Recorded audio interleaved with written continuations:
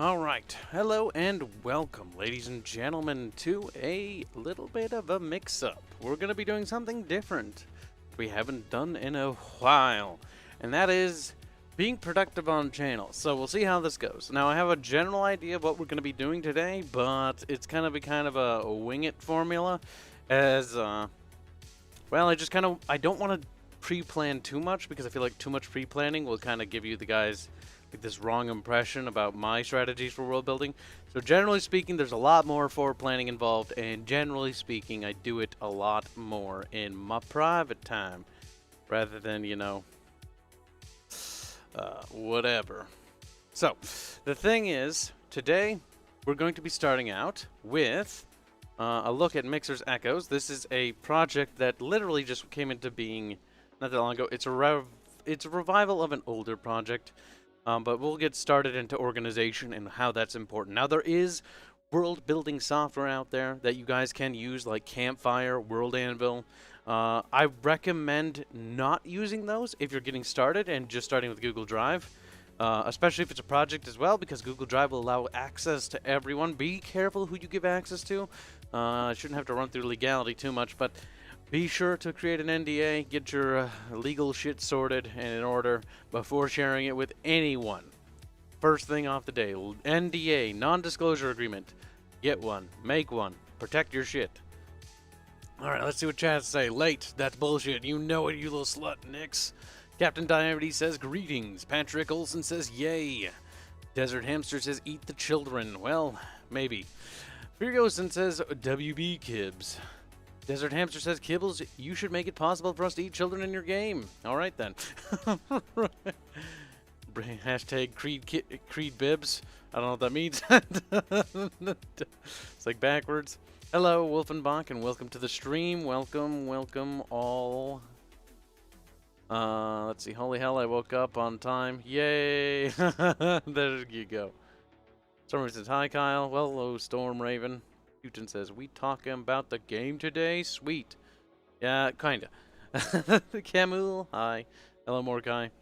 Alright, so today, yes, we were going to be talking a bit about the game. I'm probably going to open up the actual lore Bible in a different window that you can't see, because I don't want you guys to see that kind of information. But I also don't want to, I basically want to walk through the steps of the process of creation. So before we lose our train of thought, hello everyone, that we start talking about organization right off the bat. Organization is essential. The first thing you should do before you do anything is get organized. Start making a framework. You know, here's a quick template. I've just made a little folder in my Google Drive. It's free to use. Everyone has one. And basically, I only have two folders right now. It's just lore and design. And then I have a mission goal doc, which we're going to go through together. So, overall mission goal today, and it's important to set goals for what you're doing every day. What you're doing, are you expanding the lore for Terrestria, are you expanding the lore for a faction, are you writing a character? Today's goal is simple, and it's actually really hard. Mission goal, Starbinder and Echoes. These are two story ideas we had under the 2nd edition Mixer stuff. Anyways, Starbinder was kind of a split. Not split, Starbinder's kind of like a separate entity. It wasn't really part of Mixers. But my goal today is to bring it into 3rd edition. Salvage lore operations from 2nd edition Mixers convert to 3rd edition standard. So, this sucks. This is the worst part, taking pre-existing stuff. But I'll be mostly recreating it from memory, as I don't want to use existing lore because I want to show you the process of creation. Rise of the Fallen Angels will be the game that we will be using, designs. This is an older game that I designed out ages ago in high school. And basically salvage old design, modernized into an RPG system, basically making it work in our RPG system that we have for our game. So, let us get fucking going. So that's the mission goal. I wrote that up. I have mental notes. First things first, let's talk about lore. What is it that we want to do? So, let's head over to lore. I could have sworn I made a fucking thingy in here. Did I put this in the wrong folder? Oh my god, kill me. I'm kind of confused. I think I did. Fuck. Well, poop. Right off the bat, this is why organization is important. 3rd edition. This stuff should not be in here. Kibs is being a bit of a baka. This should be... Can I just drag this up there? Okay, that'll put them there. Organization is essential. You don't want these to be in the wrong dock, because when we're looking for them later, it'll be an absolute nightmare to find these, and we will be like, oh my god, where the fuck did we put those?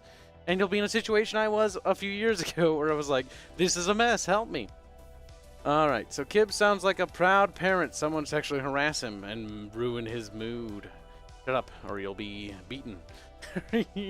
I'm not late, I'm here on time. So, I have some non-copyright music playing in the background, or it alleges to be, just because background noise.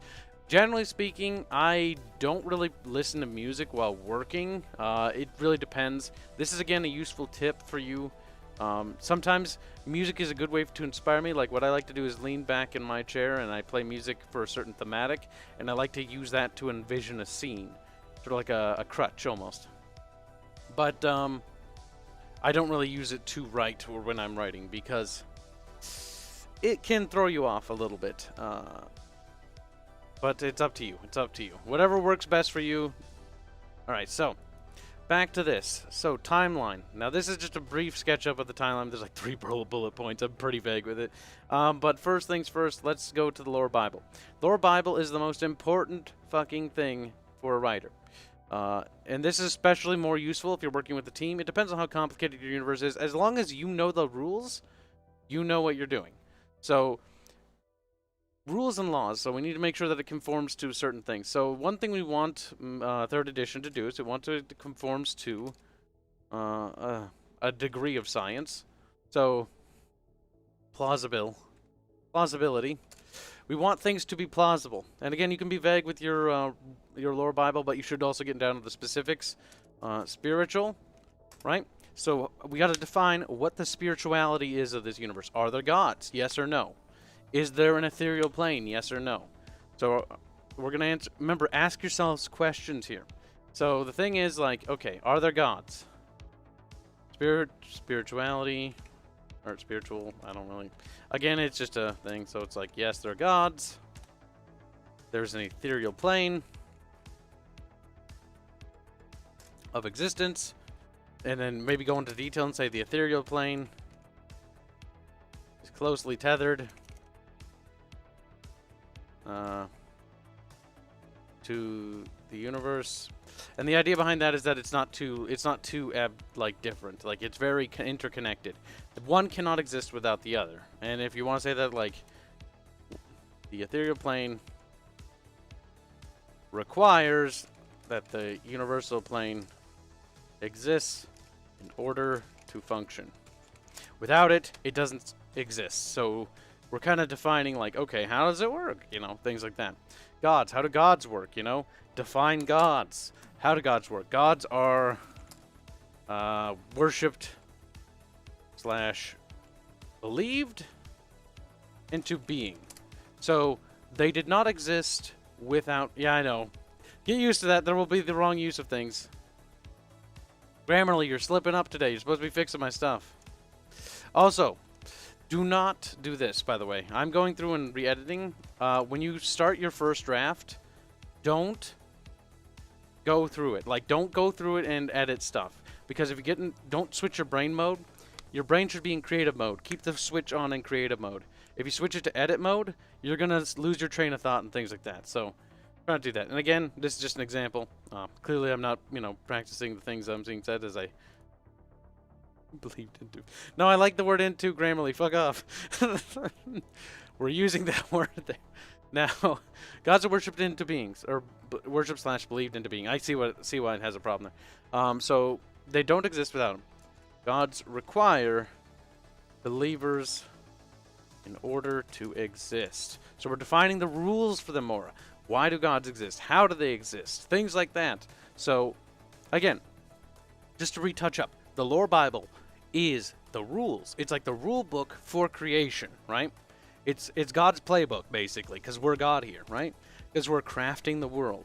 So we got to define the rules of what works. Space and time. No time travel. I hate time travel, personally.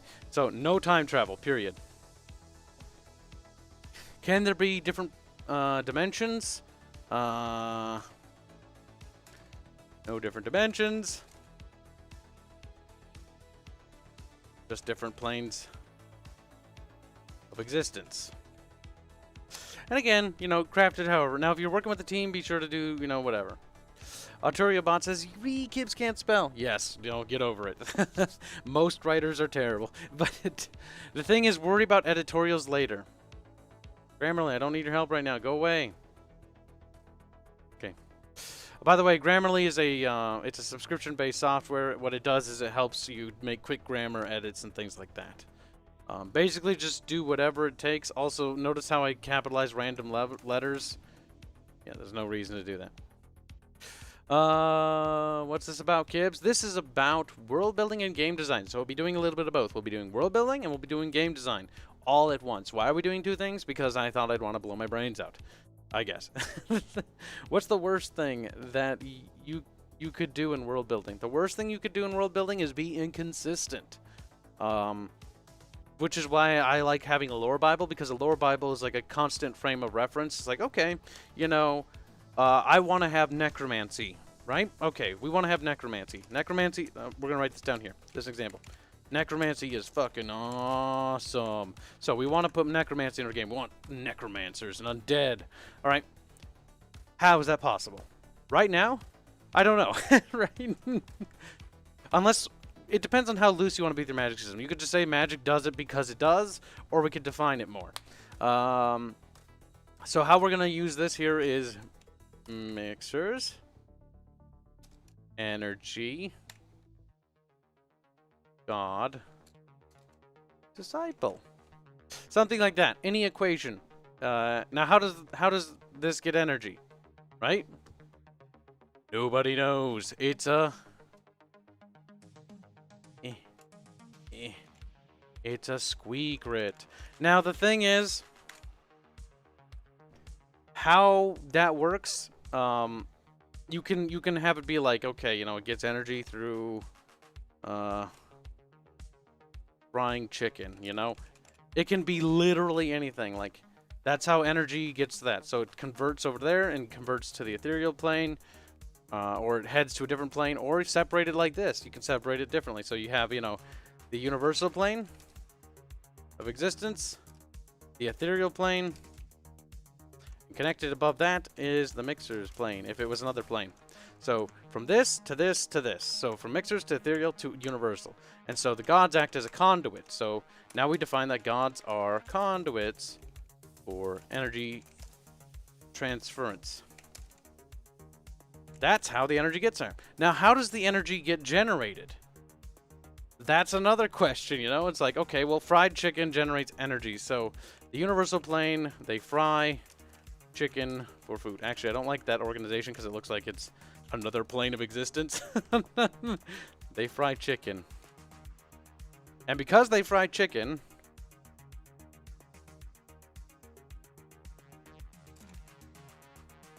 that generates energy, which loops back.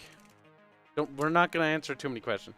Loops back to mixer's plane. Now, this is not how it actually canonically works, but that's, you know, just an example here. So, the mixer's plane gets energy from the act of frying chicken, right? Don't worry about it. Very, very racist joke. How is that a racist joke? You don't like fried chicken? I love fried chicken. I had some last night, actually. Freaking fantastic. I see KFC very popular. No, actually I didn't have KFC last night. I had just regular fried chicken, really. Like, you know, homemade. I don't have a KFC around here. From the Mortal Coil. Personally, Kibs, I like the idea of magic either comes from another reality, like the Warp in 40k, or as an intrinsic power, like in Dark Souls. It can be whatever you want it to be. Moonfails donates to LSA. So the worst thing you can do in world building is be inconsistent, so don't be Disney Star Wars. Honestly, that's, again, it really boils down to what your weaknesses are or what you think the worst thing is. Generally, my opinion, the worst thing you can do with world building is be inconsistent, because you'll have a society where it's like, you know, necromancy is impossible. And then so they can't do necromancy, right? And then it's like, okay. And then all of a sudden there's another planet that can do necromancy because fuck you. And it's just like, oh yeah, no, it could do it all along, and that never really mattered. Now there are different things like hiding a squeaklet, we'll call it that. Hiding a squeaklet. So, why is this important? You shouldn't tell your audience everything that your universe can do. So what should we hide? We should hide necromancy is possible. And then we'll say something like, you know, here's a point against necromancy. Souls can't, once severed from the material plane, which is just, well, we should stay consistent here as well. Don't switch names. So if you call it the universal plane, call it the universal plane. Don't stop calling it that. Thank you for super chat, by the way. That's why it's important. This is an example of staying consistent right here. When you create something in your lore Bible, especially if others are going to use it or you're going to spend some time away from it, make sure you stay, god damn it, make sure you stay consistent. So if you refer to the universal plane as the universal plane, do not call it the land of butterflies and sunflakes, you know, whatever. Don't call it something else and then just switch back on it, because what you'll do is you'll not only confuse yourself, but you'll also establish, you know, too many differences. The lore Bible exists to be a rule and a guideline.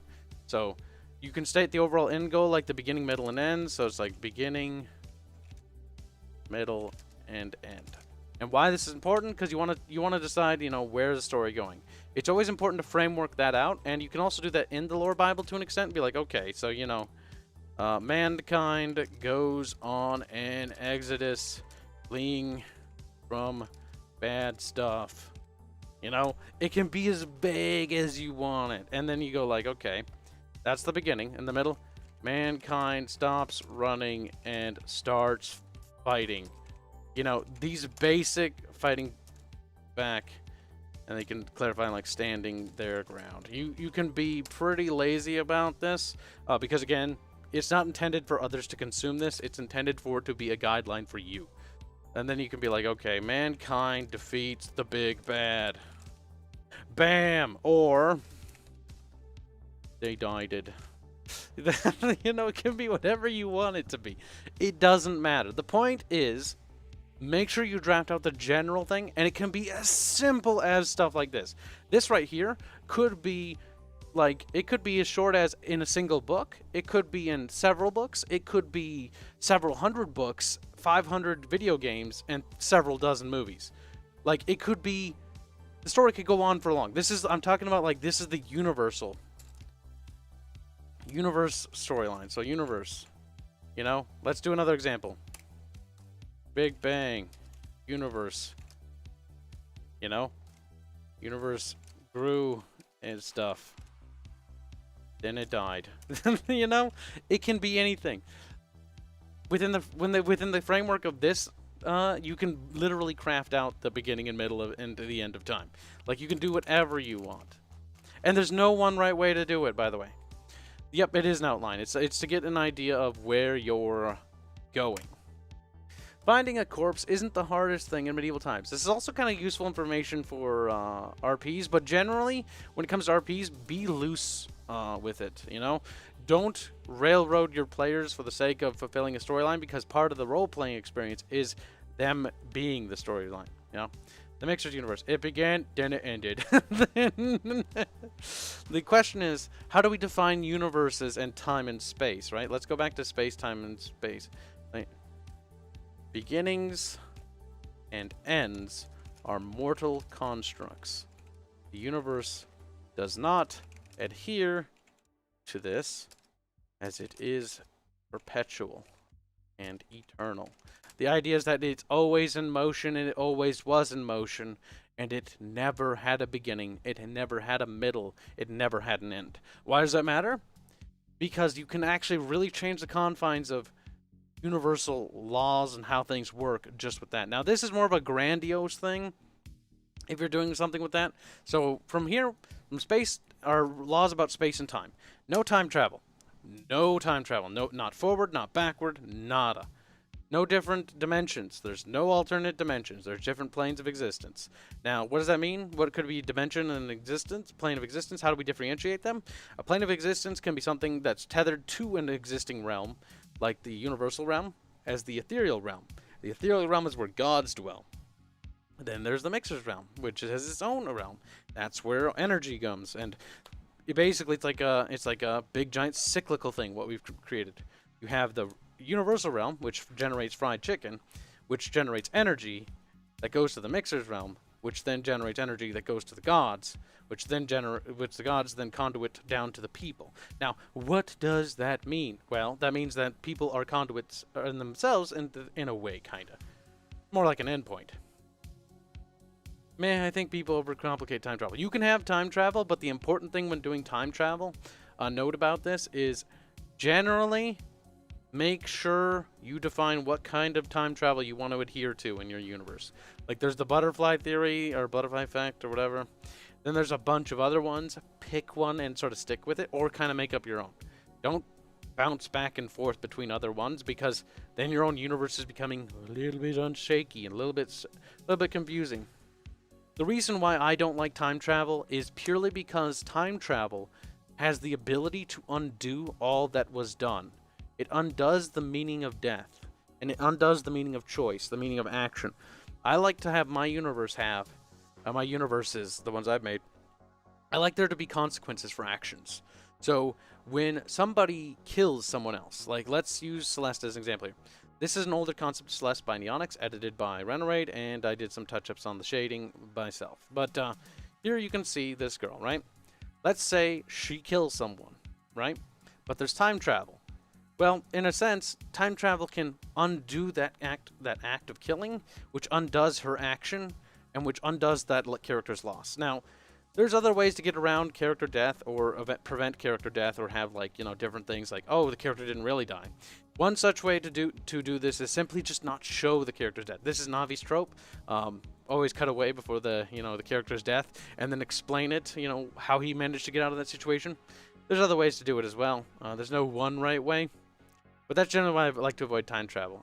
Death is an important part of mixers, because death is something that comes for everyone in this world, in this universe.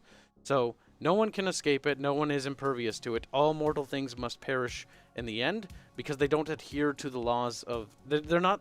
Mortal things are not universal things. Universal things are eternal. They're always there and perpetual in motion. But people, on the other hand, are not. They defy that. They're mortal. They exist for a time, and then they stop to existing. Now, we can define souls and what happens to them when they die. Like, okay, what happens to them when they die? Stuff like that. So we can define death. Now, this is getting a little bit messy, because this is not particularly organized. But again, your first draft will always be kind of messy. Don't really worry about it. So let's get rid of all this useless stuff. Those ones severed from the universal plane may never reconnect to their physical forms. Now, why is this important, you ask? This means there is no reviving. There is no reviving a person once their soul has been fully severed. I'm not talking about resuscitation. That means their body can be revived, but their soul is gone. So that we need also to find what is a soul in this world, right? Is it possible to live without a soul? Can the body function without a soul? Define it. Now, if your game or your story or whatever it is isn't religious in nature, you don't have to do this at all. You don't have to define souls or anything like that, because if people just die in your world and they're dead and they're gone for good, then you don't really need to write about it. Well, you should write in the sense that, like, people die and then they're gone, nothing happens. Can you capture a soul? Excellent question. Can you capture a soul? And can a soul be used as an energy source? Or what could you do with a soul if you could capture it? Are souls something that can be captured? And if we answer yes, this changes things quite a bit, doesn't it? Yes, a soul can be captured. But the question is, how?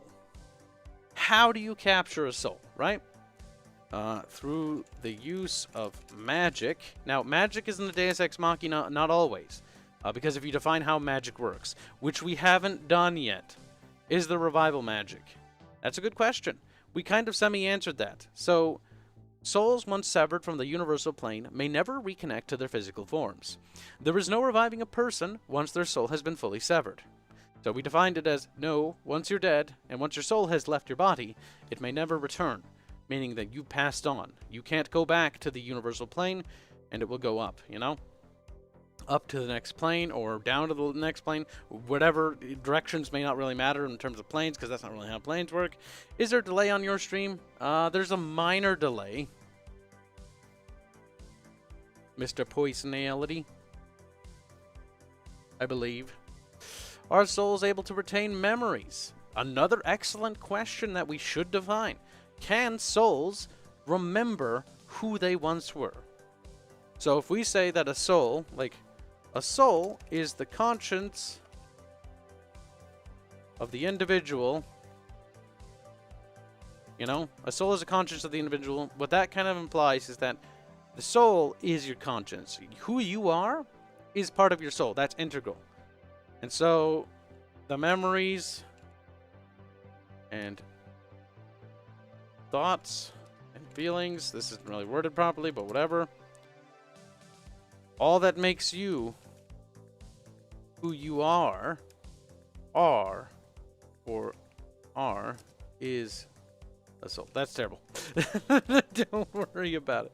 But so what we're trying to define here is that a conscience, a soul is the conscience of an individual, the memories and thoughts and feelings of a soul. So the thing is like, okay, you are your soul. So your sentience, your ability to contemplate all that you are when you think of who you are and your free will is your soul. Now we're defining that the souls are made up of life experiences. That souls aren't just simply, you know, blank canvases. They actually are, in a sense, an individual, a sentient being. So the thing we need to define about souls are sentient beings who are, well, we could just say something like this, who are just essentially people in another form. So the idea is like, okay, it's just a transference of something. Like you transfer into something else. It's still you. You're still, all that made you who you are is the same. The only difference is your body's gone. If a soul is captured, can they still think and feel and perceive things? A good question. But let us not get too caught up with souls here. Hold on. I want to do a bunch of other stuff. So we're going to bounce back a few times here. So hold on a ticket. Do souls interact with the body? Good question. Also, important thing. You guys are already doing the right thing. Ask questions. Always ask questions. How does this work? How does that work? How does this work? How does that work? You know, these are important questions to ask because how do they work? In order to properly write, in order to write a more convincing and believable story, you need to understand the mechanics of how everything works. So, we're still on about trying to get necromancy to work. So how does necromancy work? How can it work? So let's define what we know necromancy can work. How it can. Pros for why it can. Necromancy, puppeteering of a corpse is possible. But can souls be put back into corpses in order to puppeteer them? The answer still is no. So souls can't be used to do that. Can souls be used for energy? Can a soul be converted into energy? It would destroy the soul in the process, but can it? So let's say that it can be. Souls, not soulless. Souls can be converted into energy. So, what we've defined there is a really big deal. Now, they're a resource, right? If soul gets reincarnated, do they remember their previous life? Can reincarnation exist? That's an important question. Can reincarnation exist? Reincarnation of a soul is not possible. So we're going to define it as not possible because I don't really want to get into that, because if we go down reincarnation, we'll be stuck there. Kibs, stop acting like catboys like you have souls. Short, fat otaku, you piece of shit. No, I'm kidding. Hello, Dev. How you doing, bud? We're just doing world building. Oh, boy. My itches. Human sacrifice. So yes, what we have defined with our new rules is that human sacrifice is now possible. Now, we can sacrifice people and have their souls eaten by their gods. Or actually, no, we have to define, can gods eat souls? And does that do anything? The answer would be yes in that case, because we would want energy to be created, or not created, but to be converted, the soul converted into energy. So, if souls can be converted into energy, let's go back on that topic. Gods can eat souls. Uh-oh. That opens up a can of worms. You see the problem? If gods can eat souls, are god... Now, we need to find more about gods. We haven't really talked too much about them. They're cute, they're kawaii, they got big titties. Let's see. Gods are worshipped, believed into beings. Gods require believers in order to exist. Ethereal plane, ethereal plane. Don't edit. Remember when you're fucking when you're going through something, like, go, just put it off, do it later. No. Grammarly, I hate you. You absolutely... I wanted it to be into. The ethereal plane requires that the universal plane exists in order to function. So, there needs to be believers. If there are no believers, what happens to God? What happens to gods or goddesses? If they have no believers, the god ceases to exist. Not ceaseless. Ceases to exist. This is important. It means the god goes to heaven. No, not really. He doesn't get to go to heaven. He just poofs. Poof. Now, so that means, in a sense, we've defined that gods are not really perpetual in nature. They're ethereal. And ethereal is now defined that ethereals have deaths now. So, an ethereal can die. A soul is an ethereal because it's capable of being on the ethereal plane. If ethereals can now die, that means the ethereal plane is also much more of a mirror to universal plane into the context of mortals, because mortals can believe in gods, which makes gods exist. Oh boy, look at you boys going on about souls. We've opened up a can of worms, but that's good. Now remember, you're not going to have it all right. Like, we're not going to have this completely figured out today, even if we spent all day on it, because there's a couple things that I want to talk about before we get too caught into the nitty-gritty. First thing is, take breaks. Why? What do I mean by take breaks? Not right now. We've just barely got started. But your brain, your dreams will process the information that you wrote, and you'll wake up with a fresh pair of eyes, because all this thinking about how this works, you're like, okay, this sounds cool, kind of cool, and then you're going to be like, I don't really like the idea of necromancy. I don't really like the idea of gods as a whole. And then you'll come back, revise it, make some changes, and you'll see and compare the changes to the older edition and be like, which one's better? What do I want? Now, the thing is, you can also define goals. So, defining a goal, right? Define your goals. This is something that we actually kind of missed. So define your goals. What do I mean by that? I mean, we need to talk about what is the purpose of this universe. What is the overall genre of this universe? Become as gods. That's a lad, Shiro. Mortals can become gods. Can mortals become gods? Can mortals become gods? Yes. Yes, they can. Because in a sense, they are an ethereal entity. They've always, all mortals are ethereal entities. They're weird because they exist in two planes at the same time. Mortals, from what we have here, mortals are both existing in the universal plane as they are existing as echoes in the ethereal plane. That was not planned out to be that, by the way, just because it's called echoes. But basically, upon their deaths, why did you go down all the way? I hate when you do that. Okay, I'm gonna blow my brains out. There we go. Did I put like 2 commas down here or something? No. Shadowfox donates $2 to say, or our only goal is cheek clapping. Damn. Well, thank you for the $2. Don't worry, we got plenty of waifus and husbandos for you to clap cheeks of. No, just make as much as you want. Actually, let's start reading what you guys say without writing, because I can get caught up in writing and not hearing you guys.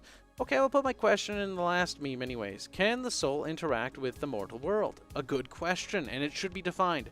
What can the ethereal plane influence on the mortal plane, on the universal plane? This is an important question. Can gods, how influential are gods? Can gods pick up people and move them like they can in Black and White? Can they choose champions like they can in Warhammer? Or is it like the Force in Star Wars that subtly guides things and helps align things and just make sure things balance out a certain way in the end?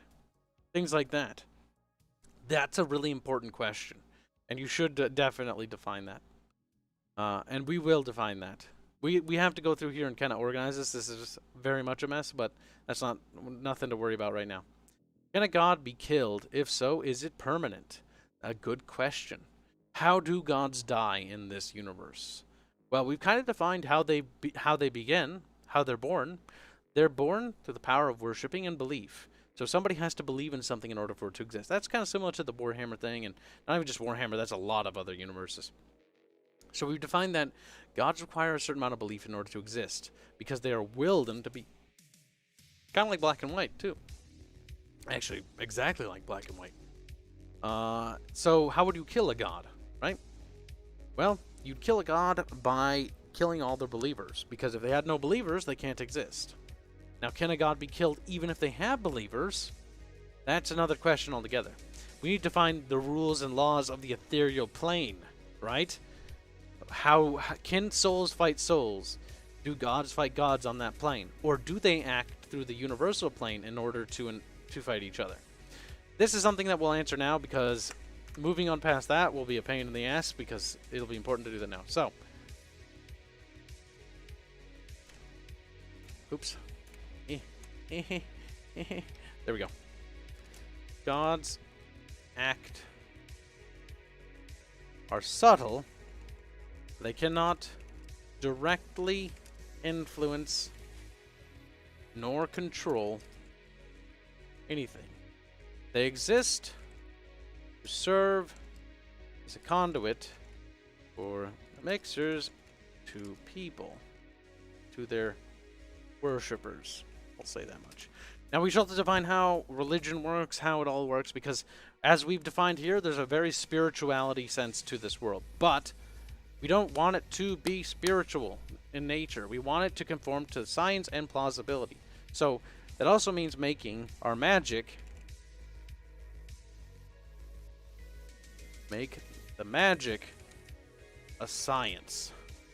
That's important, because if we make it a science, everything becomes more, more grounded, more realistic. So when you have gods in your world, it's not too mythic or mythological in nature. It's not so crazy in that sense. Let's see. Proceed to get a massive donation to make it a thing anyway. I don't think so. But, let's see. Well, time to go gym. See you later, Shadow Fox. See ya. Have fun at the gym. God damn it, you said gym. Boy. I would say you should not kill a god by killing its worshippers. Just make him weak and killable. Again, it really is up to how you define it. Now, we'll define more about how gods work and how they can fight each other. What we've just done here is we didn't define that they could be killed or not. All we did is say that gods are subtle. They cannot directly influence nor control anything. They exist to serve as a conduit for the mixers to their worshippers. They also...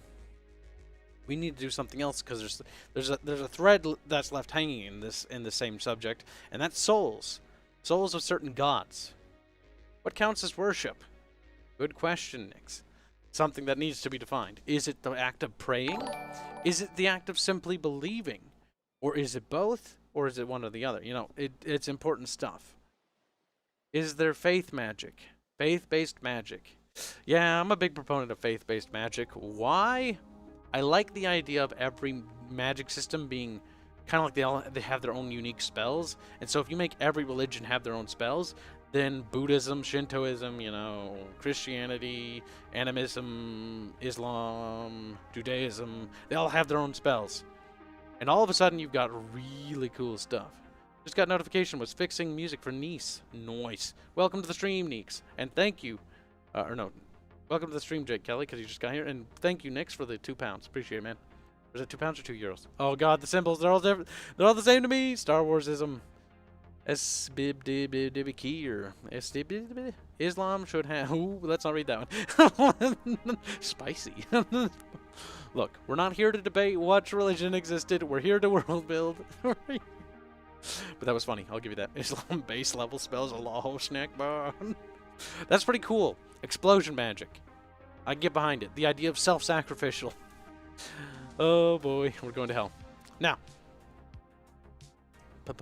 Plane. Why is that capital? Grammarly, what made you think that should be capital? Bucky. Is it because it says a capital E there? I bet it is. Is there a god of fishing? And is that oh, we also need to find how gods work. Ah, we barely scratched the surface, chat. Holy shit, we barely scratched the surface. At all. We have to talk about how gods work. Now, hold on a sec. I gotta take a leak. 1 second.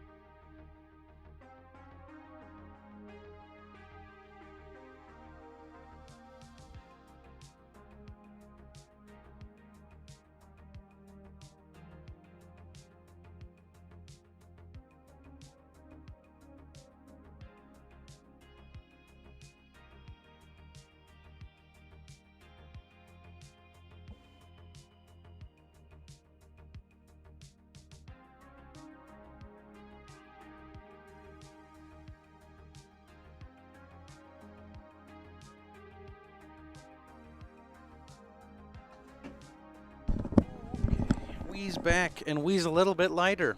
Dead, says Jagan. Fat deposits. Whew, alright, chat. We're doing stuff. We're making progress. We're world building. Alright. Let's see. Crimson Gaming says, minimum faith followers needed to create and or sustain a deity. Another important question.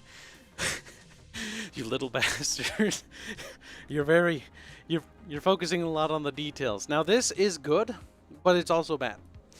I'm going to tell you why. Hold on while I organize my thoughts. Okay. So, when you're world building, a really good idea is to stay loose. Why I say that is because we've defined so much about spirituality and souls and stuff. But it depends. It depends. Case-by-case basis, by the way. Case-by-case basis. We are on a roll, and because we're on a roll, that's fine. Keep doing that. But when you have ideas, don't let your ideas slip through your fingers. So if you want to define more about like how space and time works, go in and do that before you dedicate too much to, you know, focusing down a certain path. Because we've gone down such a path here about spirituality and, you know, gods and shit. And faith and magic and how it works. And it's exciting. I know, isn't it? The thing is about gods is, could try Shinto style of gods. Yeah, you can take inspiration from Christianity or, you know, you can take inspiration from literally anything. It can be Greek mythos or Norse mythos. Anything you want, if you want to be inspired by it, take advantage of it. Okay, I'm here. What did I miss, fellow mortals? Not too much. Kibs is drinking fat. I'm not fat. Also, you guys heard that pretty quick. Now, this is becoming a clusterfuck. I'm already triggered by this stuff. So, we're going to do something. No, we're not doing that. We're going to do something better. Ethereal plane. Universal plane. What are we doing? We're making categories. Why? Because things are getting messy, and you want to start organizing quick. You can do this later. You don't have to do it now.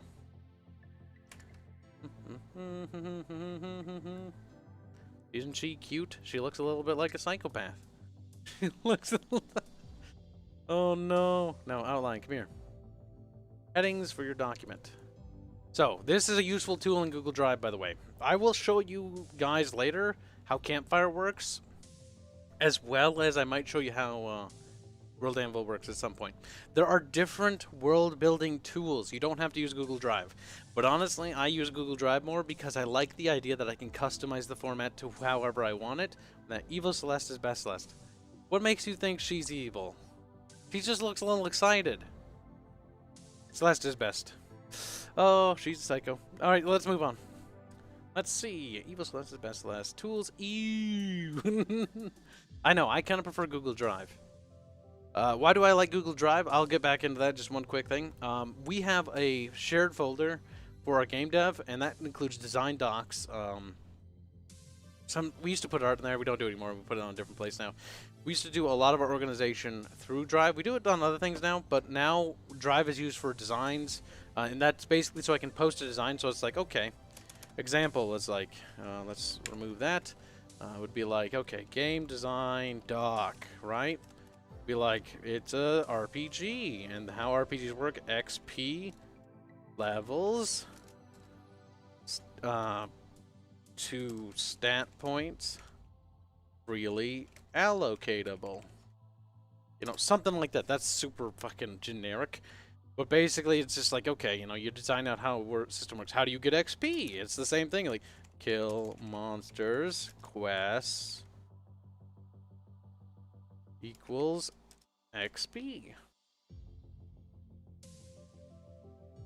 Set amount of XP, you know?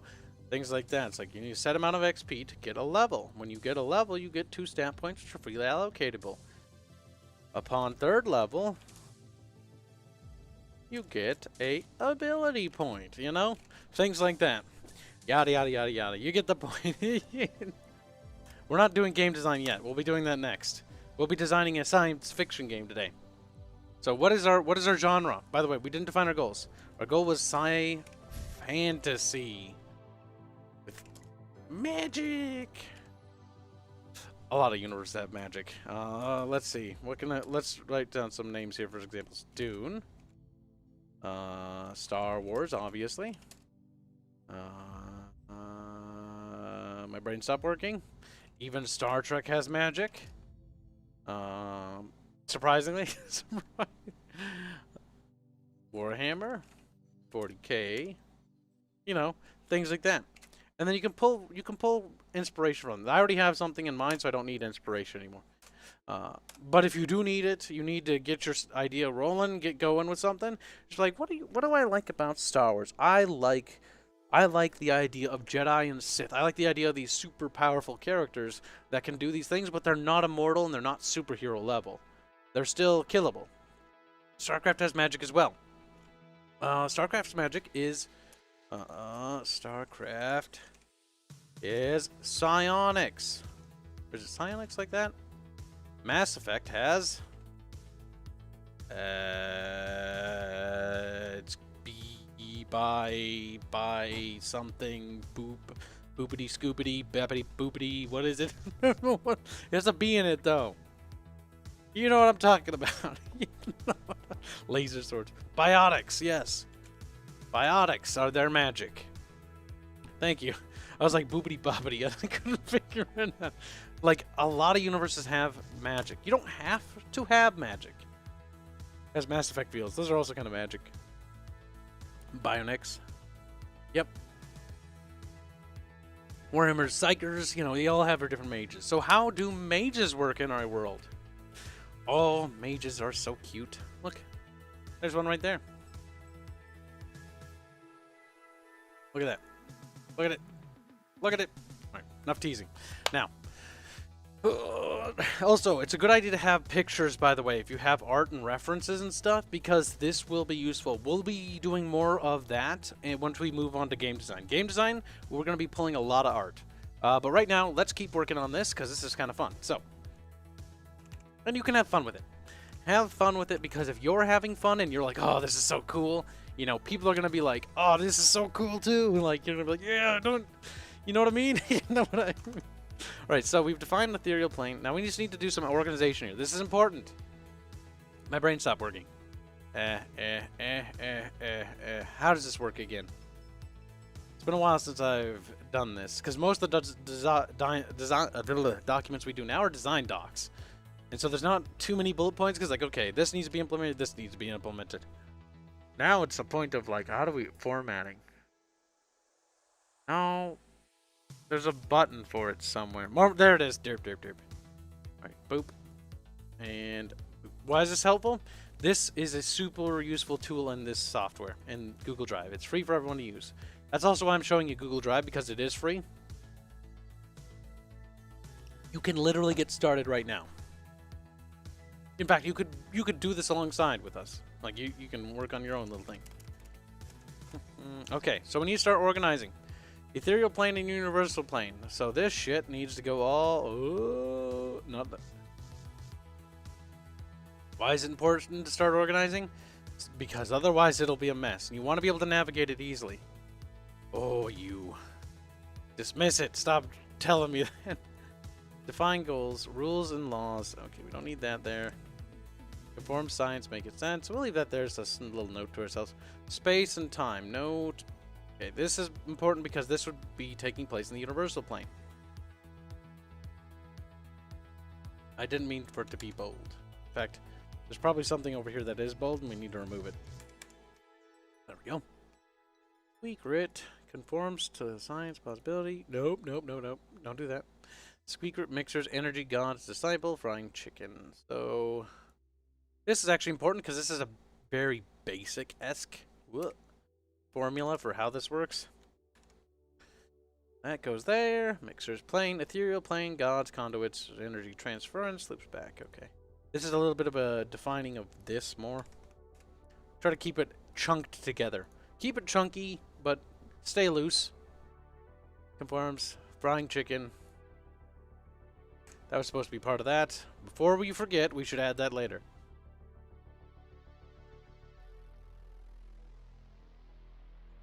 That's important. Portals are both... Okay, that's more souls. Yes, soul, a soul. Soul, soul. Reincarnation. God damn it. We got so focused on that one subject. Be bold, Kibs. Alright. There. This is looking a lot better. Hold on a sec. Let's give this a little bit of spice. A little bit of flavor. You can... This is not particularly necessary, but it's a good way to give it a little bit of feel. A little bit of atmosphere. There we go. But, if you want, you can add pictures. We'll do this more in detail later. But what this does is this is just essentially like when you open it up, it just puts your mind in the right mindset. It's like, okay, you know, mixers, you're getting the idea. We probably also want to title it. It'll be like Mixers Echoes, you know? And just be like Lore Bible 3rd edition. Rule 34. Oh, I actually typed that. I'm sure Celest, you'll have some of that eventually. Let's see. Boop, boop, boop. Oh wait, we'll just turn it into a title. Bam.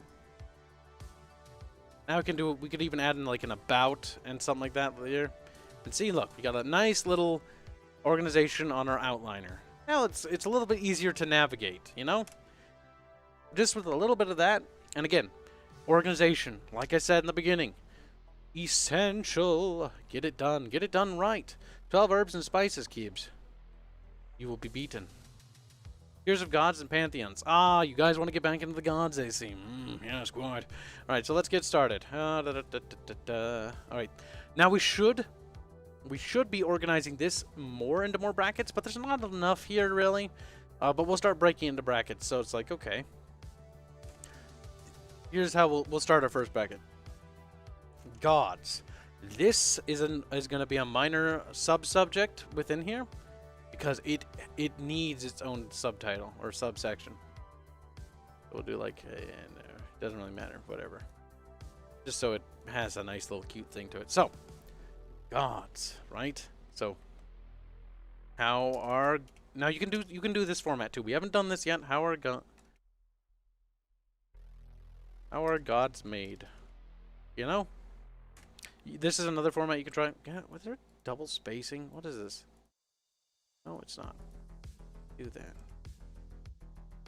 Ah, whatever. How are gods made? This is how are the gods?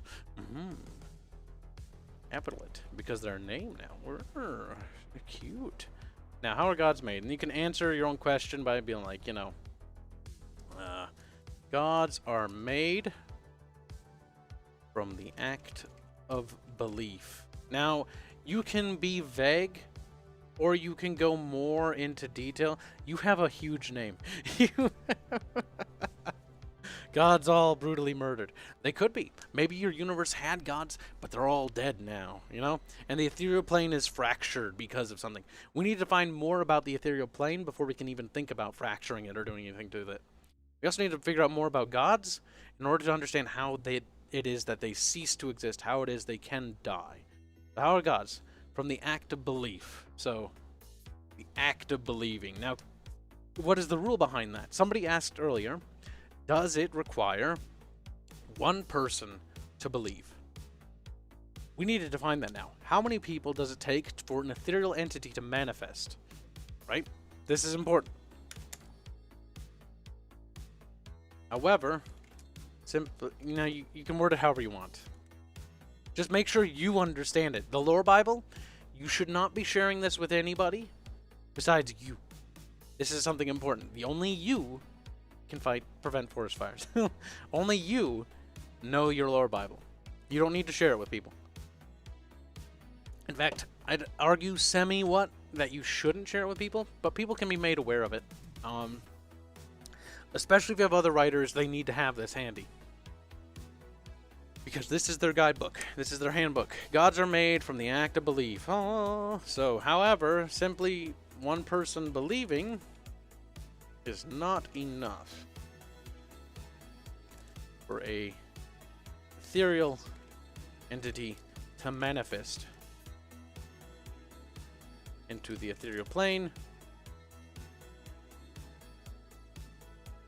It requires, and you can be vague with this, or you can be specific. So it requires prolonged belief, worship, rituals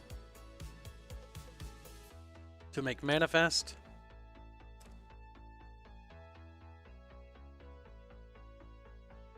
and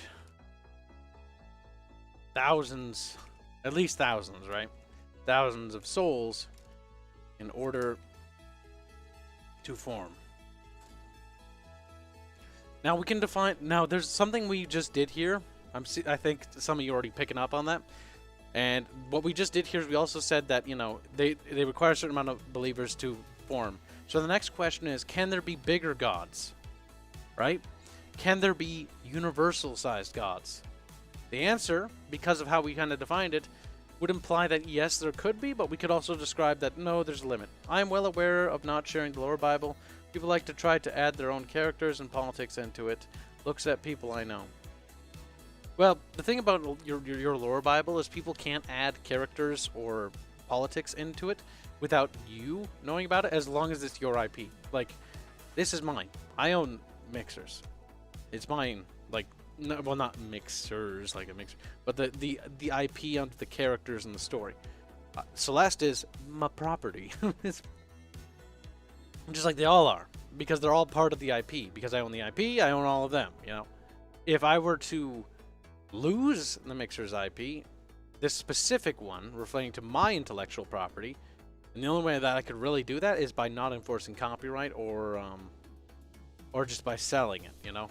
If I were to lose it, then the characters would go with it. If Celeste is intrinsic to the IP as a property or like a subset of it, just like Darth Vader is to Star Wars, you own Star Wars, you're probably going to own Darth Vader. Now, that's not always true, because Warhammer 40k, you can actually, like, there's separate rights, because Games Workshop is fucking sick. What those little bastards will do is they'll keep fucking trademarking sub-factions and words. Like pauldrons, they tried to trademark pauldrons. Space Marines, they tried to trademark Space Marines. Like, these, that's copyright, that's more like copyright abuse, but that's a subject for another matter. But, for example, GW owns the Adeptus Astartes, the Astra Militarum, all these really dumb names. They own all of them. The reason why they did that is so that they could copyright each name of each faction. So what you could do, in a sense, is you could actually, if GW wanted, they could sell specifically the Astra Militarum as their own thing. That's also how they get developers and indie developers. Like indie developers who make Warhammer games, they're like, okay, you want to make a game with Imperial Guard? You have to pay for that, right? Oh, you want to have Chaos in there too? You got to pay for that too. Which faction of Chaos, by the way? Is it Nurgle? Oh, is it Nurgle and Khorne? All right, you got to pay for both those. You know? It's Undivided? Oh, you got to pay for that as well. You have to purchase every single goddamn thing. Well, it's not purchase. You have to get the license for every single goddamn thing. And it's just, it's absurd. And the worst part is they like royalties on all of them. Celeste looks kind of like Tanya. I kind of see what you're talking about.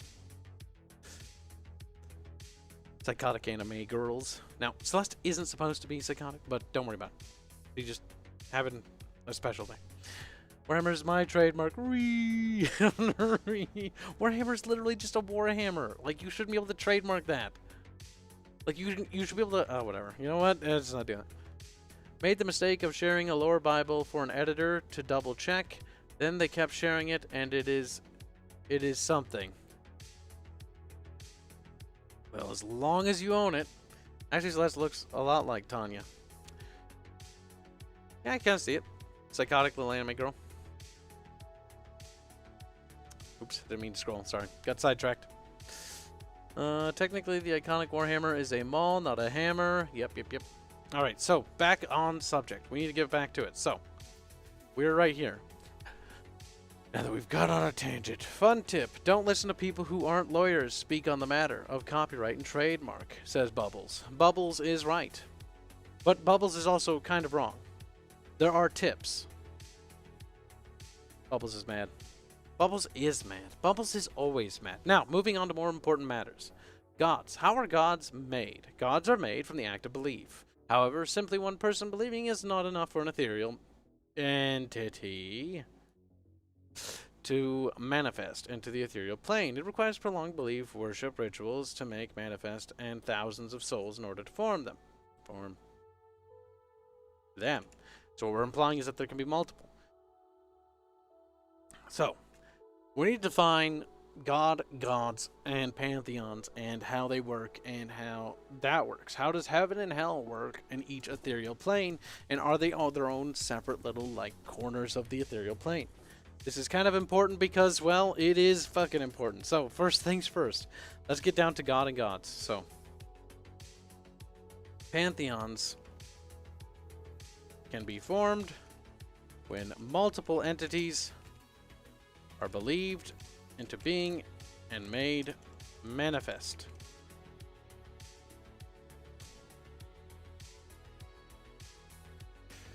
Let's see. Are the creation of gods international or not matters too? International? You mean international or international? Because it looks kind of like international to me. See you later, Vulcan. Take care, bud. I feel we'll get along well this stream, says Krabbit. Uh-oh, they're gonna make babies. What if beings are like dragons? The power of believers affect gods. Well, we have to define that. I mean, intentional. Okay.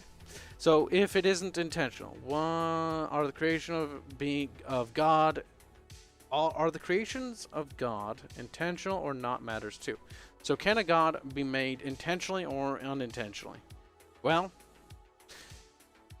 the thing is, people would believe something else, right? So let's use our own world for example in the mythos. Let's say that the Greeks, worshipped Zeus, right? And they worshipped Zeus a lot. And to them, they always thought he was real from the very beginning. In actuality, they wouldn't know this, by the way. In actuality, they believed him into being. So he didn't exist until he was created. Just like the same would go for Poseidon and other members of the gods. Now, how would these gods interact with each other, and how would they understand their own lore? How would these things that people thought, like Zeus, doing all these things, creating babies and fighting, or was it Kronos or whatever his name was. Not Kronos. I forget his name. His dad. How would that all be? Now, the question is, can people believe these things, these actions, into reality as well? Hello, Dev2. Dev's not back, is he?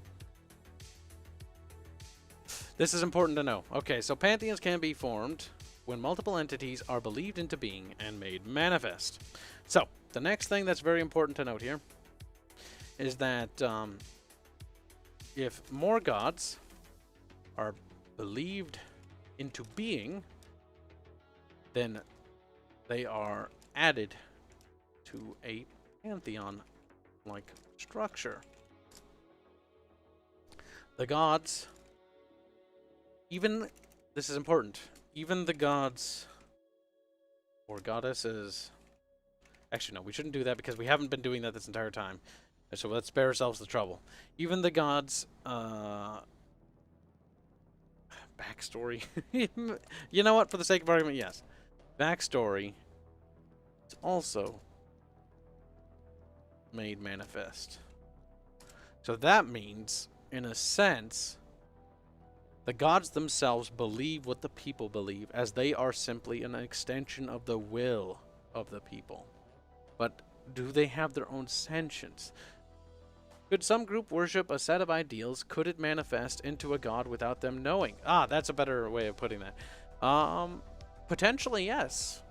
Based on how this works mechanically speaking, that could, in theory, actually work, yeah.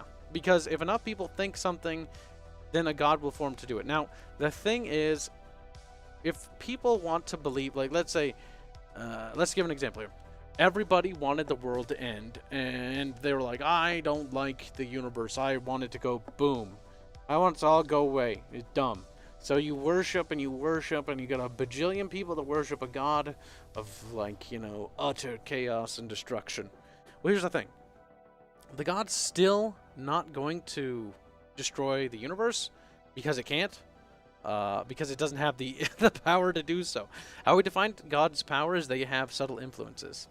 They can't do that. I will be back later, possibly finish editing music. Alright, good luck, Jake Kelly. Backstory equals personal history. Yep, basically. So the gods themselves will believe the personal history that happened. Now, did it really happen? This is important to define too. Even the gods' backstory is also made manifest.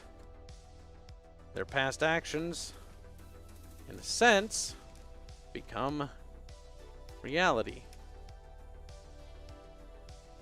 That kind of hurts my brain to think about a little bit. Can the power of believers be shared? That's another important thing. No, don't do it to me. They could create a god that wants to destroy the world. God limits.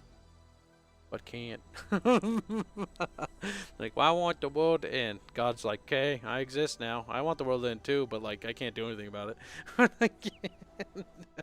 Like, no. No, you can't just make a god to commit suicide. The thing is, they could make a god to do that. Haha, Branko boom. They could make a god to do that, but it's like one of those things like, well, then the people would cease to exist. But the thing is, how would the god make the people cease to exist, even if the people willed themselves to cease to exist? It's kind of a bit of an autistic question because it's not likely to happen, but it is still a potentiality.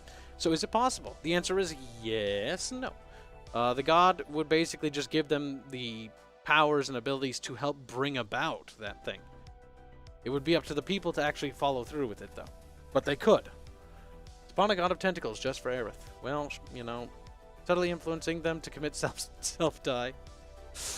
The thing is, how much influence does a god have over an individual? That's important. And this is something I always wanted to define really quickly.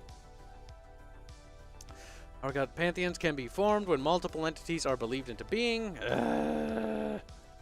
and made manifest. If more gods are believed into being, then they are added to the pantheon-like structure, even the god's backstory. Now we need to build on this. This is a bit vague here, but we'll come back to that later. So next thing up is gods can subtly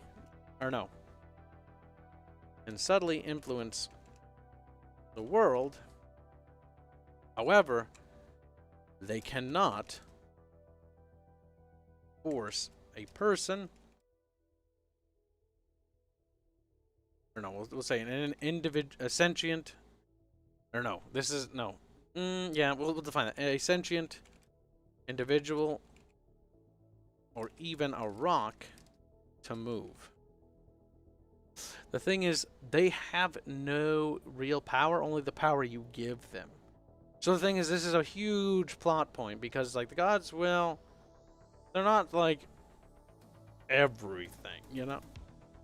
But at the same time, they are a part of the world. What we're doing now is we're starting to reduce the power that the gods have in the universe. Why? This is a question we should be asking. Actually, I don't see anybody asking it. We should be asking the question.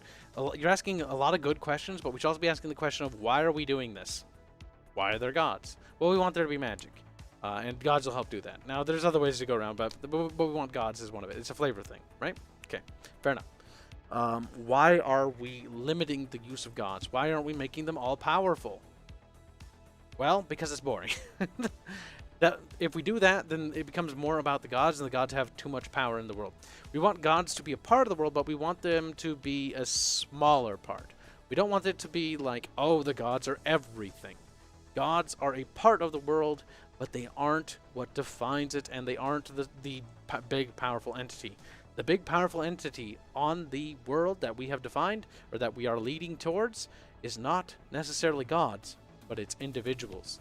The individual person has the power to do a lot more with even gods. Now, there's a lot more stuff to do with gods and how that works.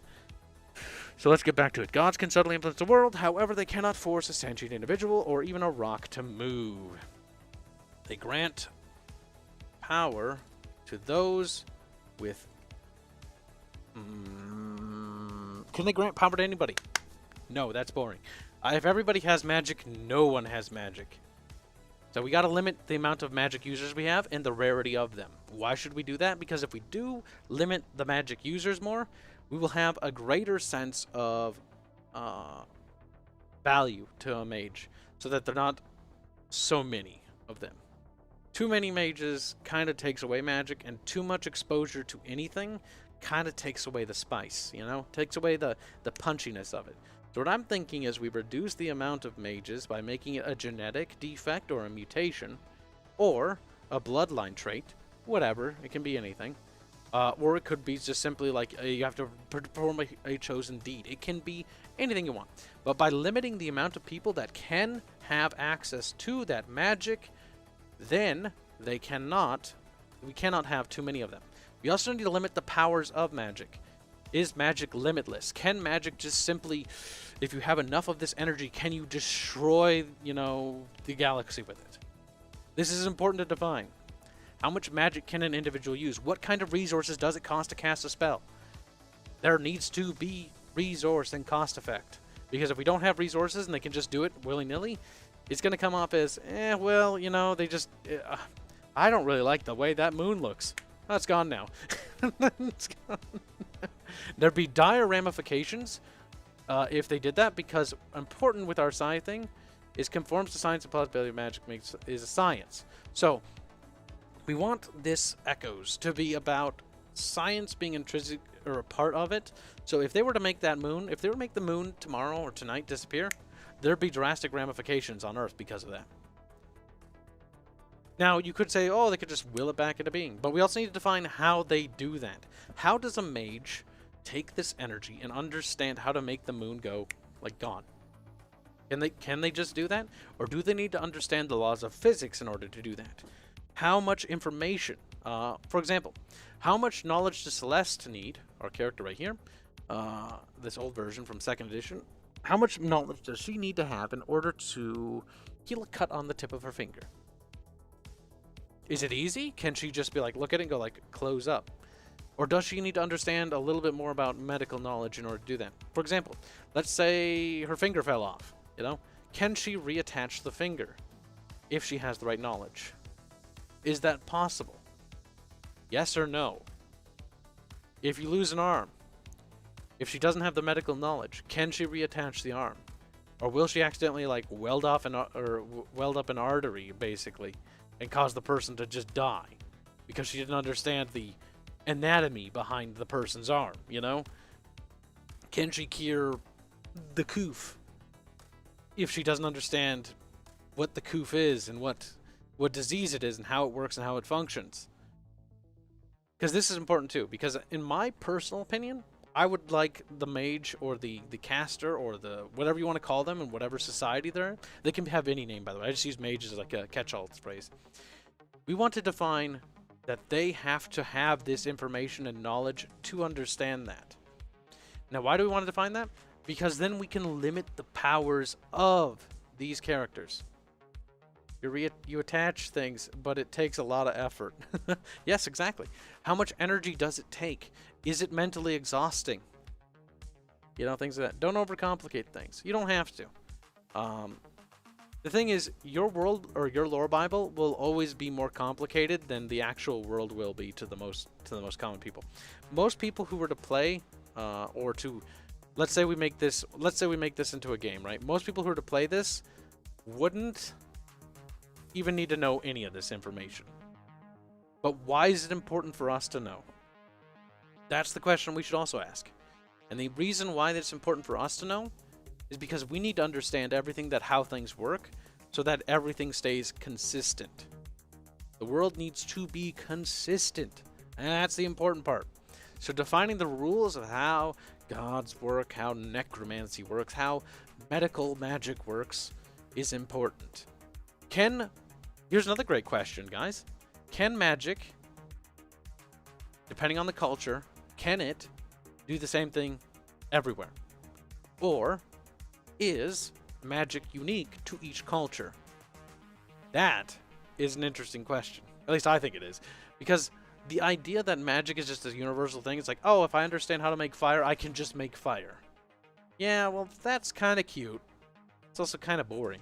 So what if we had it so that, you know, Chinese culture had their own unique magic where they could use fire, but it came out like a dragon's breath, like a thing like that. Versus in Europe, if they were to use fire magic, the European knights of the feudal age, it would be like a fireball that would explode upon contact. And each one has a very they're all kind of the same, but they're all very different in how they work.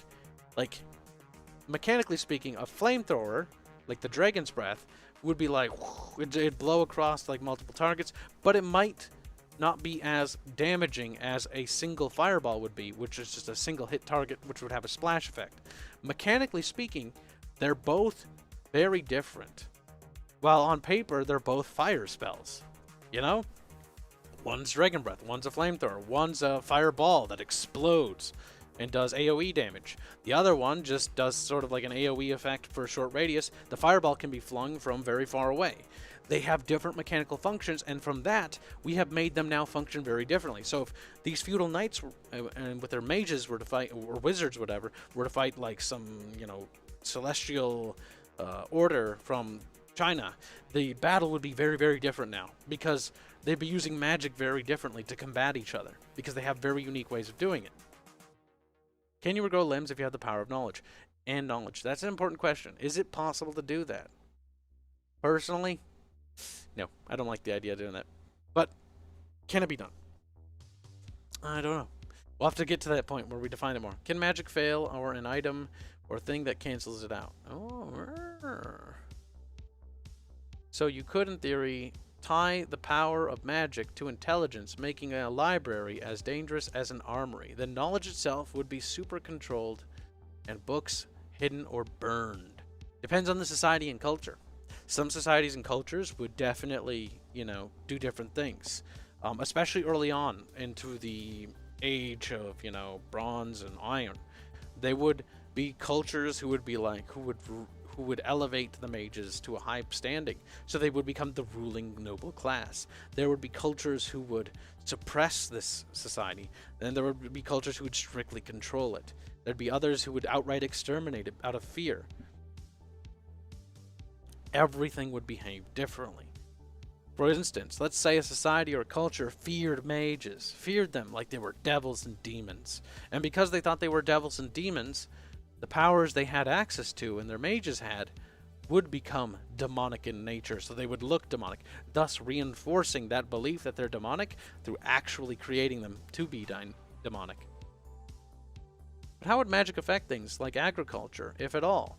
How would it affect war? This is an extremely important question, Crimson Gaming. Very important, because can mages advance technology? In theory, yes. I like the idea of magic being able to amplify technology. Keeping magic weak helps with the consistency of the world, so it doesn't become a Deus Ex Machina. Yes! I like that, Nobody5732. The thing is, we have magic, we haven't defined its powers, but I definitely want to limit its powers. Why do we want to limit its powers? Because we don't want a mage to become a superhero. It depends. If you're making a universe and you want your mages to be the be-all, end-all, then go for it. You can make them more and more and more powerful. You can be like Warhammer 40k Psychers, where they can make entire solar systems disappear off the star charts. We don't want that, though. Reason why we don't want that? So we need to create limitators. How does this affect the mage's body? So let's talk about spell casting. Spells, magic, and mixers. Boop, boop, boop, boop, boop. And then what we're going to do here is we're going to change this subtitle to that. Bada bing, bada bam. Look at that, chat. Aren't you excited? Terrified. Now, how does magic work? So, casting a spell. How does a mage cast a spell? We'll just say spellcaster. You can make different names for your mages or whatever you want them. You could be wizards, warlocks, witches, and they could all be different because they have access to different spells. They could be Templars, they could be anything. Whatever you want, whatever you want. Is there any physical drawbacks to magic, or it just depends on knowledge? That's what we're in the process of doing, Gilson. We are starting to come up with ideas on how to have some more drawbacks, because right now, as it's stated, there is no drawbacks for using magic. So there's nothing preventing our little character here, Celeste, from just bringing about the end of the universe by just snapping her fingers, because she's just had enough of herself and everything else. So we need to limit that. So how does spellcasters cast? Or how does a mage spellcaster cast a spell? God damn it, why do you do that to me? Spell. Didn't type anything down there. I half expect to see just like random letters and shit splattered somewhere around this fucking page. Okay, so we've got gods, we've got spells, magic, and mixers. So I'm gonna give myself a little space here. How does a spellcaster cast a spell? Question mark. Answer. They cast a spell by performing a ritual or casting rite that is based on their own culture and or religion. So it can be kind of both, right? It can be intrinsic. So, for example, incantation based. Incantation. Let's just make examples here. Sacrificial. So it could be. It doesn't have to be like, you know, stabbing a guy on a slab. It could be. It could be as simple as just burning some fruit, being like, I sacrifice this food to the gods, you know, in order to get my power, or something. It could be incantation. It can be fucking singing. It can be, which is kind of like incantation, but it'd be different. It could be anything, right? So it could be what's another one? Incantation, sacrificial, memory. Like the spells might not even have like a ritual that needs to be performed. Cough. It could be coughing. You know, coofing fireballs on the baddies or the goodies. Generally speaking, by the way, if you wanted to find some like morality stuff, morality bullshit, right?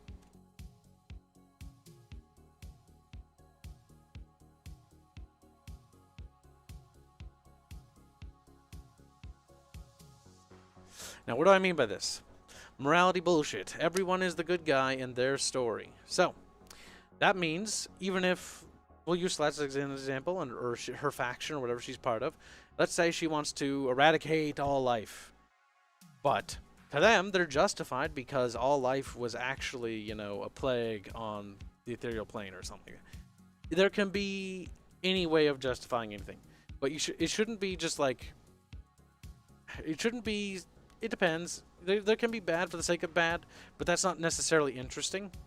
It's more interesting, it's like, let's say this country is invading the Astrian Empire, and they're invading it and killing all the civilians because 100 years ago, the Astrians did the same thing to them. And this is all a vendetta and grievance. And the Astrians did that to them because they killed this one guy who was liked by this one girl, and she was super pissed off, and she, you know, blew up in rage and ordered her people to kill just a lot of innocent people and burn their homes and families and stuff like that. And because of that action, you know, and it could be a ripple effect. Before that happened, when the one faction invaded the Astrians, you know, they invaded them because it was up across and everything, because they had some misinformation, or there's a territorial dispute. You know, it can go further and further back and back and back and back and back. That's how we have 1,022 years of history in Terrestrial. And technically the history goes further back than that, but we limited it to 1022 because 1022 is already too many years to even fucking... It's already too much, even though it goes back like to the fucking beginning of the galaxy. It's ridiculous. So going back to my story writing question, a couple streams ago now, maybe I should start with the lore Bible. Honestly, I'd recommend starting with the lore Bible first, because what does the lore Bible do? When we're not even started, we haven't even begun with the actual world itself. Actually, no, we have, in a way. We've defined a lot of rules of how gods work in Echoes. Now we understand that Echoes is going to have, you know, gods and magic and fried chicken. But it's also going to have a lot of other things going for it, too. God gave me this drink so I can have caffeine, so I could always be spurgy. What a kind and generous god he was. Or maybe cruel. I'm not sure. Or she. Maybe it's a goddess. Maybe she's kawaii. Maybe she's not kawaii. Maybe she's ugly. Maybe she's not even ugly. Maybe she's not even cute. Maybe she's just a floating sphere. The power of KFC. Colonel Sanders would be proud. Gods can subtly influence the world. However, they cannot force a sentient individual. We just did that. You fucking idiot. Oh no, we're going to spells and casting. We're getting sidetracked. How does a mage caster cast a spell? They cast a spell by performing a ritual or casting rite that is based on their own culture. Now, remember, you don't have to be absolute. If you were to say, for example, if we were to say, let's say we didn't write that. Let's say we just wrote incantation only. If we do that, we're limiting what kind of spells and how spells would be performed in this world. So we've kind of made a great limiter here. I don't really want to do stuff like that, and you guys should be careful on which stuff you're very hyper-specific about. The more specific you are about how something works, that means you're also kind of limiting what you can do. So if it's incantation only, and it's only fireballs, then it, you know, see... The more specific you get and the more like rules you establish, the more you also limit yourself. So when you're doing a lore Bible, and by the way, this whole fucking thing, this whole document will change while you're writing the story, when you're doing the first draft. Because as you're writing the story, the lore Bible should be a guideline, but you should also be willing to change it. You only need to commit. You only need to commit to that idea when you're about to ship the idea, when you're about to sell the story, when you're about to publish the story to the public and stuff like that. That's when all of this will no longer be able to be edited as much or at all, because you'll have defined it all. So let's say Legends of Terrestrial or Echoes doesn't touch up on magic or spells at all. So there's, like, we have it written here, it's referenced, but only loosely. And it's not really certain either because the characters don't know. So, the world hasn't the game or the world that we built hasn't quite clearly defined it yet. That means you can go back and you can expand or remove or change it and be like, actually, well, magic didn't work. Or, you know, maybe it can, and here's finally some culture that can actually do it. And so now that we've defined that it's actually possible, you know, now it will work. Basically, what I'm just trying to say is, like, don't be overzealous about your lore Bible until you're done and once you're committed. Retconning, retcons, and retconning, you can retcon. You can retcon. I'm having a hard time saying that too. But the thing is, you generally don't want to. Because if you do a retcon, you're going to devalue a lot of the previous work, and you run the risk of destroying something that helped make the universe good to begin with. Now, if you make a mistake, and we're all human, we're generally all going to make mistakes. Mixers is probably going to have them at some point. Probably already does. I just haven't seen them yet. You got to be aware of them, and you got to be ready to fix them. Plot holes, things like that. And you got to make sure things are explained. Now, what lore Bibles help do, by the way, is it helps you avoid that. It's basically a guideline. There's a couple other techniques we're going to run through in this series that will help you avoid these things, but just know that it's only going to help you. It's on you to actually avoid them altogether. Shouldn't you finalize your lore before you try to publicize it? Yes. I think that's what I was trying to say. I might have fucked up somewhere on it. Let me redefine it, because apparently if I've misconstrued that away. This is important. The lore Bible can change while you're creating the story if you find something that doesn't work. Like, let's say we start writing echoes, for example, and turns out that we don't like Celeste and we don't like magic, and we need to give her the boot and get her the heck out of here, heck out of Dodge. So we need to go through and we need to start making changes and edits and fixes. First thing we do is we hit up the lore Bible. We fix up the rules. We make edits if we have to. Generally speaking, you don't want this to happen, but if you gotta do it, you gotta do it, because there's a problem. You go back, you remove magic, we remove Celeste's ability to use magic, but maybe she still might have a point in the story. Maybe she's like the daughter of some admiral, the daughter of a god or something. Or if we remove god, she's the daughter of a french fry, you know, whatever. And she's still part of the story, but she changes as a character from this action, and the rules change because of it. The story overall will morph into something a little bit less magic orientated. It'll be a lot less sci-fantasy and a little bit more fantasy instead. Or science fiction. Oh, you want to keep the plant? That makes you harder. Womp, womp, womp. Natural or artificial means of suppressing, blocking magic, like a material or device of stopping spells. That's important as well. So, how do we prevent her from burning us alive? But we don't want to kill her, and we want to capture her for whatever reason, because we're, you know, being contrived. I don't need to think of a reason right now. So how do we do that? How do we make sure Celeste doesn't fry us into turn us into fucking chicken tendies, right? Suppressing magic. In order to suppress a mage, dope him up. Dope him up. That's the way to do it. Just give her some drugs and stuff so she can't think or formulate her thoughts and abilities correctly. Dope her out of a mind state. Knock her out. That would work. So she's unconscious. She can't cast anything if she's unconscious. How else could we do it? Could there be a device? Could a mage suppress another mage? See, it's difficult because here's how we have it working. So we have religion, right? Or no, we have cultures. Here's the kind of formula.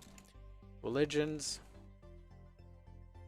odds, spells, / magic, mages. So the culture, aka people, let's do that.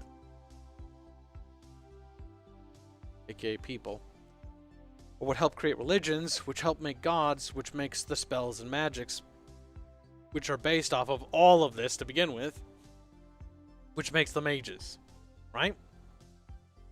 That's the formula. So what we've defined there is that, is it possible for culture 1,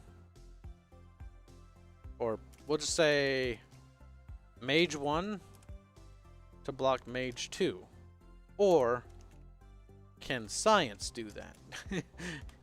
Can non-magic do that? Well, to be a little bit more of it. That's a good question. That's a very difficult question. Can technology block out or inhibit spells? Well, in a way, yes. By drugging her, we're able to prevent her brain from being able to function properly, so she's all, you know, incoherent. If it's incantation based, let's say Celeste is incantation mage, right? Duct tape. There. Slap some duct tape over her mouth and she can't say the spells anymore. So she can't perform the rite in order to get them to work. However, what if she's memory based, right? Then we use drugs so that her memory isn't working correctly. Break up her memory so she can't quite process that information. Because if she doesn't need to perform that rite, then all she has to do is just the simple act of remembering or memory based. Then you need to disable her ability to remember. Then she can't meet the prerequisite in order to cast. If she has to dance or whatever, restrain. If she can't move and dance, then she can't do the rite to cast the spell. So in that sense, yes, there are non-magical ways of preventing mages from casting. We've answered that question. But what we haven't answered is can Mage 1 prevent Mage 2 or vice versa from casting a spell? Can you sever a mage's connection to their god? How do you do that? How do you do that? That's a hard question because we haven't really defined too much about the ethereal plane and how it works. Hello, Ranga. Welcome to the stream. That's a really hard question. Illusion-based magic would definitely throw, like, let's say you used like a bunch of mirrors of yourself and Celeste was throwing fireballs and she exhausted herself to the point where she couldn't do it anymore. Now we also need to define, can a mage exhaust themselves? We have to get back into like the weight of casting. So there are rules for casting already. Let's put that back up there. So they cast a spell by performing a ritual or casting rite that is based on their own culture or religion, incantation, sacrificial, memory, etc. We'll put etc. just because we want to imply, let's pretend other writers are going to look at this. We want to imply that there's multiple ways to do this, etc. Does she need to see the target, line of sight to fire a spell? Based on what we know as far as spells work. So how are spells generated? How do they work? So oh, that would be one way to do it, actually. If you just if you blindfold her and restrain her, even if she did have incantation, she could cast a spell, but it would run the risk of just, like, if there was a wall in front of her, it would hit her, because she'd be in the splash rate, and she'd burn herself. So she would, in effect, be unable to cast spells without truly knowing where they're going to land, or whether it's going to be deflected back into her face, and turn her into a crispy chicken tender. Are mages connected to magic via direct connection, and how does this connection work? We need to define the connection between a god and their mages, and how mages are a thing. We haven't defined any of that. We barely scratched the surface. Look at that. See, we barely touched up on how the universal plane works, but we've been so busy defining the ethereal plane. But that's okay. We're making progress, and because of what we do in the ethereal plane, we're going to have to touch upon the universal plane and see if there's anything that needs to be made to conform to this, or vice versa. Fucking heresy, burn it all. Does it use mental focus, physical endurance to cast? That is important. Fuck you, I'm working on my lore Bible as I listen. Damn. You like that, don't you? But it's important. Work on your lower Bible. Write words and letters is and numbers is. He's like 1, 7, 8. Fuck. Can't do math. Alright, so let's see. We need to have more casts. How does it... okay, so we have one question there. What does magic cost? We're going to start formulating them like this, because this is a good way for you guys to mentally visualize this in your head. How much does it cost? People told me the other day, like, you're doing what fucking lecturers do for free. And it's like, hold on. I haven't even produced anything. Well, I'm producing something, but I haven't finished. So remember, take everything I say with a pinch of salt. always. And always know that however it may work for me, may not necessarily work for you. Do what works for you, because at the end of the day, you got to do what helps you, not me. Especially if it's your story. Your story, you take priority. I demand that the real plane be a tropical island paradise. Why? So all the waifus are there? I see how it is. I see how it is. Well, the ethereal plane can have multiple things. Like, it can have gas planets. But we haven't defined that. For example, the universe that we haven't defined yet, does it mirror ours in terms of the laws of physics? Does it have a different way of how physics work at all? Is there different things that it conforms to? Like in Star Trek, they bent their universe to operate under the theory of how warp travel works, where it basically like closes a point in space up around them. So I forget how the theory works, but instead of the ship moving through the universe moves around the ship. That's how they. That's kind of how they did it. I forget the exact theory it's based off of, but it's something like that, and that's generally what it is. They didn't say good lectures, Kibs. And before Kibs like $5 billion. Can't believe you get college credit for watching this. I don't think you get college credit for watching this. It'd be funny if you did. But people just said like, oh, you should do professor. Thing is, like, I don't have actually. My only classes in creative writing were all in high school. And I took every creative writing lecture, or not lecture, but class. It's not a lecture. Class I could. I took, movies. I took game development. I took everything in high school. And that's why I didn't go to college. I didn't go to college for two reasons. One, I already knew what I was doing. And I didn't want to wait around. Because I knew if I waited around, I would not be as far as I am now if I went to college. I would be further back. A lot farther back. And that's only because I knew exactly what I'm doing. If I knew what I was doing, I already did the research and studied on what I was going to do. And the other thing is I didn't want to waste the money and resources on that when I could spend it on the actual project itself. And because we did that, we are incredibly further than we ever would be otherwise. Now, if you actually don't really know what you're doing, simple answer is you don't really need to go to college still. You just need to study. You need to practice. And you need to continually practice, right? We'll get into this later, but I was going to say, a good way to practice and a really easy way to practice writing, if you have no experience writing, join a group of writers, a writer's group, or a couple of friends, or just get a couple of friends, start writing fanfics. Why do I say fanfics? Because it's easy. Fanfics are so easy to write. It's a good way to get started. Once you've done that, then upgrade. Start building, and while you're writing fanfics, write a world. In my spare time, when I'm not working or I'm on break and I'm not like in the dev room or in playing games, I'm just dicking around playing with story ideas. All the time. Get in the practice of just practicing. Just read a lot and consume a lot of media. That's good, but don't get stuck on that. The reason why you should be careful... Now, Merlin's right. You should read other media, play games, experience other things, but also be critical. Don't just experience something. Be critical of it. Like, every game I like, that's why I'm hypercritical. I'm overly critical about games and things I play, and in nitpicks about things, because I also trained myself to be that way.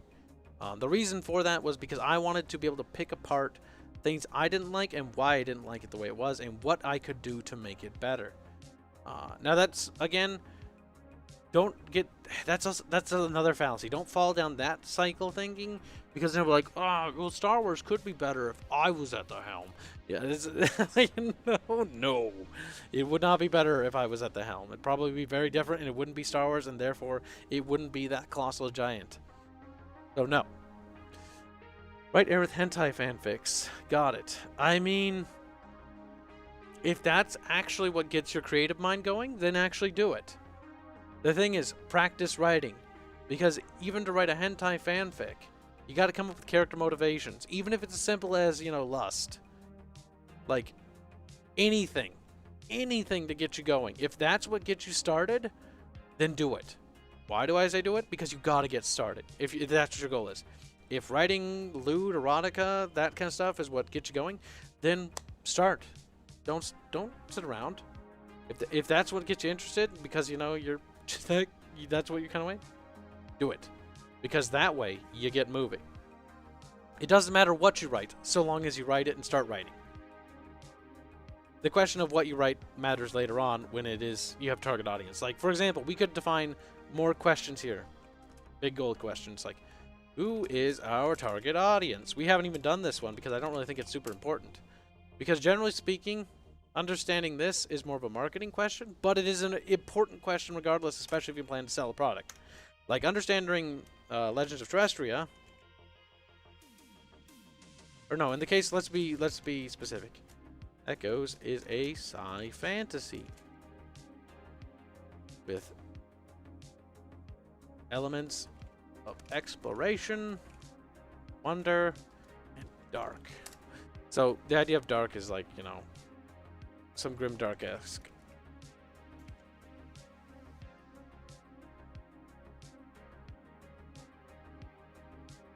Anime aesthetic.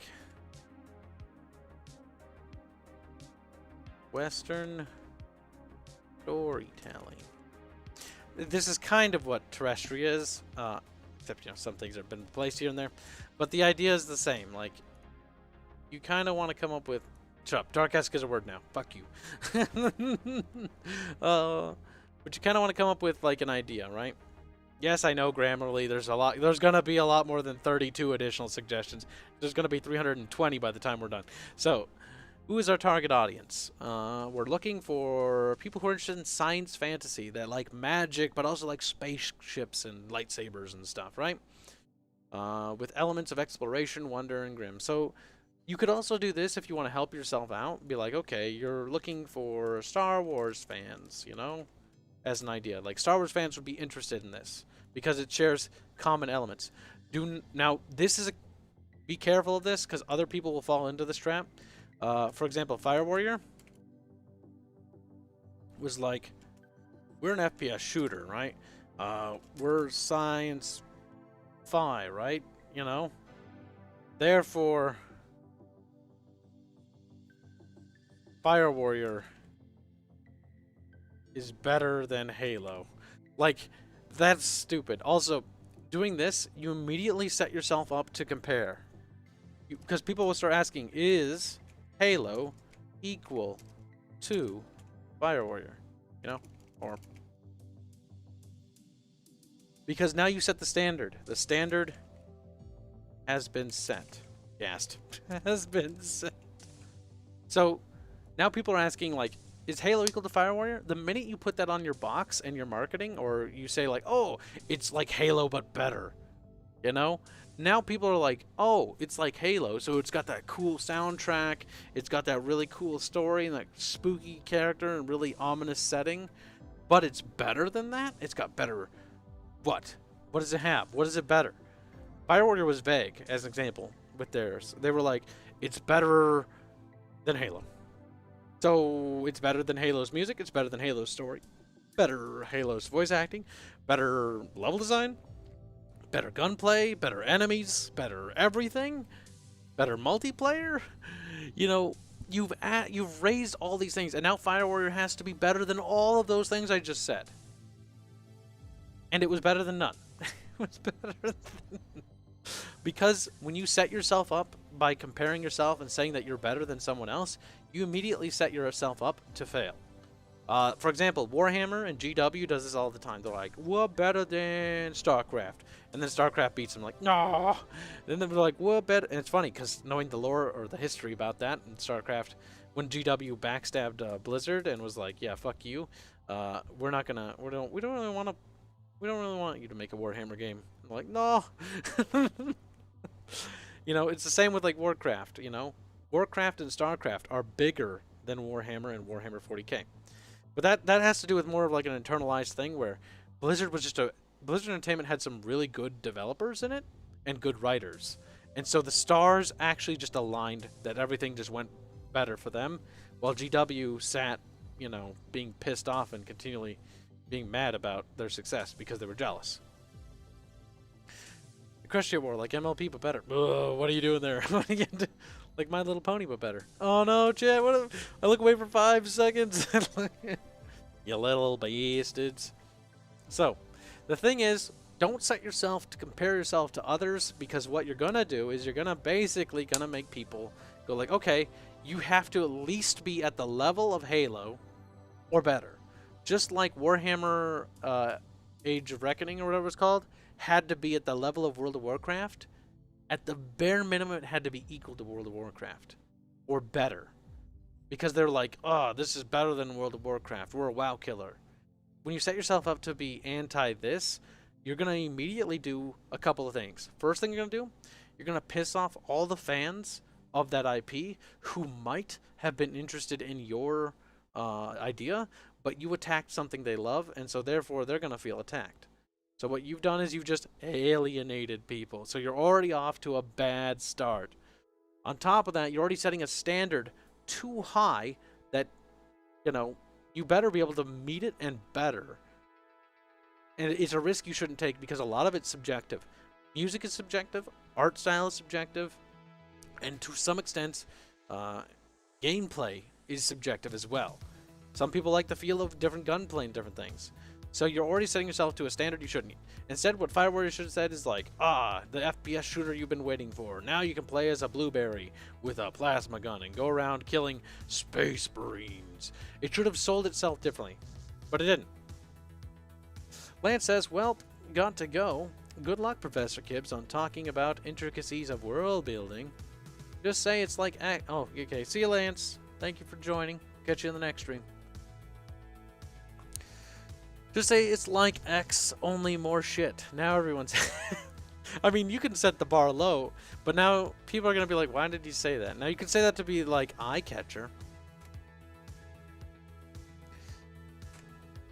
But we're going to keep that there. So people who...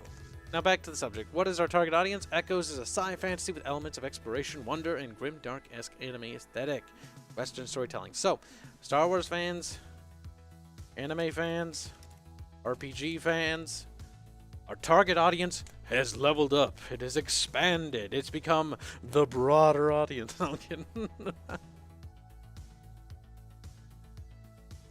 Now, how to not politicize your game. This is something we should talk about. Because this is important. Politics. They matter.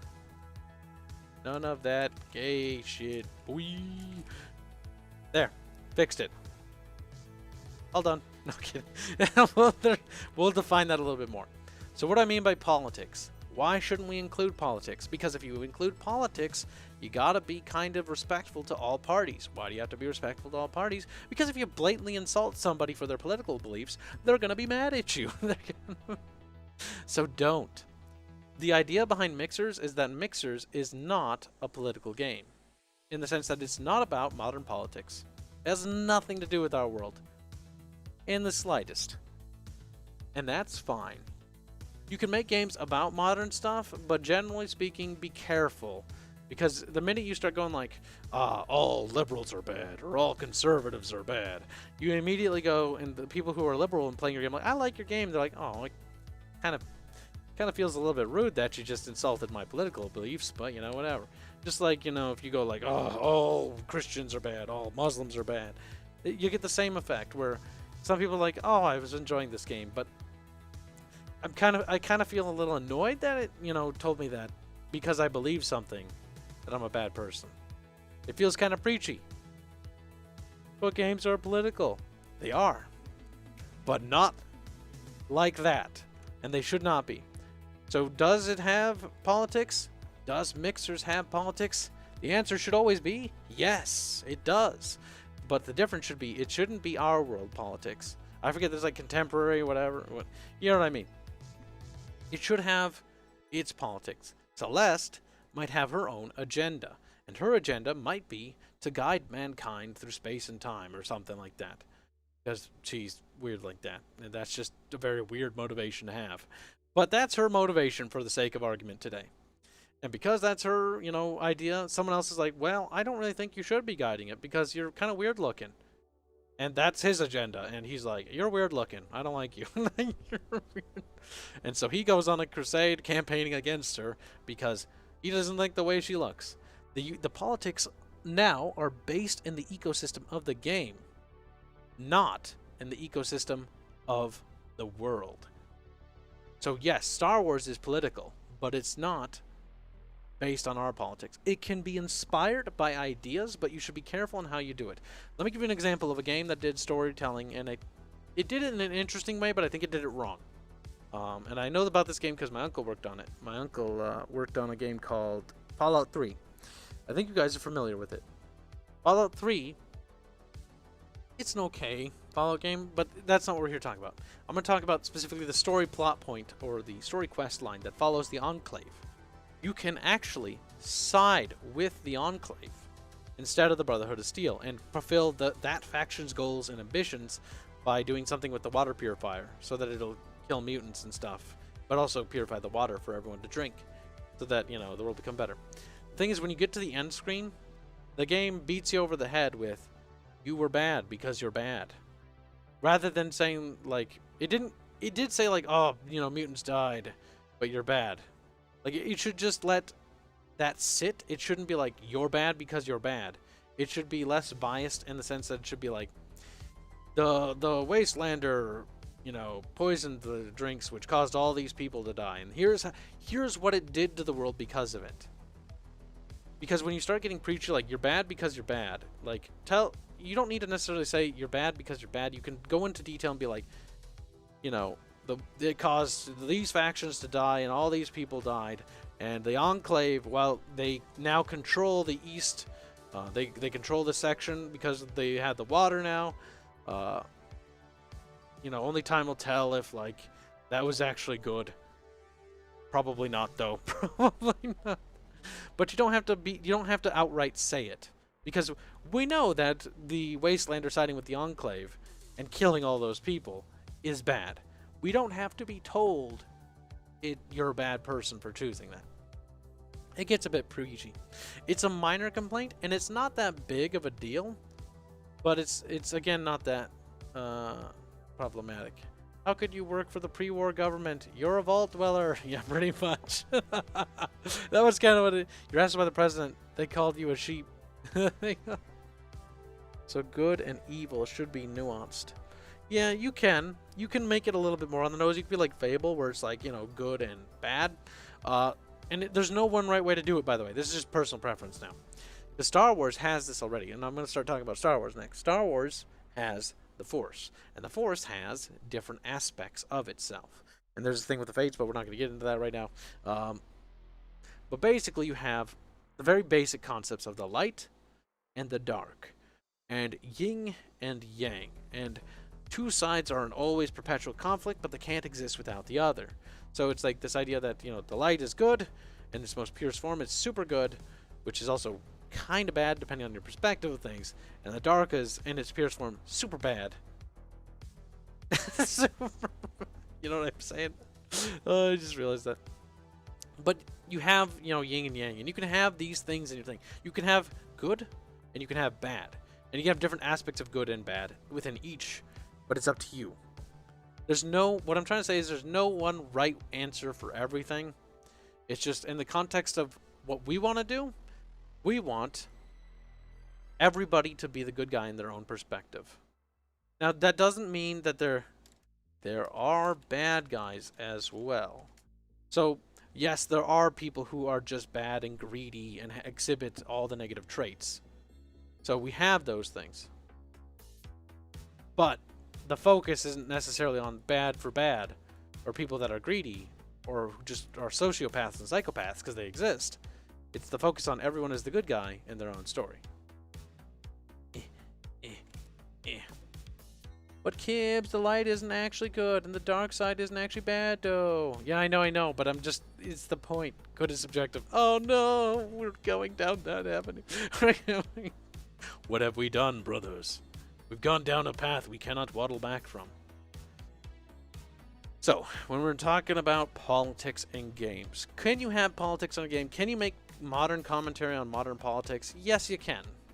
There's games like Spec Ops: The Lines and other stories that have done it, but you got to be kind of careful on how you go about it, because you'll very quickly fall down the slippery slope of preachiness, and the goal is to not be a preachy cunt. For example, there's a book, if you've ever read it, called Jurassic Park. They made movies off of it. Michael Crichton, I think, is the guy who wrote it. It's a decent book, but it's pretty preachy. His second book, The Lost World, or whatever it's called, was worse. Because it was so on the nose with its preachiness, like, it just hurt. Even the movie, like, had aspects of that, where it's like, oh, you know, this is bad because it's bad, and everything's very contrived for this reason, because he wants to prove a point about chaos theory and stuff like that. First time I've heard of Jurassic Park in my life. The book's actually kind of important because it helped inspire the movie, but it also has some interesting subjects about the chaos theory and things like that. It does it in a decent job, but it's also kind of one of those books that definitely comes heavy on the preachy side of things, because that author in particular likes to put in the whole idea that, you know, his understanding of chaos theory and all these things is how they work, and so it comes off as preachy. Which, what I'm trying to say is, avoid coming off as preachy. Don't be like, if you think, you know, government is good, you're the devil. Or if you think no government is good, you're the devil. Like, don't go to extremes. You know what I'm saying? You kind of have to take a step back as the writer and as the world builder and let the characters decide. You should be judged. The author should not judge you. The world should judge the actions of the player and or character. So the author doesn't need to judge you. The world will do that for you. So if let's say in Fallout 3, you know, you poison the water, like I said before, the world should judge you for what you did, not the author. So some people will, this is how things should always go. Some people will support you and some people will not support you. That's how it should always be. There will always be those who side on one side or the other. That's just kind of the nature of things. We could get into that in a while. But so there's always people on the left, there's always people on the right. There's always people who are pro-life, there's always people who are pro-whatever. Like, it doesn't matter. The thing is, there's always somebody on some side. So characters who are on the side that you sided with or lean towards that direction will support you. And the characters that didn't support that action or didn't like that action will not support you. Try writing about the world, not about the morality of your characters. Yes, but the morality of characters is important because they should have their own morals. Because Celeste may think killing people is bad, but another character might be like, well, depends on the reason why. Versus Celeste could be like, no, any death is bad.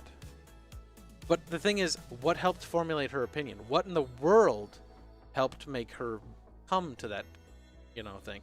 The world helps make people. People don't necessarily, in your world, aren't necessarily automatically predisposed to be a certain way. Normally something they experienced, a character experienced in your world, like the interactions with the gods, might have influenced her to think that way. Or maybe not. But generally speaking, it should be something in the world that affects a character, which makes them come to a conclusion on how something is. Because your characters are tied to your world. So the world is tied to your characters. Their actions in the world will reflect on the world, and the world will reflect on them. They're intrinsically connected. Make the characters part of the world and make the world part of the characters. Is a reason for hating death complex, like a moral logic, or does she generally dislike death on an emotional level? It could be either. By the way, I was just saying that as an example.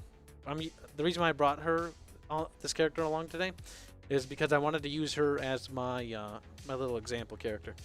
So whenever we have an example, we're just going to throw her name into the ring, because now you have a picture. Now your mind will imagine this character, her name, and her beliefs and her actions. Bear in mind, everything we do today is not actually canonical, and might actually be. You don't know. There's kernels of truth here and there, just like in all things. Oh boy. So we focused so long on this. Let's take a break. Not from that, but we're going to move on to another important subject. So, we're going to keep this tab open, but we're going to head back. We're going to head to the design section. We're going to make a new Google Doc. And we're going to call it the game design. So, this is important because we can start already taking some things that we learned from the lore Bible and apply it to our game design. We're going to be bouncing back a little bit between the two. 100% canon in the stream. Exactly. Oh shit, they're on to me. Is feeding the hungry is a good thing? Remember, there's no one right way to do anything. I will continue to regurgitate.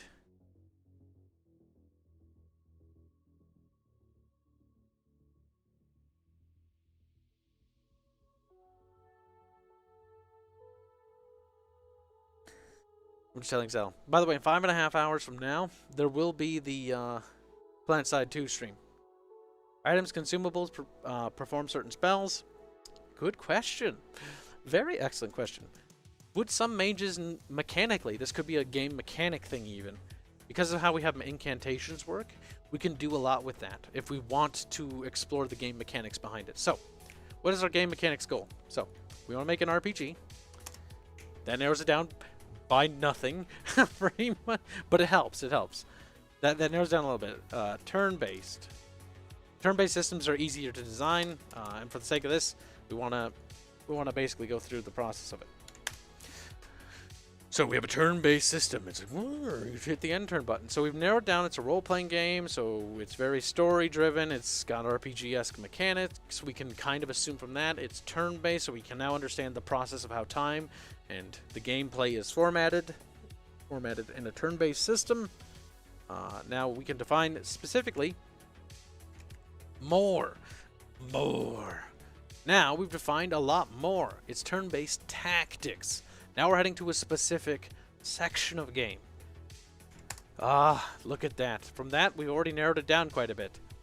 Only 3 words, kind of, sort of. Not really 3 words. It's a little more than that when you think about it, because one's an acronym. But that's besides the point.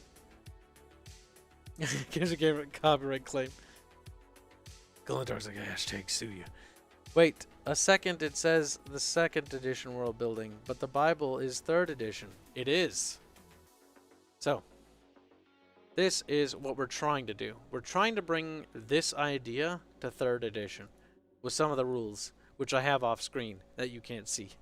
But I'm also coming up with them again without looking at it. In fact, I haven't looked at it the entire stream. It's actually over there. And that's not even up. You know what's up? There's a different window completely. But behind that window, there is the actual third edition lore Bible. I'm basically recreating most of this from memory, and by and large, it's actually pretty accurate. There's some things that are missing, and this is obviously a hell of a lot smaller. But, again, the point is to show you the process of creation, which is why I wanted to create it with you guys, or recreate it. And some of the things are actually new and different. Actually, quite a bit. Quite a bit is different. And so that's why we're doing that.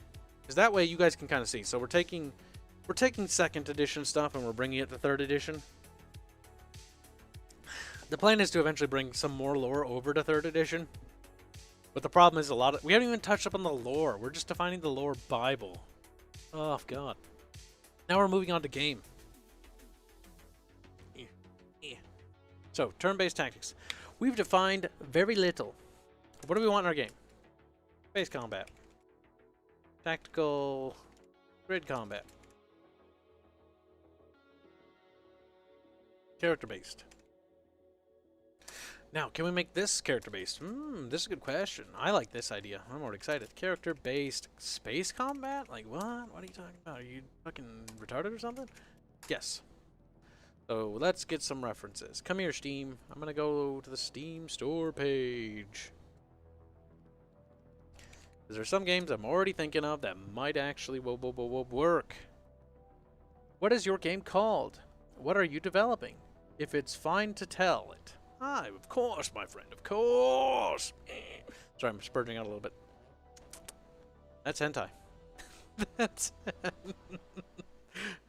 oh, god damn it. Team, are you feeling okay? Okay. Ooh. Amplitude's working on a 4X game. Good for them. Like that studio. All right, let's see. Really cool art. We're gonna get you some pictures. So the game we're working on is called Mixer's Legends of Terrestria. You can find it in our Discord server. There's a link in the description, but I will also drop a link here. If you haven't joined, you should join it, because I'm gonna keep fucking stressing it. You should join it. But it's called Mixer's Legends of Terrestria. And I'll write that out. Are you right here? Hold on.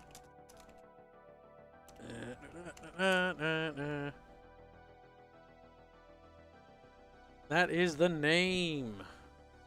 Now, if you want to see some stuff about our game, here's an old, or an older test animation. This is placeholder, by the way. We don't have blood effects or actual character damage effects done for Aya.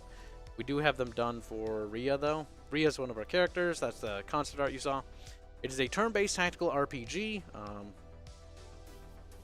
This is old, but this is the old test map. It's a 2D game, by the way. It runs in Unity. But this is basically when we were coming up with the idea of how the user interface looks like, what the world looks like. And you basically move the characters around the grid, up, down, left, right, and they attack stuff. But yes, the donations you guys give us help go to fund that game. So thank you again for all the donations we've received to date. And you don't have to donate, by the way. That's just an added bonus. The game's going to be done regardless. All the donations do is simply help us out. So don't feel bad. I know some people are like, I wish I could donate, but no, it's fine. It's fine. Kibs will pay the entire thing if he has to. But you guys have already helped out far more than I would have ever expected anybody to help out. So do not worry about it. It is fine. We're coming along and we're singing a song. You know what? I'll show you one more thing. As an example of what I was talking about, here is the damage animation. So that's why you don't see that. Like they have damage animations, and then there's actual blood effects for things, and special effects which have to be added, and persistent battlefield scarring. So blood and fucking corpses and shit stay on the ground when they're destroyed. Why mixers? That is a long story, and it goes my entire life, pretty much. Ever since, well, not my entire life. Ever since elementary school, mixers has been a thing. It's a childhood dream, basically. It basically has to do with okay, let's talk about it real quick. I'll run you through it. So, there's first edition, second edition, third edition. We're on this one right here. That's what the game's being built on. So, first edition, we'll define it. Pretty much elementary, in terms of time. Elementary school, middle school. And this one basically begins to late middle school, high school. So this sort of explains, because its evolution takes place throughout the course of my life as well. Third edition is post-high school. So that's important to know. So first edition was imaginary, as you'd expect, and it was mostly just a thing I did to have fun and pretend. Because my parents were going through a divorce, I ended up transferring schools a lot. So I was always good at making friends, but the problem is friends would always come and go, and very little would stay with me. So I was always sad. Not really sad, but mad. I actually had to go and get therapy help when I was a little kid with a therapist who was really cool and really awesome, and he helped me as a little child come to terms with the fact that my parents didn't love each other anymore because it bothered me. And I honestly was mad at myself because I thought they didn't love each other because it was me. Oh, take it easy, man. See you later. God, dog, go poo. Alright, good luck. Hopefully it's a good poo. It's not soft serve. Oh, it's funny. But yeah, so first edition, that's when mixers started. It started dog poo. But take care, man. We'll see you later. Oh, and can't forget to play the bye-bye animation. But yeah, it started with that, and I was super mad about, stuff like that, and there's just a ton of rocky times when I was a little kid. I had I was really spoiled, by the way, because my parents felt bad. So they always spoiled the ever-living shit out of me. But I was mad because I got a lot of stuff, but I was still mad because I was like, why doesn't my mom and dad love each other anymore? How come everybody else's mom and dad love each other? Like, I didn't understand the concept of that. And so I got mad, and I got mad at myself, and I got mad at others, and I was a little bastard and a little shit stain, because I would bully others, yes, as a little kid. And I got bullied a lot, too, because I transferred a lot. And kids, you get transferred a lot. If you don't stick in right away, you get bullied. But generally, I got really good at talking to people, talking to strangers, and making friends from nobody. Because I had to. I didn't like not having friends. It sucked. And I absolutely loathed being bullied. So I wanted to have friends, and I wanted to have it all. The social standing in school. So that's what it was like in elementary. And so what I did to pass the time is I came up with this story from one of my oldest friends. Well, not real friends. My imaginary friends. The friend that has been with me through time and everything. Hold on. You already saw her, but let's get a less depressing picture of her. How about that? Something a little bit more happy, you know? Happy. We can do that. We can do happy, right? Maybe. Is it illegal? And no, it wasn't Aerith. Aerith is actually... She came around during middle school in terms of her existence as a character in the story. Granted, she was very different back then. Her name was originally Elise, and then it was Aerith. Was it Elise? Alice? Or Ellie? It's Elise? Something with an S. I can't remember. That was ages ago. But that's besides the point. So, this is a very, very tiny picture of a very tiny person named Celeste. She was originally an imaginary character that I called Shadow, and it was literally my shadow that would fucking be everywhere. And I always thought it was a person. I remember this. Yes, Shadow was this imaginary character that was with me from the very beginning, and she was the oldest friend I had. And she wasn't a she originally because it was just my shadow. And later, I wanted to honor that imaginary friend by coming up with a character name. And so in first edition, later in elementary, not later in elementary, later in elementary, actually, never mind. It was elementary. Holy shit, it was. 3rd grade. Holy shit, that's how old she is. Okay. In 3rd grade, I made Celeste. She was a white-haired character inspired by another white-haired character I'd saw in another thing. And I can't even remember what it was. It was something for the Game Boy, and I can't remember what it was. But either way, she was inspired from something. At least her physical manifestation, or her more artistic one. And so, basically, that was my first character, and that was the beginning of Mixers.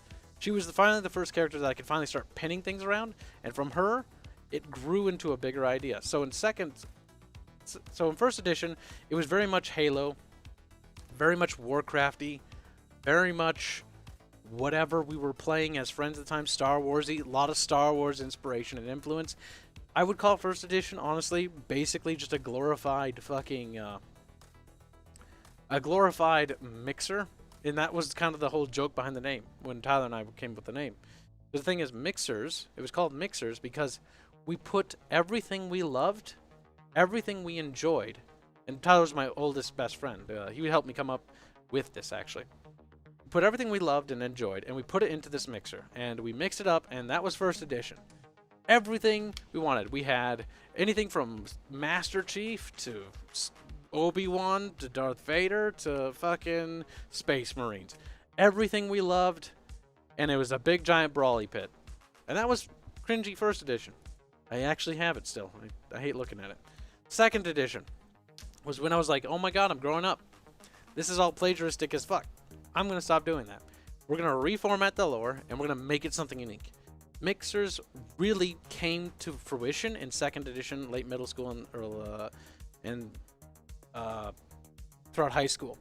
It became its own thing. That's when like the mixer system was born, the magic idea was formed, the gods were formed, and things became like that. And it expanded throughout all those years. It expanded and grew, and to the point where in most classes I was just writing. I ignored my teachers in most subjects because I didn't give a shit. I'm not gonna lie. I wasn't a very good student. They tried to help me. They were good people. Very few of them I'd actually listen to. But I was so focused on this that I couldn't stop thinking about it. I couldn't stop writing about it. I couldn't stop talking about it. To the point where it almost became an obsession. Which is actually unhealthy. You don't want to do that. I kept focusing on it, building, until the point where it's like I'm getting D's in most of my classes because I'm putting in the bare minimum effort because I'm like, fuck, whatever. I don't want to repeat a year of school, but at the same time, I already know what I want to do. By first edition, I kind of knew I always wanted to make games. By second edition, I was committed to making my own games. And then post high school, I worked, and was for a while there a bit lost on what to do with myself because like, do I want to do this? It was the uncertainty phase. I was like, is this really what I want to do with my life? Have I wasted my life on all this? And Tyler, my best friend, basically told me, was like, why are we talking about this? And I'm like, I look at him like, what? He's like, let's just do it. And I'm like, okay. Okay. And then we just started doing it. And that was really it. And now here we are, a few years later, and we've made such monumental progress, thanks in part to you guys, and thanks to all the people who work with us. That's basically how we got here. It's a bit of a derpy story, but that's the origins of Mixers. My universe still has everything that's not available that exists in it. I don't care how cringe that may be. It can be whatever you want, dude. Personally, I just didn't want first edition to be inspired by all those things. Or I didn't want Mixers to be just inspired by the things. In second edition, I had the notion that I wanted to erase all of it. In third edition, I realized that I need to allow things to inspire me, but I need to not let those inspirations control me. And so that's basically that. Fuck, you gotta trade in organs? I swear I wouldn't be surprised if space travel was perfected in a decade because someone said fuck it. Yeah, pretty much. Honestly, it was just the point of like we always talked about it. I remember at the cabin, or my mom's side, we had a cabin and we went up there and we looked at the stars, and I remember that night, and Tyler remembers it too, and we just talked about Mixers. We were like, the idea of something greater than this, the idea that something, it should be greater than this, but it's also equally nothing at the same time. Like Mixers is nothing special. It's just a line of text with some art on paper, realistically. But the thing is, I didn't want it to be tethered to our world anymore. I didn't want it to be just our world. I wanted it to be like Star Wars, far, far away. And even if it was here, even if it has Terra in it, looks around suspiciously, you know, that it isn't the same as here. Because I want Mixers to be a place like that it was for me growing up when I had problems in my childhood. I want it to be a place to escape, to make friends and bond over. I want people to enjoy it, I want people to partake in it, and I want people to like it and love it and experience it. That's my hope.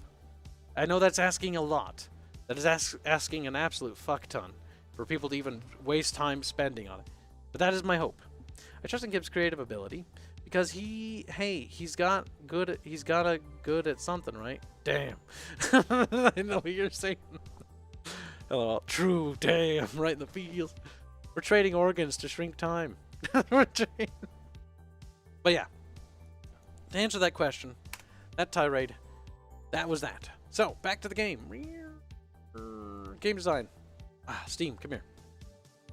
I'm getting better at fucking... I'm not good at multitasking, but I do have a queue system in my brain. Bubbles always complains about this because Bubbles will ask me something, but I'll have something queued in my brain to do. So I'll be like, I'm writing something, and I'm like, I'm not going to respond to Bubbles until I'm done. It takes me like 5-10 minutes, and then I respond finally. He's like, wow, that was delayed. And it's like, yeah, it was delayed. Because I can't do two things at the same time. But I'll respond to it. It's just going to take me like a month. Oh, okay, so we need to come up with pictures, guys. Chop, chop, chop, chop. What do you mean? Please try again, Steam. Oh, it's one word, isn't it? Okay. Oh, the servers are down. Well, that's convenient. I was going to use you to find pictures. God, come here. You're up for the bat now. Okay.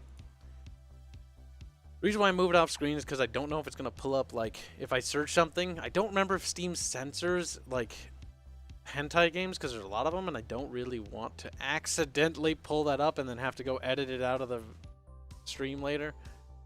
Already got enough things on my plate. Okay, so what game are we looking for? It's that Star Trek game. It's old as fuck, but it comes to mind. This is gonna help visualize things. Shadow, no! Goodbye, Shadow. Take care, buddy. He's dead now. Shadow, I don't even see you. I don't even see your comment. Where did he leave? Oh, Shadow here. Oh, there it is. No, he said see you, Scooch. Story time and lecture is awesome, but I have to do some stuff tomorrow. Good night, everyone. We'll watch the rest of the lesson later. Lesson. This is more like pro tips, bro. Remember, do what works best for you, and I'm by no means, I'm just passing along what I've learned. Hopefully it helps. By the way, I'm going to be continuing to learn from not only myself, but from everyone else. Because you'll never stop learning. You're never going to stop learning. And that goes for anything. Art, drawing, story crafting, game design, your job. You're always going to be learning new stuff, and you should always be growing and expanding and learning. Even in my anti-piracy job, I'm always learning new techniques on how to be better and more efficient. You should always be learning, even if it's something as mundane as what I do for a living. Okay, game. Okay, Steam or GOG. Time to find us that reference picture that we've been spending an hour looking for. This is just a Star Trek. Now, you could be asking, Kibs, why are we using Star Trek as a reference here? Because there's a game in particular I have in mind. Just as an ID. Again, finding reference pictures for game design will help you out a fuck ton. I like the idea of that. I really do.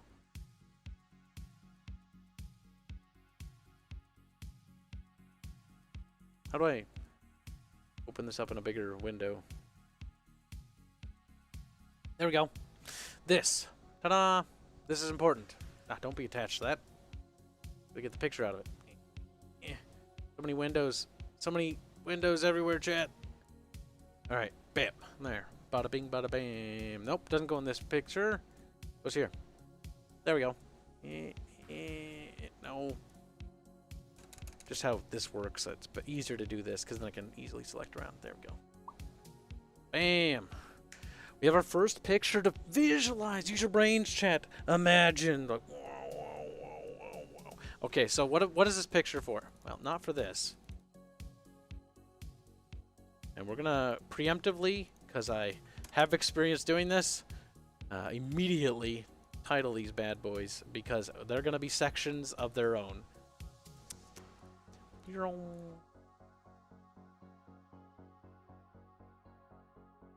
Okay. So this is what? What is this? What is this picture referencing to? Bridge combat. So the idea that I have in my mind, guys, listen, come here, come here. Now that you're all gathered around, the idea I have is that the combat system is going to operate like a bridge. So the reason why we want it character based is because this system down here is going to be character based as well. Like, here, I'll also write party, if that helps. So that you have a party of characters under your control. You always have a party of characters under control. You can technically you can have one character in the system, but it's generally more optimal to have a full party of characters.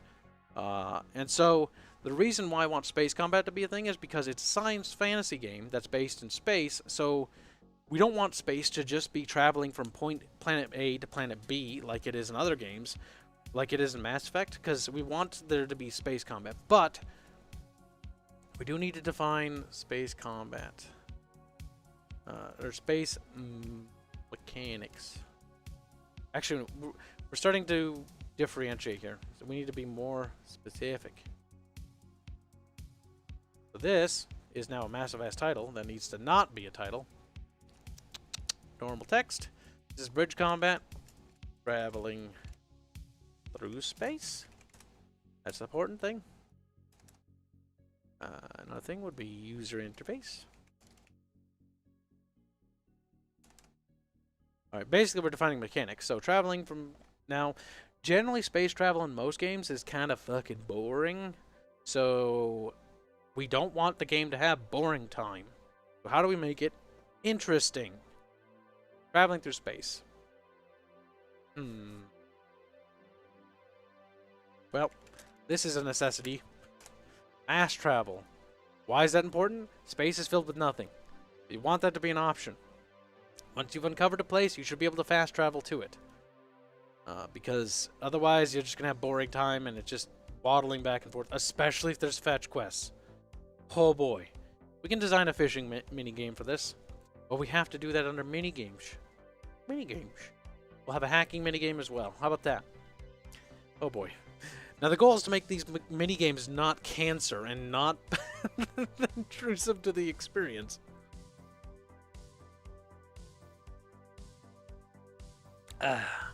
Make space travel have events during fast travel along your route. Excellent suggestion. Good point. Random encounters. Now, I have a thought here, chat. Let me know what your thoughts are. But I do think the random encounters should be pre-made, preset. Why do I say that? What about romance? We can do romances. That's an option. It adds a lot more story flavor. Ooh, story. How could I forget dialogues? My favorite part.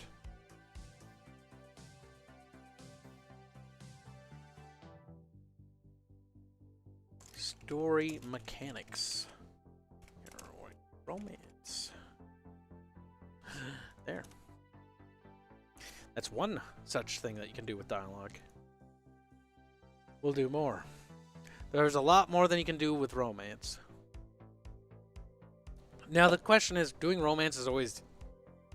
It's a tricky dance because it's very easy to be cringe. It's very easy to be cringe. So I'll have to come up with good. Why romance? Well, we're going to find that out later.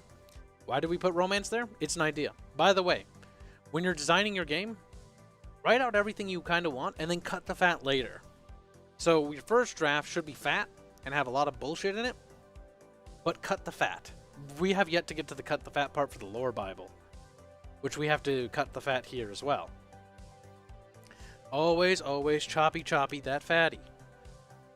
Divided, crafted, and random events, so the unique ones stand out, but not every event is played out. Okay, there's a mechanic I can think of. It's terribly close to how terrestrial works. It's terribly. So, we kind of have answered these questions already in our game design. But it's for something else. So, random encounters. Each section of space, we're defining something here that we shouldn't be. Each chapter will have a set list of pre-made and handcrafted encounters to pull from. When traveling, a dice is rolled. We need to find out how the system is going to pull it up. So a dice is rolled. I don't like a D6. It can be anything.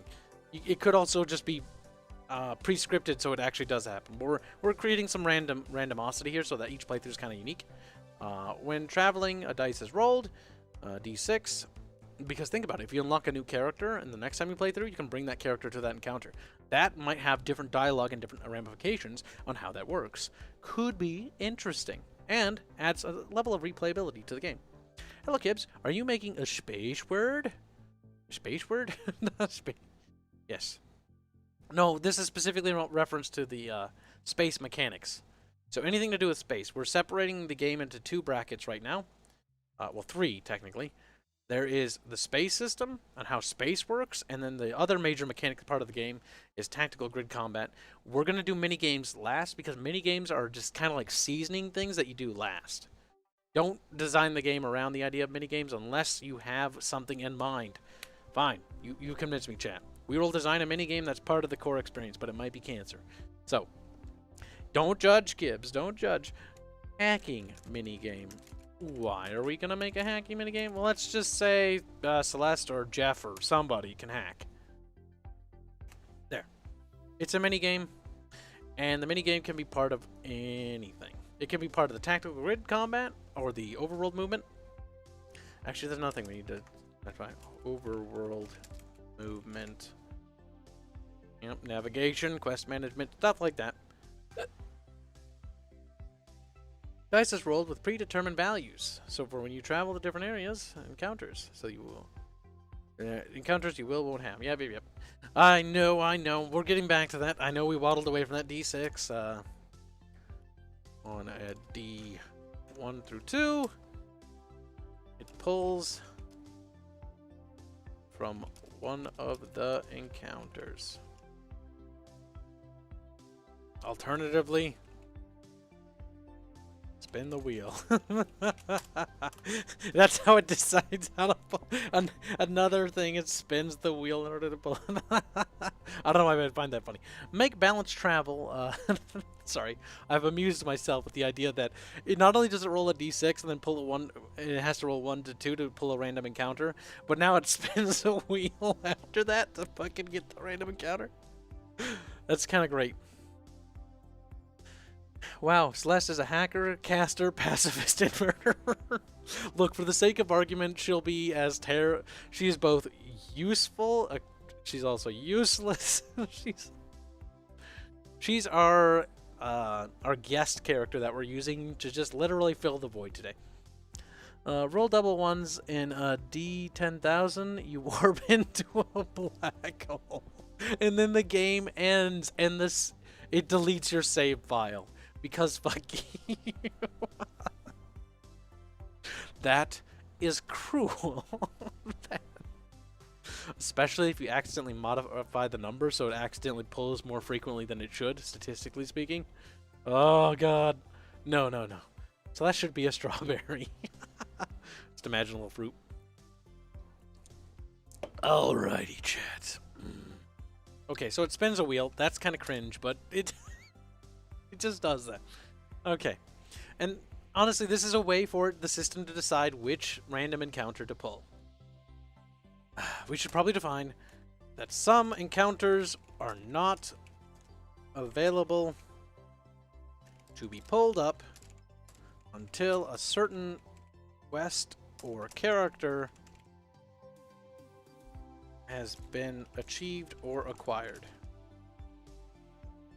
The reason for this is because let's say there's a random encounter where you need Celeste because she has the key to the MacGuffin, because MacGuffin reasons.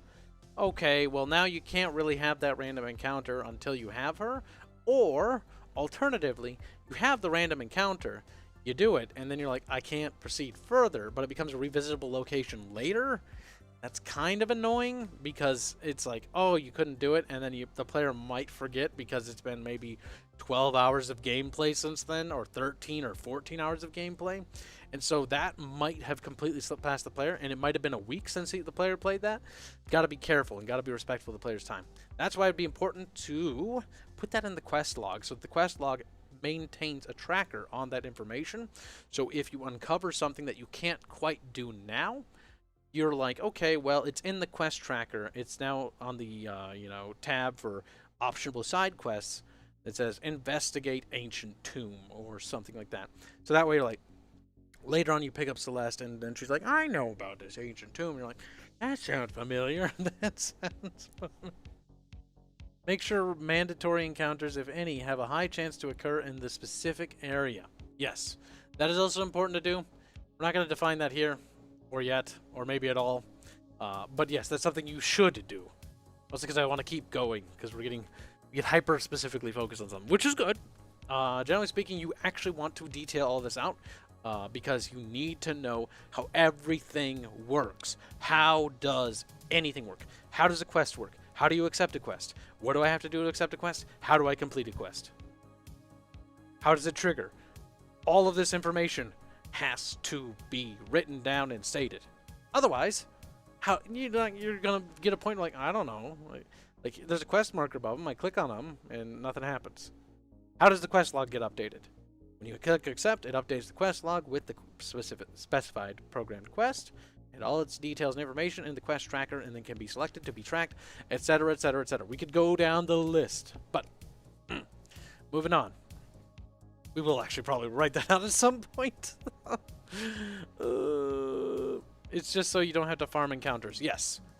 Do we specify that? Random encounters. Each chapter will have a set list of pre-made and handcrafted encounters to pull when traveling. A dice is rolled d6 on a 1-2. Pulls from one of the encounters. Alternatively, spin the wheel. Note that... Okay, yep. This is one of those where we do note that. The encounter, if it is preset, pre-made, will automatically pull. Once all pre-mades are completed, then it will pull from a list, or pull from a procedural generation. Now, bear in mind,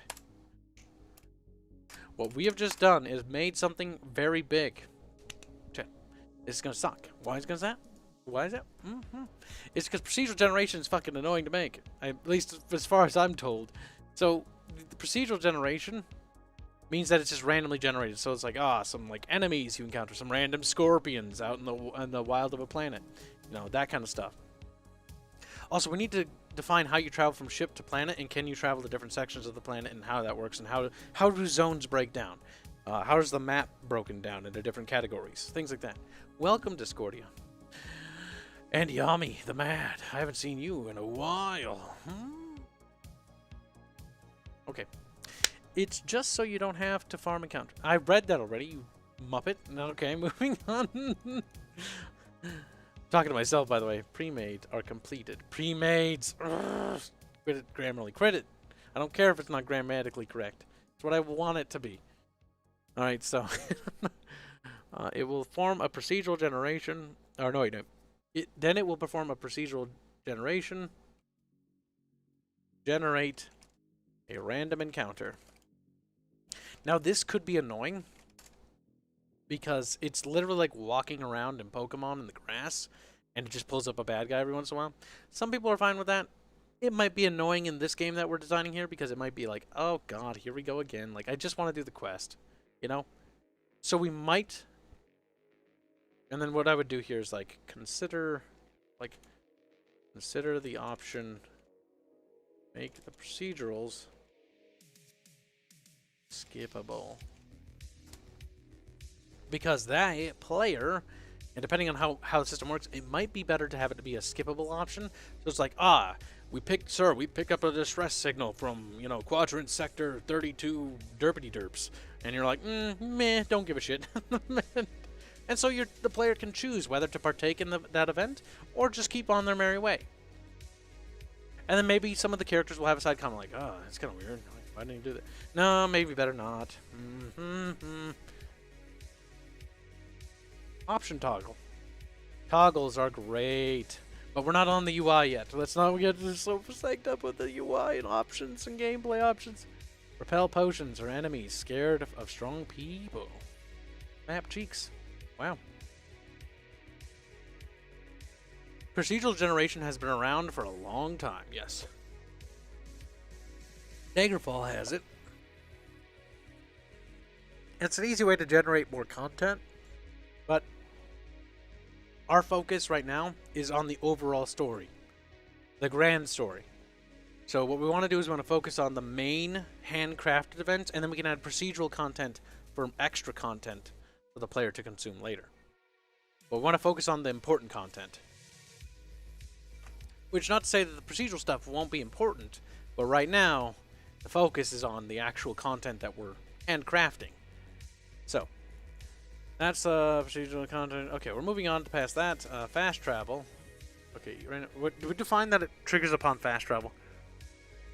Total set list of pre-mades, handcrafted. Depending on how big the galactic map is, preset encounters are unique to each sector of space. So we've defined something here. So we need to define a map. So map.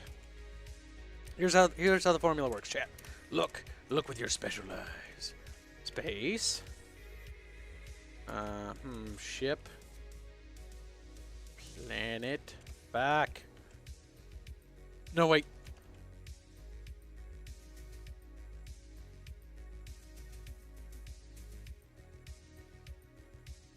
It can be multiple things, though.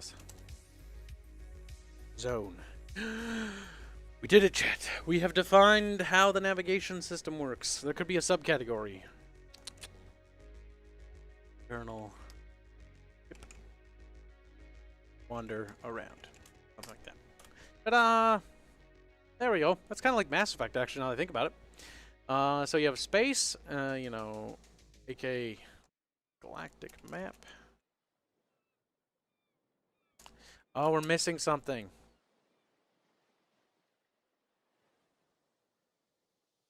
How is this portrayed? Zones. We need zones because a galactic map is something, but there's actually subsections under that. So technically there'd be sectors of space. Okay? Yeah, there we go. Then it's down to the ship. Okay, so we have space, galactic map, sectors of space, ship, internal ship, wander around, do stuff, interact with characters, maybe some internal quests inside the ship.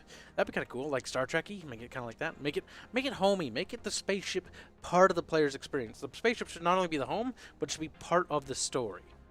Yeah, we should write that down. Part of the story. So it's part of the story. This thing they're traveling on is their home.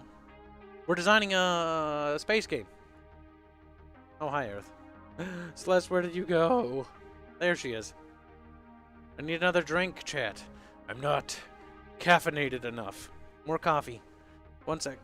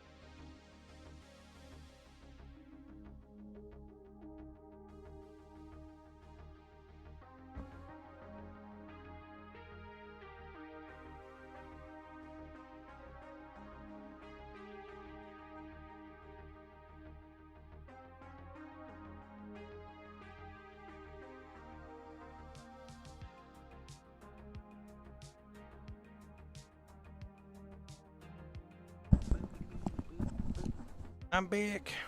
Baby. Look at that. Oh, my organs, they're failing. It's fine. I didn't need that one anyways. Missing ship parts and random welded on sections. Oh, good. Hold on, guys. We're not that far in yet. They're like, let's get started. Pixely. Picture's not very big, by the way. I had to enhance it. Actually, it's downscaled for the thumbnail. Okie dokie. Where were we? Ah, yes, we're breaking up the organization of how the world is portrayed. So, galactic map, sectors of space, ship, an internal ship, wander around the ship is a very important part of the story. That's just a reminder there because we want to put quests in the ship and some exploration to the ship, as you can perform actual missions inside the ship. Kibs, hurry with their game. What's the budget? We don't even know what the budget is because I don't even know the asset list required to make this. Already now I can already see something. In terms of assets, I could already start queuing up artists right now to get started. There's several dozen concepts already needed just from this alone.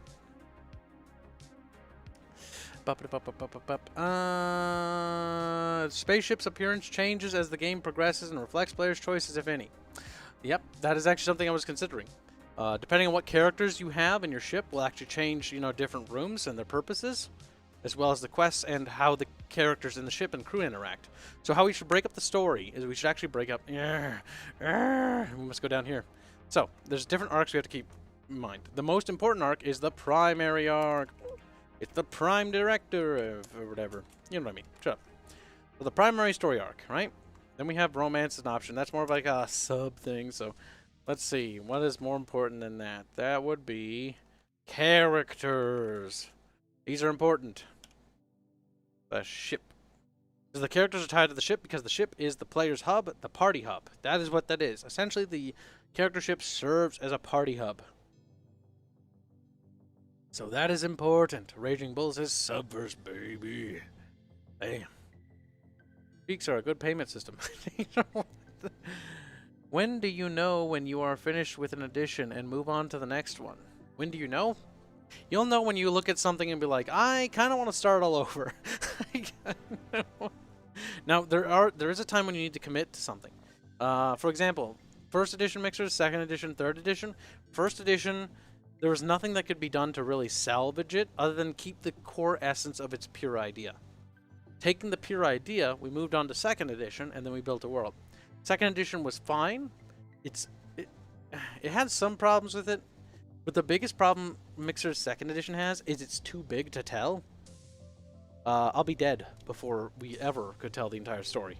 So that's the problem. There's nothing that can be done to make that story more condensed in a more digestible format for a person. So Mixer's third edition took a footnote called 116, I believe. 116 is the game that we're currently developing. Or, no, it's a note, 116, from second edition. And we redid the lore Bible to make third edition. We cleaned up, we cut the fat, basically stuff happened, and then we labeled it third edition. Basically, third edition and second edition are closely tied together. First edition is very much dead. The only thing that survived first edition is Celest. She is the only remnant of that, I'm pretty sure. Which is this lady.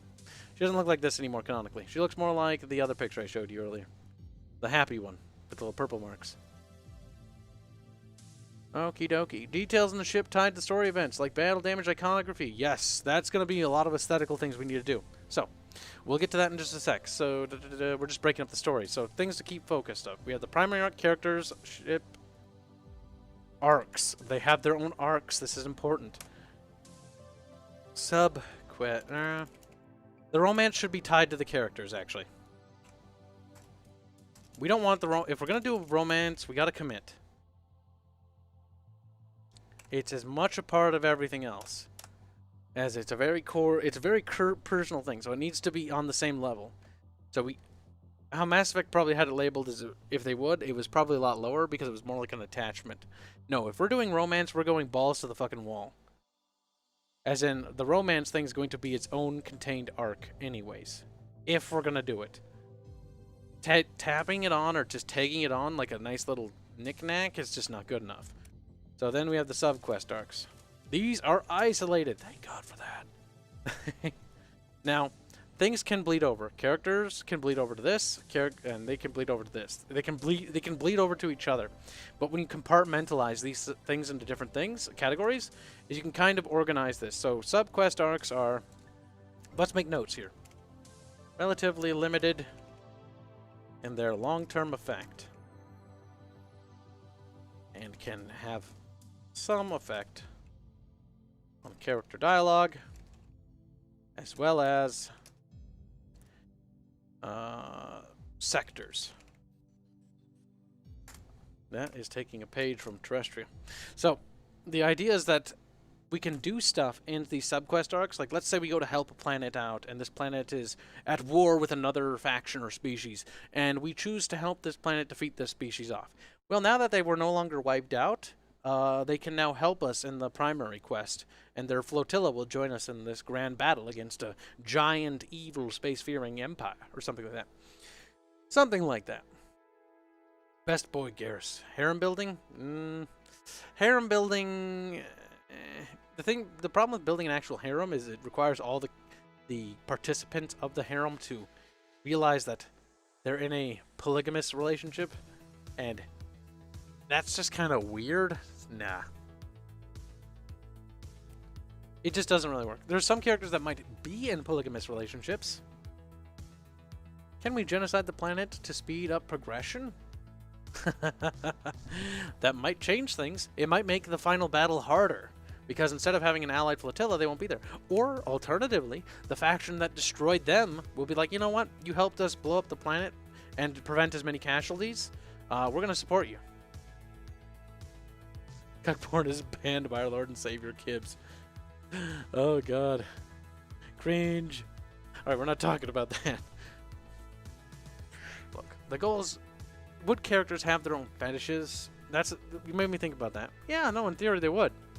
Generally speaking, we don't really need to delve into that unless it's relevant for something. And no, you don't have to design that kind of shit. That's one of those things where it's like, that's kind of over-designing something that has no real relevancy. At most, you can have a character with polygamy. You can have polygamous characters or a polygamous culture, like a culture of women or men who have their own harems of women or men or whatever, for whatever reason, because maybe to them, you know, having a harem. Let's use the one of the cultures from Trashtree as an example, Nephir culture. Having a harem, if they did, would basically be a status of power, because number one, you can support that many mouths and you can breed that many people.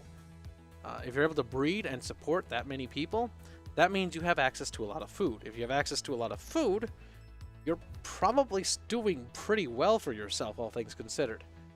It's not necessarily like a sexual fetish thing, it's more of like a status in culture. It's like, hey, I can support these many mouths and for my own leisure, and I can generate this much offspring. Therefore, my genetics, or my warrior blood is, you know, more superior. Like, there might be like a warrior culture like that, and they might believe in like genetics like that, or maybe not genetics, but like bloodlines. Like, I have the bloodline of Ognog the Slaughterer. That makes me a greater warrior than you. Something like that, you know? It could be. Just have a kid say harder daddy when getting choked as a joke.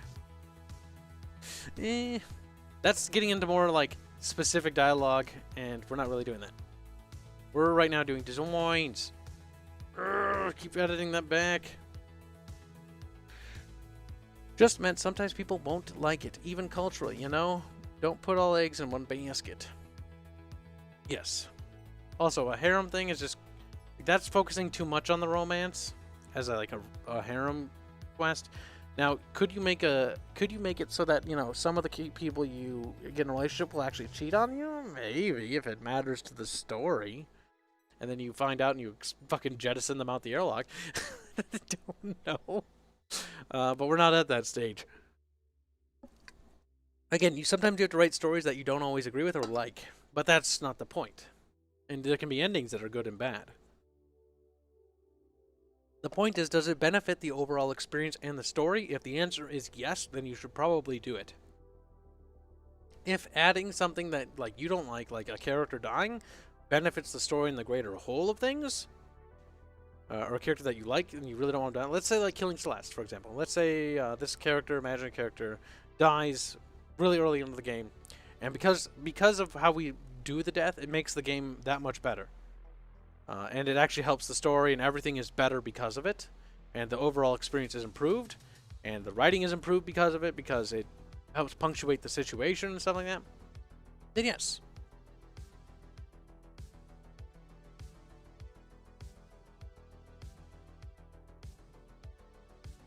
Well, Kibs rejects character who defects from his harem. Defect. Damn it, chat. Your obsession with harems knows no bounds. Alright, so we're moving on to the next subsystem, which is fast travel. How does it work? How does it look like? Fast travel is dumb. No kidding.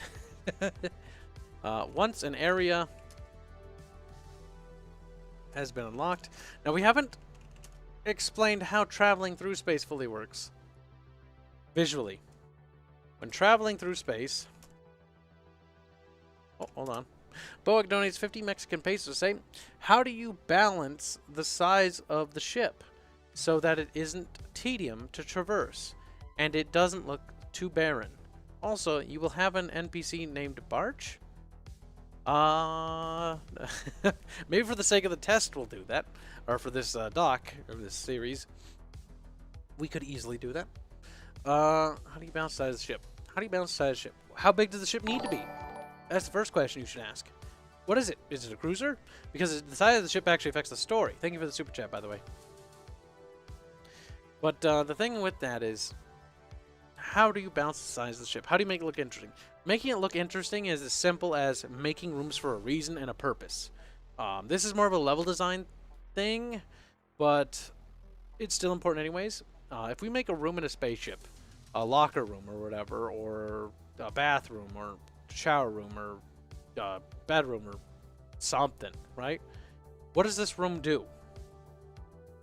Does it serve a purpose is what you should be asking yourself. Does this room do anything to the game? Now, you don't always have to design every room to serve a purpose or have an Easter egg or something hidden in it. You can sometimes have rooms that do nothing, but generally, every room serves a purpose. Those rooms take priority. And if you focus on the rooms that take priority, you will design a ship that has a purpose. So, for example, let's make our spaceship in our mind right now. Let's actually do that right now. This will help. Spaceship. So, spaceship. Layout. Oh no, spaceship is the player's party hub. Travels with them wherever they go. From sector to sector. Now, before we define the size, let's talk about what kind of rooms we want in our spaceship. Okay, this is important. What are we going to do with it? So, first thing's important, bridge. What does this do mechanically?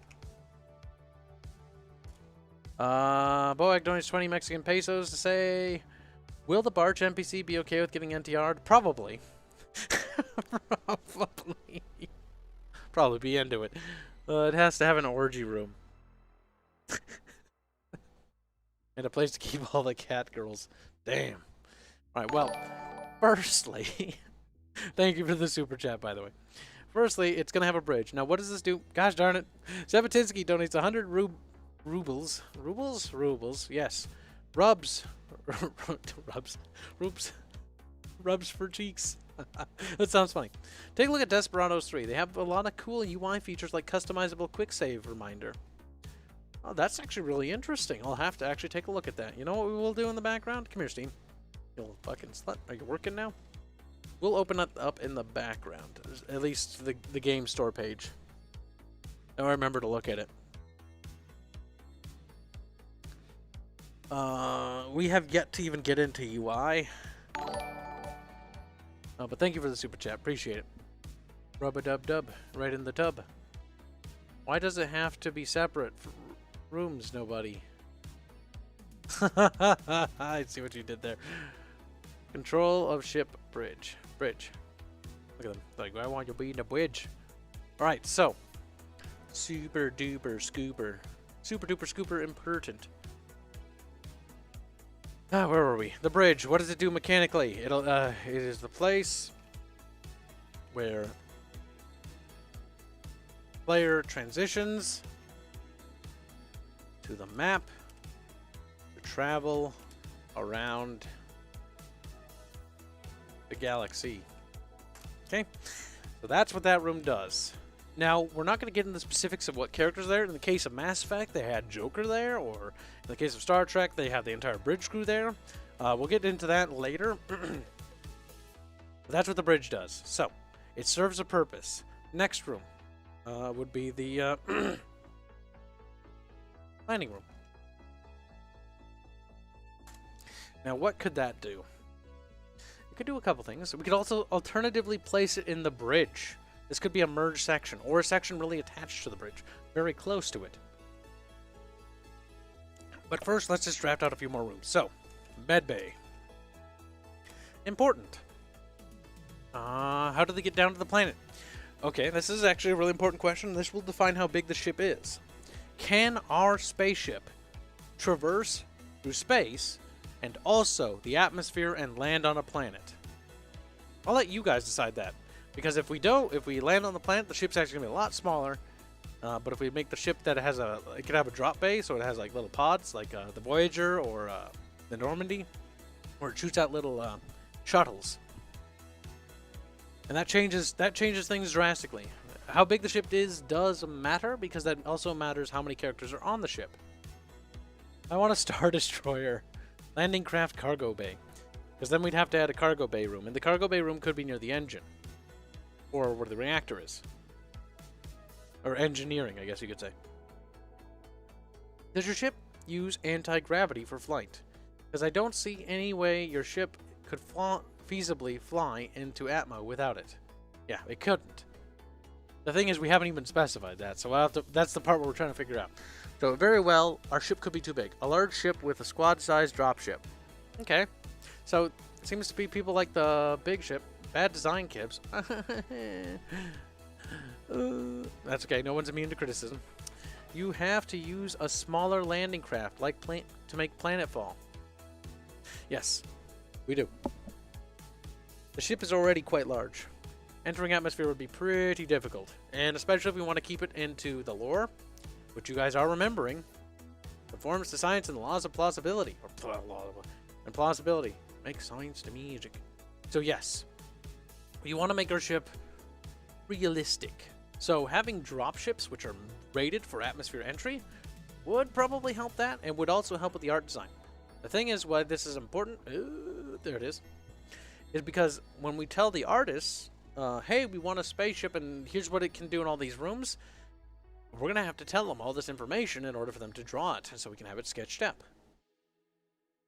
Bad idea. Engine near big opening, weakness. It is, but at the same time, I'm thinking in terms of level design, it's more convenient. But in reality, yes, it does make the engine more exposed, because big hollow rooms are always dangerous, especially in a ship. Big hollow rooms with giant dangerous objects in them. Huge, but we have yet, let's not focus on the ship layout just yet. So we need engineering. That's another room. Captain's quarters. Ideally, the player would be the captain. The reason why is because we want the captain to take the lead as the party lead.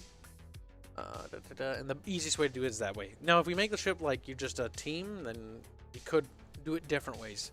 In fact, that changes the dynamic completely. Let's just say you play as the commander of the away team for the ship. And so now you have less control over where the ship goes, but you have more of a focused experience. It changes everything, actually, quite a bit. But we're designing for the intention that you can control the ship, more or less. Because I have a good idea. We haven't even done this. This is the thing I want to do. But we're going to get to it. Making this will help. So don't put the engine there. Put the engine controls there. Chat, what are you doing? We're talking about rooms that we want to add. Weep. No ammunition near big exposed area. Okay, chat. We'll worry about layout later. I'm talking about rooms that the player should be able to interact with and go into that would serve a purpose. Focus on that. We'll do all those things, but we'll do them later. They're important. They're very important. If your ship crash landed, I'm going to point out that it's going to be, based on the size, it's going to do a lot of damage to the structural hull of the ship, which might need to be a new ship altogether, depending on how bad the crash is, of course. Crew quarters, a space toilet, medical bay for medical. We have a med bay, but thank you. Crew quarters could be useful. Could be. We got to give, now, we'll cut the fat later. What we're doing now is we're just going to write all the rooms we want. And then we'll add purposes like we did with the bridge. And they'll all serve a purpose. They need to serve a purpose. Recreational area for mental. And that could, you know what, we'll add that. You can make areas that don't necessarily serve a purpose in terms of the gameplay, but they serve more of a narrative function. The ship's getting bigger and bigger. Breeding room and what is it, a bed? It's just a bedroom. That's what bedrooms are. Ready room for discreet meetings. Ah, that's the room. Yeah.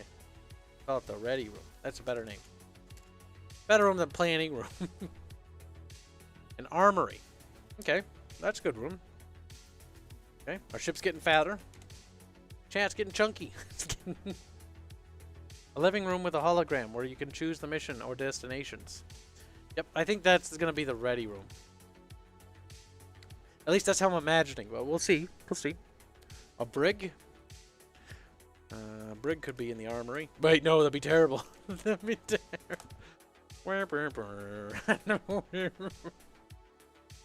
No exercise room? We have a recreational area. That could be done for exercise as well.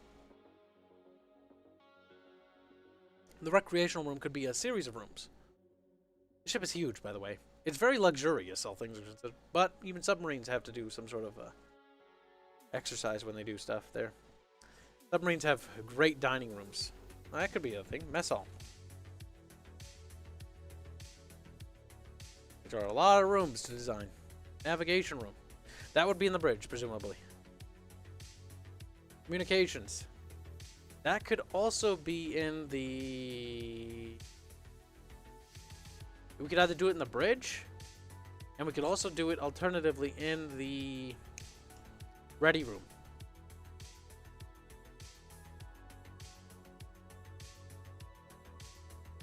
The mess hall is the bridge. I think that might be a little messy. Would a room to grow food and keep an ecosystem in the ship for long voyages work? Yes, it would. If it's a deep spacefaring vessel, it would. So we would have hydroponics is what they called, I think. I don't remember the name of it.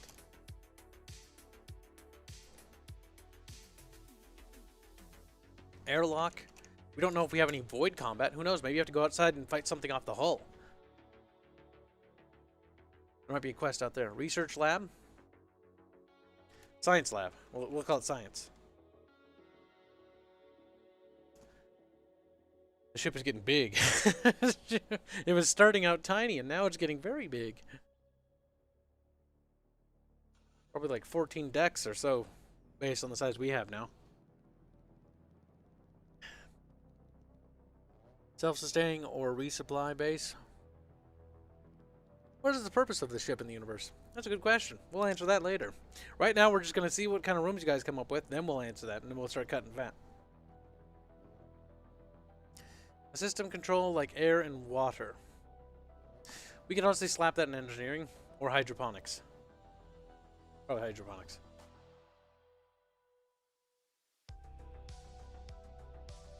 Kitchen. We have a mess hall. Mess hall. Sci lab. Yes, science. Reactor. The reactor could be in the engineering room. Or near it. Reactor goes fucking thermal, melts all the engineers. Ah, shit, boy. Shit. No one's fixing the ship anymore. That's for sure. The map room could also be in the bridge. It could also be in the ready room.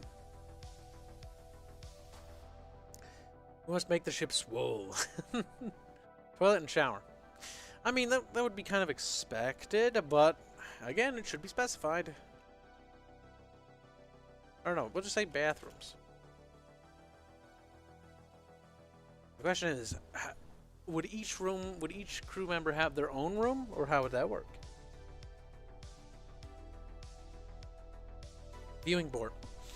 It's a structural weakness on the ship. There might be a better way to do it. Instead of having viewports, we could have basically external cameras on the ship, and then there's just screens that display the outside. That way the crew can look out and they're not so claustrophobic, but at the same time the ship won't have, that way that it doesn't have structural weak points. Yep, that's what I was thinking, camera viewports basically. So that there'd be like, around the ship there'd be basically just televisions on the wall. Basically. Glorified televisions. It just show the outside, but at the same time there's still the full wall of the hull there. So that the ship doesn't have a weak point there. That way the crew can keep their mental status up, and at the same time the ship isn't, you know, got too many structural weak points on it. Where people can get vented out the fucking window. All the walls are TV screens. That's going to generate a lot of heat. That's going to generate a lot. How big is the crew? Maybe crew barracks and individual rooms for officers. That's very good too. Make a note of it. Next to crew quarters.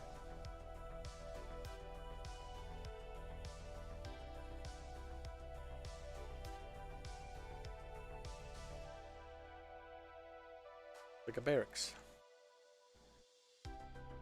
Janitor and sanitation station. Robotics hub. Some gardens to receive visitors and conduct diplomatic missions. Need space for the science team in the science lab. I'm with the science team. Oh, God. Right now, I think our ship is very big. I can already see a lot of serviceable things for these things. One room I definitely already look at and like, that doesn't really serve a game function, but it could be there. For example, if you remember, the Normandy in Mass Effect had a bathroom and a shower room as well.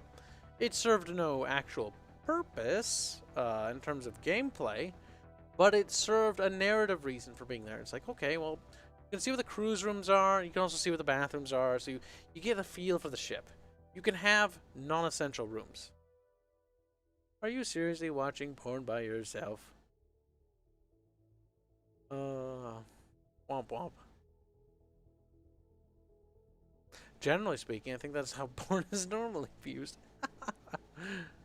This turning into XCOM base management. So the question is, we haven't even gotten into what the customability options are, customizability. So the thing about customization with a spaceship is, in order to actually truly customize your spaceship, you would actually have to take apart a lot of things and move shit around. Like, you can't just move the crew quarters to a random section of the ship. The ship was designed and built a certain way. Some things could be retroactively made to use. Let's say medbay was taken out, so they set up the mess hall as a temporary medbay until then, you know? Until they could, you know, restore order or restore functionality to the medbay. Things of that nature. Dry dock your ship for the next year. Yeah, the thing is, we don't wanna do that kind of stuff. So there shouldn't be too much stuff. Hangar. Our ship is obviously big enough. Honestly, I'm thinking our ship is the size of the Voyager now. Let's get a reference picture. So Voyager's how big? I think it had like 14 decks. Our ship is huge. It's gotten a lot bigger. And no, it doesn't actually look like this, but this is just a point of reference. Because I think the Voyager's 14 decks. Okay, so this will help.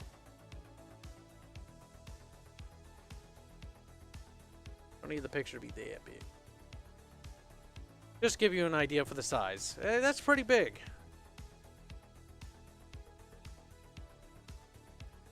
The ship is bigger, you dare, compared to a Voyager? Honestly, all these rooms could fit inside of it. There's a hangar, there's hydroponics, there's bathrooms. Granted, we are going to start running out of space.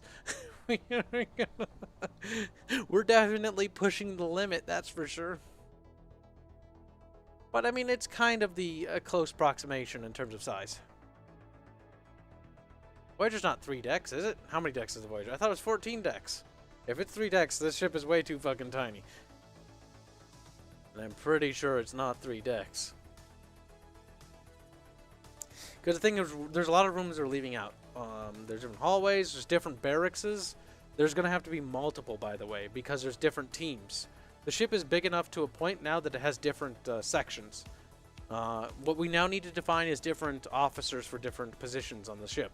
There's going to be an engineering officer. There's going to be a navigation, a weapons officer, a security detail.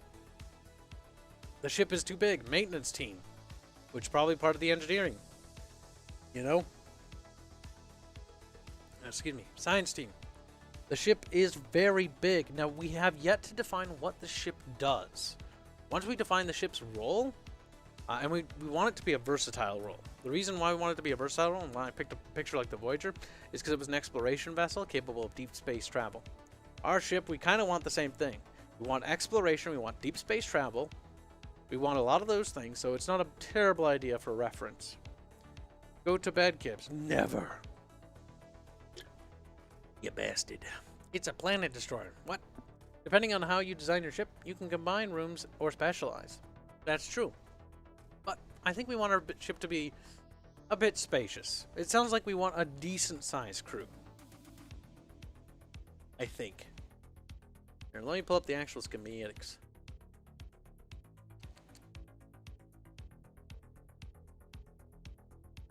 Actually, you know what? I don't have the autism patience for that.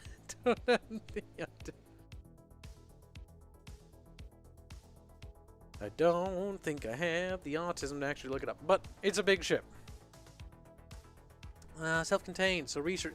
I mean, this ship has shuttles, guys. Our ship is big. Our ship fits little ships inside of it. Shuttles capable of dropships. It's a hangar, which is filled with dropships. How many dropships? This matters. Dropships. Say it has 2. Or no, 4. Why 4? That way if 1 blows up or 2 blows up, it's not the end of the world. It's still a big deal, though. That's a pretty big hangar, though. Capable of carrying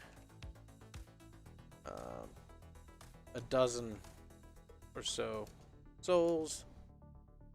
No, say souls, people, and equipment.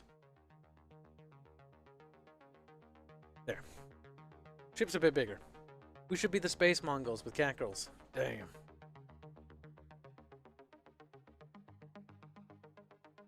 Also, we haven't even defined what weapons this thing uses, guys. Like, I don't even know if this thing even uses projectile weapons. If it does, projectiles take up more space.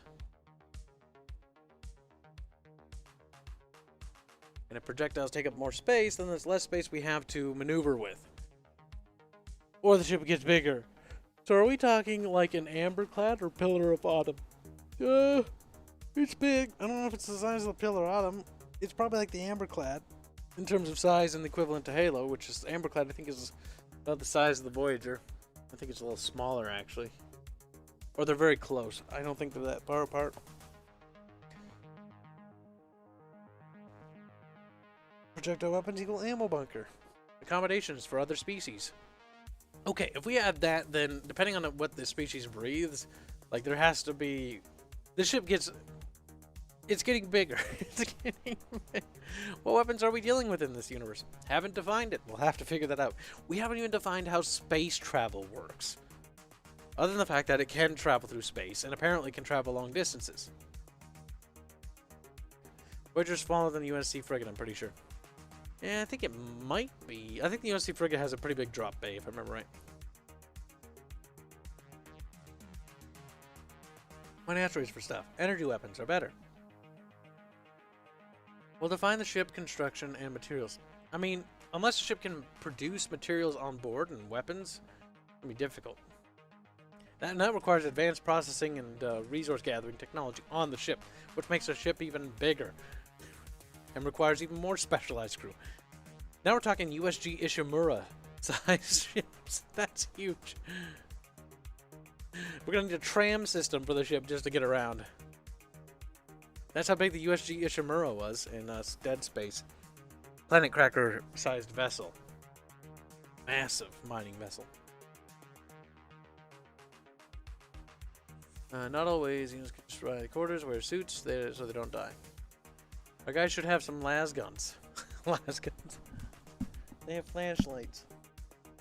Energy weapons would reduce the amount of physical ammunition they would need to carry. It would also make it so that they wouldn't have to restock at the friendly harbors all the time.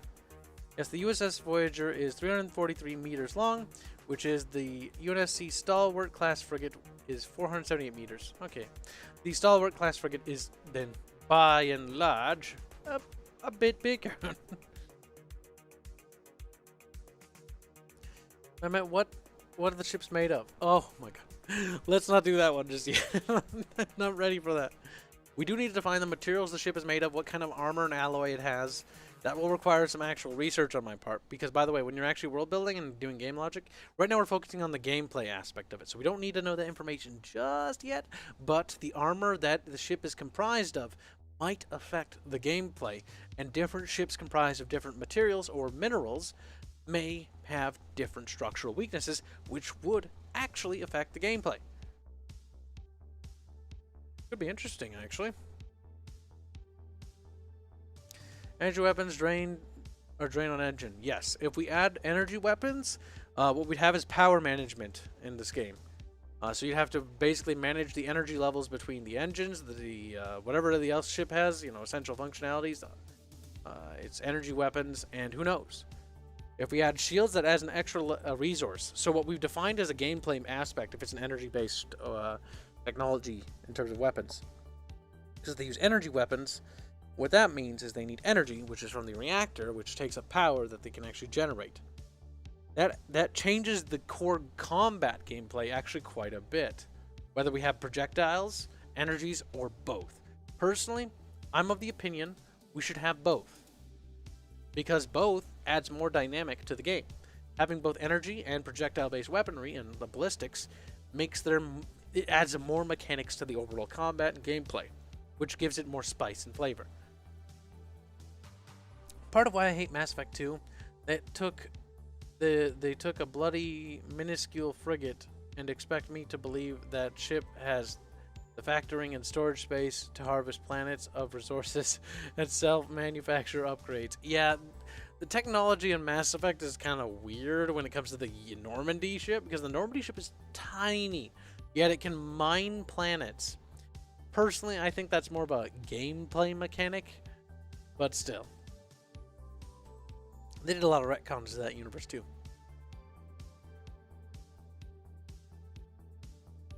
Basically just painting the resources and selling them for space bucks. Possibly. Energy weapons for space combat and kinetic weapons for ground bombardment. Also kinetics in space equals nightmare of butterfly effect if you miss. Yes. Which is why I'm personally of the opinion that energy weapons and ballistics, like missiles, would be probably in greater use. So if a missile missed its target, the warhead would deactivate. Or something like that. Because if they use, bullets and stuff, even for point defense, like, that'd be difficult. Because it could cause serious repercussion to allied vessels, depending on how many ships are in combat, and stuff like that. Could we launch an Exterminatus? We haven't even defined what their super weapons are in terms of power. Like, do they have the atomic bombs? Is the ship armed with atomic bombs? Or atomic level weaponry, or larger? Things we need to define, but we are procrastinating. I think we've talked about all we wanted to talk about in terms of that, so let us move on to the ready room. What does it do? Quest room.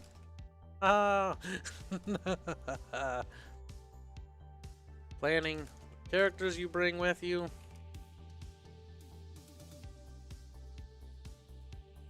And departing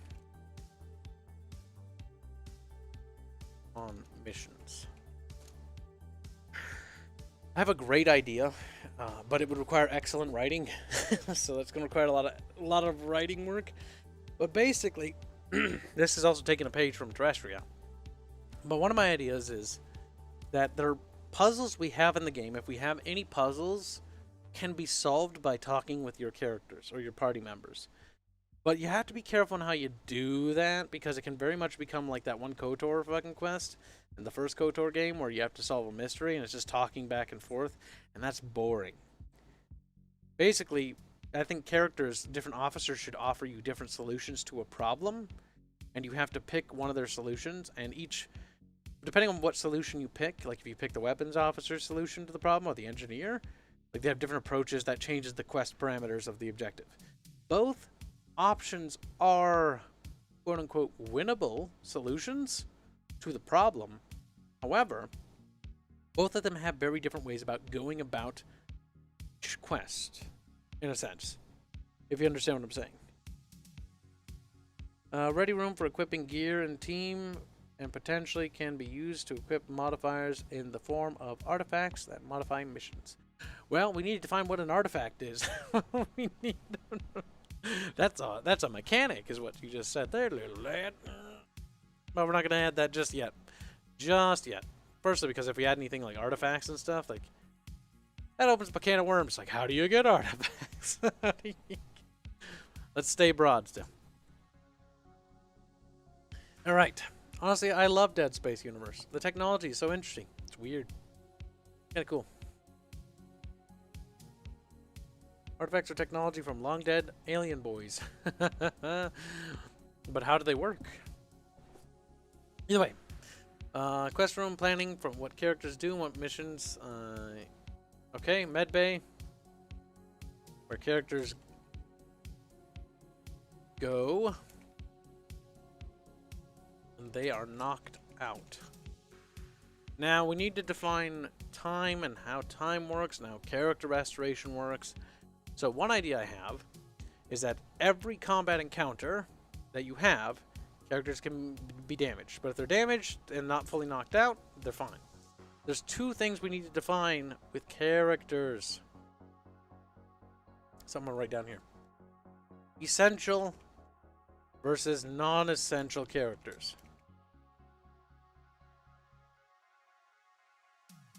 What does this mean? Essential characters cannot die. Non-essential characters can die. Why is that the case? Well, it's simply because if we have every character killable, then the whole thing is garbage in terms of storytelling. In terms of consistent storytelling and character building. Why is it garbage? Because XCOM does this, and the characters are fucking empty blank slates in terms of their personality. Like, they don't have personalities. We want characters that have backstory, that have meaning to their existence and have a history. Not that they're just I am the sniper guy and I'm the heavy gunner guy that wears a purple hat. You know, we have to make them have an extra level dimension because this is a role-playing game. So, we cannot have characters, we cannot have every character be killable. But that doesn't mean that we can't have non-essential characters in the player's control that are killable. So this means that essential characters would probably be like core characters that you would want to keep with you, or they die at specific plot points or something like that. For instance, if you remember Mass Effect 2, all the characters were considered essential status until you got to the final suicide mission. Once you got to suicide mission, the essential status was no longer in effect because they were scripted depending on how you allocated them. And if you didn't complete their backstories as well, that they could die at certain key intervals. Now, it was scripted, but because it was scripted, it came off as a lot more genuine and authentic. Because each death had a little bit more meaning to it. And because they were, you know, essential characters and they had their own backstory, and the game established it before you got to do the suicide mission, you had a lot more attention and you had a lot more care about the characters than you would in, say, XCOM, where it's like, oh no, the only time I care about my sniper dying is because he's a high level and he's really, really good. And then it's like, oh, he's dead, now I gotta get a new sniper who's really shit, you know? Just throwing ideas. Kibs knows the limit. Yeah, I'm gonna limit it. Well, basically right now, you guys are advising us, or advising me, specifically on designing this. And I'm just adhering to your advice, but also going to have to basically act as the project lead. Pretend, because if we don't, we'll be debating one mechanic for hours and hours and hours. And this is actually a good bit of advice for when you are working with your own dev team or working with other people.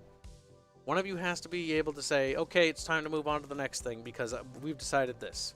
Or somebody's decided this. Otherwise, you'll be forever in a debate about whether there's a hacking minigame or not. And you don't want to be stuck walking in circles forever. Kibs, don't be a V. Enable story character death and work it into the story. Do it. No, that's not... Thank you for the super chat, but that's not what I'm talking about. You're misconstruing what I'm saying with that, and that has nothing to do with each other. But thank you for the super chat, my friend. So let me clarify further. So what do I mean by essential character? Well, let me tell you.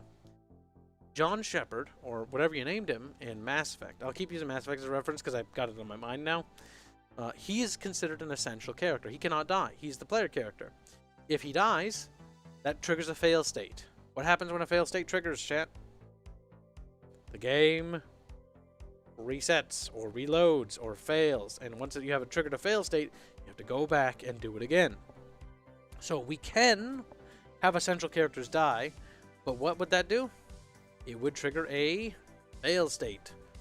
Now, why do we have essential characters? Like, why would we have, you know, Shepard be essential? Well, he's the player character. If he dies, the game's over and they have to restart. Well, why would we have it be that, you know, let's pretend Celeste is the side character here, right? It's kind of like Seraphina in V's campaign. Oh, where'd you go? Little bastard. Okay? Just like Seraphina, sort of similar, you know, whatever. Imagine that they're the same character, kind of. Just put that in your head. Now that you kind of have, you're thinking like that. So, what happens if Celeste dies? But Celeste is super important to the story. What happens? It depends on what she's important to do. So let's give context to this. Let's say Celeste has the ability to, like, open a door to something, and you have to get access to it. But only she can open the door for whatever MacGuffin reason that we want to use, right? As an example. Now, we can come up with a solution if she dies to get around that, but you have to pre-plan. Pre-planning is essential. So, how do we do that? Well, we create option number 2. Opening the door, you don't... Well, if Celeste dies, you can still open it, but instead you have to blow it open. And if you blow it open, that does something negative, right? Because now you've done the harder way of doing this objective. So what happens now? All the security alarms are tripped in this ancient, complex space station thing, and now you're going to have a lot harder time fighting through this. Now, why does it matter that characters shouldn't be killed off like they are in Fallout 1? Because this is actually important. This will actually damage the story in the long run. If we have it so every character is killable, or can be killed, the story loses its potency. Because you're going to run out of characters very fast. And when all the characters are dead, the story becomes hollow and empty. What makes a story and what helps make a story the most is characters. Characters are the thing, they're the pretend people that bring you and interact with you and bring you into the immersion that is the world. If we allow every character to die, that immersion is severed, because now we can no longer write the characters with the idea in mind that their stories actually matter. Because in the end, they died.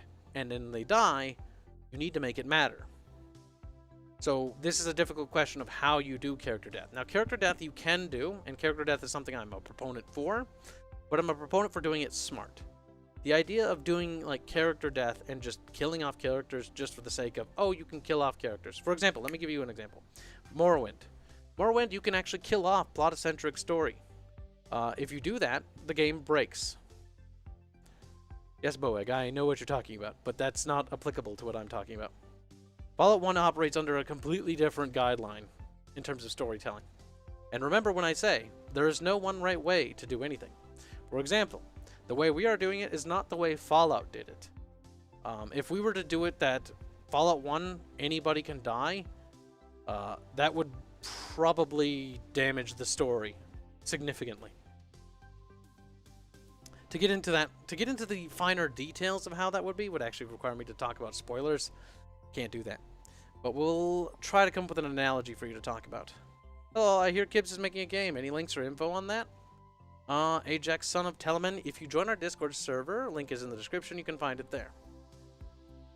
Kibs said he wants a ship full of bills and exploration, similar Star Trek ships. He said so earlier, though if I misheard something, correct me. If you can't write around it. The thing is, you can't write around it. Well, you can. There's no such thing as you can't. But you would do so in a way that would be contrived. Here's the problem. Oh god, this is a can of worms. We've had this conversation on the dev team board, but it's actually something we should talk about now because it's actually important to storytelling. So, killing off characters is a big deal, and I have to start gearing my mind for this. So, characters' deaths matter. Why does it matter? Because it changes the overall story. So, why is it important that essential characters don't die unless their time is up and their ability is to die? Because if you kill off certain key characters, that ruins the story completely or destroys the story. For example, guide. So let's make up a scenario here. Celeste, this is going to be kind of contrived because I have to make up a fucking scenario for this on the fly. Celeste plus you. So you are in this as well, and some guy named Jeff. Okay, Jeff, now his importance in the story is a guide. He will guide you. Now there are ways to write around this, but it will actually be really... So he will guide you to the end point in a subquest, right? So let's say you're looking for MacGuffin. MacGuffin.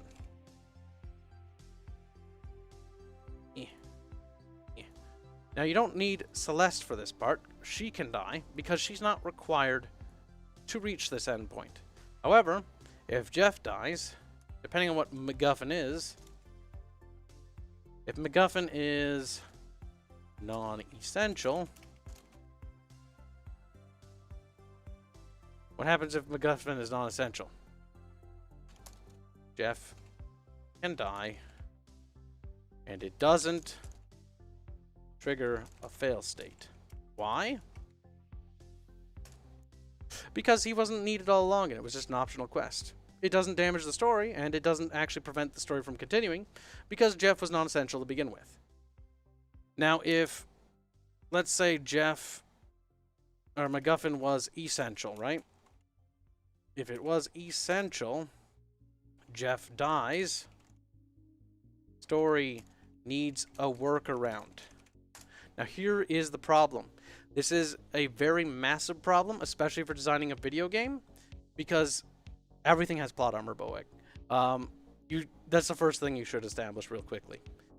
No matter what you're doing in terms of writing, everything will have plot armor. Has to. Even the things that die have plot armor. Their plot armor expires at the moment of death. But it's important to give the illusion, which is the important part about story. Story is the illusion. So, essential. Jeff dies, story needs a workaround. So let's say Jeff dies, but he's not essential. Oh god. Now hold on, Boeg. This is actually a pretty big deal because this topic is extremely important. So, the problem is, what you and I haven't discussed right now, is Jeff is part of the core party and adds tons of content to the game. So, Jeff, now, this is first act. Okay? This happens in the first act, like second act. Again, sorry, it's kind of contrived, but we got to get through this because I have to move on back to the game once we're done. So, the thing that we're trying to get at here is that Jeff has a quest where he can die in the beginning of the game. Actually, because, you know what? Hold on. Anyone can die at any point. This is your argument, so we're going to operate with that. Anyone can die at any point. Works with some games, does not work for others. Reason why it doesn't work for this is, we'll get it into a sec. First act, you know, Jeff does go. Thing is, we don't need this anymore because Jeff can die literally whenever. It doesn't matter. So, Jeff is a guide. He will guide you to the endpoint in a subquest. That doesn't matter either, actually. So, first act, Jeff dies. Okay? Second act, Jeff is part of the core part of the party, adds tons of content to the game. Content diminishes. Needs to be supplemented. Now, the reason why we need to supplement new content is because the game just got smaller because a character died. Because we're focusing on character centrism, which is the core idea of this game that we're designing right now. Character centrism. Characters and their decisions matter. So, by killing him... This is the game? No, this isn't the game. This is a side project. This is not the game that we're working on, by the way. No, you're not retarded, dude. Don't worry about it. Okay. Sorry, I lost my train of thought there. So, character centrism, characters and their decisions matter and are a key part of the story, right? Let's say Jeff dies in the first act. Well, all the content that had Jeff in the second act is now removed. his quests, his character arcs, all of his interactions that he could have had. And there's, by the way, there's a way to kill him off. And there's a way you can do this and still get away with it. But you need to supplement it with something else. It needs to be supplemented with worthwhile content. Otherwise, you've actually killed the core experience of the game. Because now the game's subjectively shorter and now is missing core elements of it. So, if Jeff dies in first act and he's important in the second act, how do you do a lot of those quests? Well, the real answer is you have to rewrite them.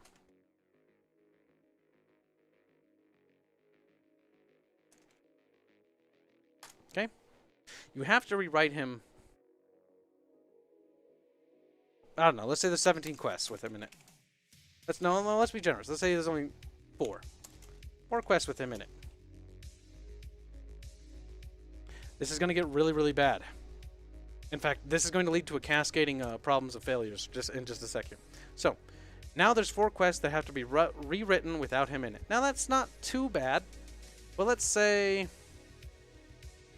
Adrian dies as well in this playthrough. Well, now those 4 quests need to be written 8 times. Okay? Let's say Celest dies as well. In Act 1. Now they need to be written 12 times. Let's say only Adrian and Celeste dies. Now they need to be written 16 times.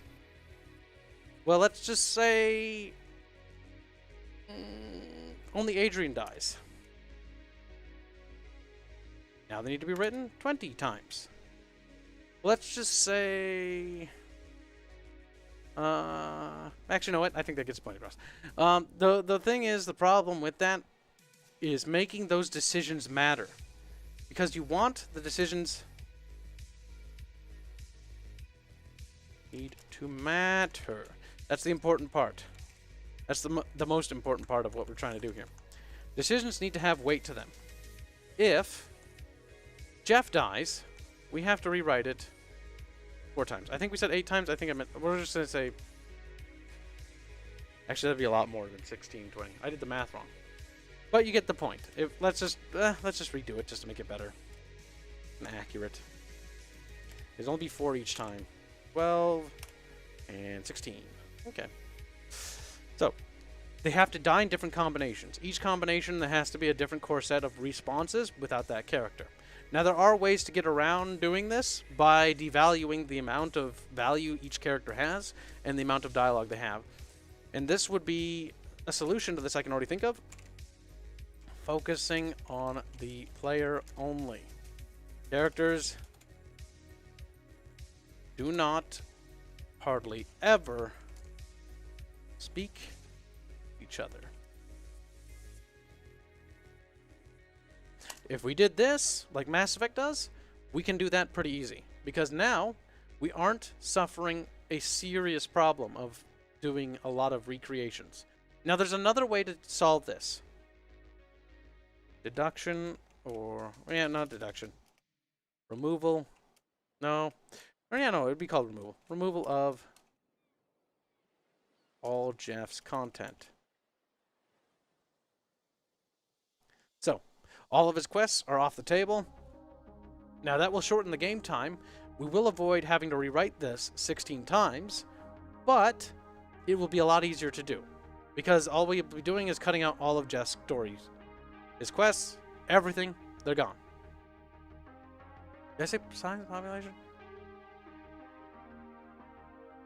The entire focus of what we're going for, Boag, is to go for the idea of characters matter and the decisions that you do make do matter. Giving you total freedom and total choice over like a sandbox devalues the decisions quite a bit. I'm going to point to things like... well, it doesn't devalue the decision. The decision still matters. It just changes its value. We want more of a narrative value than an actual kill character thing. Because the thing is, with XCOM, you lose Sniper Joe, what does it do? If Sniper Joe dies, or Sniper Jeff, you lose that one character, but he didn't do anything for the story. Nothing changes in terms of narrative. However, in terms of gameplay, you're going to see some significant changes. And your own internal narrative, Sniper Joe is my favorite. Well, he's dead now. If you lose Sniper Joe, you no longer have Sniper Joe around. The player loses the attachment to that character they customized, but Sniper Joe had actually no dialogue. Sniper Joe was just a character model with a certain stat, and didn't have any real character to him. He never really said anything. He never really had any dialogue decisions. He just had, you know, personal attachment because of who Sniper Joe was. No, Sniper Joe! I know, Sniper Joe had to go, guys. You could have it if Jeff dies, his quest gets reassigned to other characters. Yes, that's what I did with this here. So, okay, we'll get through this. We'll run through this one more time. So, first act, Jeff dies. It wasn't a particularly big deal because he wasn't in a lot of the quests in the first act. The second act rolls around. Well, it turns out Jeff actually had a lot more to do with the second act. That's when his character was going to come out and shine more. Now he's a rotting corpse in the ground. We're in space, floating around. And Adrian... Or no, actually, I did the math wrong. Fuck, I'm so retarded. Chat, help. I did it right the first time. And then it'd be 12, and then it'd be... Fucking retard, Kibs. Kibs was dumb, and he forgot that he did it here. So, if Jeff dies, we need to rewrite it for... We need to rewrite it 4 times. Now, if any character can die... We have to rewrite it 8 times. If Adrian dies. So if Adrian and Jeff die, that's 8 times. If Celeste dies as well, that's 12 times in total. If Adrian and Celeste dies but Jeff doesn't die, that's 16 times because it's another 4 times. If only Adrian dies, that's 20 times. If only Celeste dies, that's 24 times. So in total, if you want all the characters' deaths to die and matter, you actually have to rewrite it 24 times. The same quest.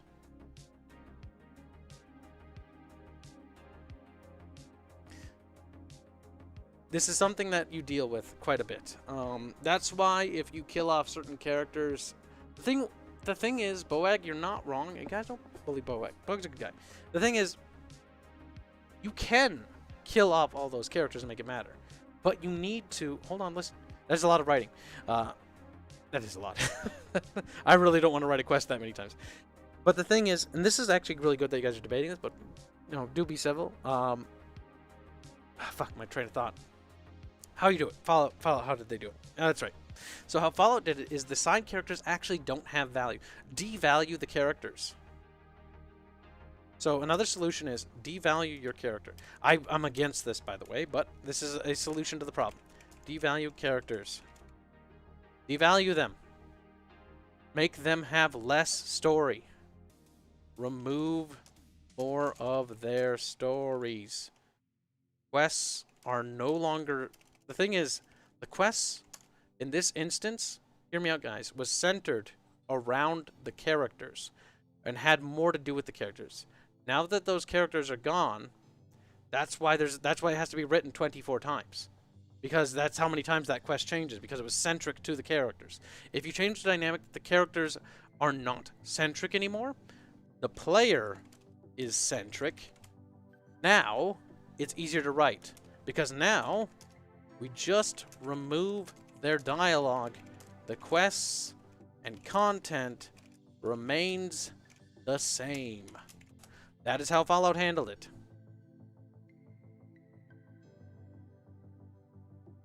You can also alternatively do the endings, but here's the problem. And Boag, I'm onto that, but the thing is the ending doesn't... Like, the endings matter, but it's not as effective. Because I'm talking about the core experience. If you kill the character in the game, it changes so much, especially if the story is still ongoing and the game is ongoing. The thing is, the ending is easy. That's easy to do. So if you kill off Celeste, there's a thing in the ending like, oh, she died, it was super sad, and because she died, the Celeste Foundation ever was created. And move on to the next thing. The point is, we want characters and story to matter. We want each decision to have potency while the game is ongoing. Not after, but ongoing. That's why it's important. So, here's how we make Jeff die, and here's how we do it my way. Jeff dies. So, he's dead again, right? It's a familiar place. We've been here before. Jeff has died once before. Now he's dead all over again. But here's how we do it. Scripted. Optional death. He doesn't have to die. But he's scripted in such a way that he can die at a certain point. Pivotal battle kills Jeff. So quests in the future can be designed with his death and absence in mind. Shadowfox 2300 says, stop killing Jeff. Alright, this is the last time we're killing him, I swear. Jeff, I'm sorry. You've been through a rough day. He's like, I've died several times in this example. Now look, chat, quit being autistic and look at Kibs. Me. It's about me. No. But look at this. Look at this. Okay? See? Like this. Look. You're not looking. I know which one you are. Quit feeding chat and look in here. There you go. Alright, now that you're looking, Jeff dies. I know you've seen that before, but here's what we do. We script his death at a certain point. How this triggers? Triggers by a player's action or decision, which is kind of the same thing. You know what? It's sparked by a player's decision because something along the line. It could be a past, a current, a previous decision, something like that. It could be whatever. It can be something they made and that's what got him killed. But either way, the pivotal battle kills Jeff. He's dead. He's gone to heaven. But quests in the future, because you know where he's going to die, like if I was to kill off Jeff, or write him off, now I know that Jeff might not be in the next quest. As a writer, we can craft the story with that in mind. So no longer will we make it centric to Jeff's death. And because we specifically know when he dies, we can make supplementables. So no content is lost. There's still the same amount of content, though you have to make the supplementable content good. But because of his death, there can be different quests in his absence because you pre-planned it. If any character could die at any point in the game, you would have to make these supplementable quests throughout the entire thing. So you wouldn't have to do 4 quests, you'd have to do 24, and that's only for 3 characters. I'm going to point out that this game that we're trying to design here doesn't have 3 characters. I'm thinking the overall balance is similar to Terrestria. 6 total party characters that you can bring with. 4 characters as optionals. Now the thing is, listen chat, look at me, pay attention to Kib. Essential characters for party. Then there is the glorious red shirts. Non-essentials. Often the red shirt characters are sometimes even more beloved than the primary characters are. The essential core characters are needed for the story, but they can die. You just have to be clever with how we kill them off. So, glorious red shirt characters are still unique characters, because they can still be unique characters. They don't have to be procedural. Non-procedural. Handmade, literally. And can die. You need to break them apart into different brackets. Every RPG has their essential characters and their non-essential characters. It works in games like Fallout because they're made different for different mindsets. You can pull off killing different characters. That's not my point. My point is, in the context of what we're trying to develop, we do need essential core party characters. Because otherwise we're going to need several different fucking... well, actually, no. We're not going to need several different... Because if any character can die off on any quest, then we need actually thousands of different engineers, different medical officers, different captain... Or not captains, because the main character, I would assume, is a fail state trigger. We need hundreds of characters. So that's the problem here. The problem is we need hundreds and hundreds of handmade characters to replace the other characters. Which is why Jeff can burn in hell. I hated Jeff. Snipers are cancer. No, Joe was the sniper. We switched back to Jeff. Damn. But that's the reason why I was talking about that. Now, that wasn't particularly the best way of wording that. I'll probably have to... We'll probably We could make an entire video in the discussion on that. But you do not need your characters to be essential. But you need to craft the game in a way that understands that, yes, characters can die. Fallout 1 was crafted with that in mind, that anyone can die. And so the characters weren't that important. And that's totally alright, because the strength of Fallout came from the fact that it did that. The strength of what we're trying to pull on is the strength of character, and the value of character. We're trying to pull more on that than Fallout did. Fallout pulled on sandboxed RPG, which is a really cool thing. We're not pulling on that.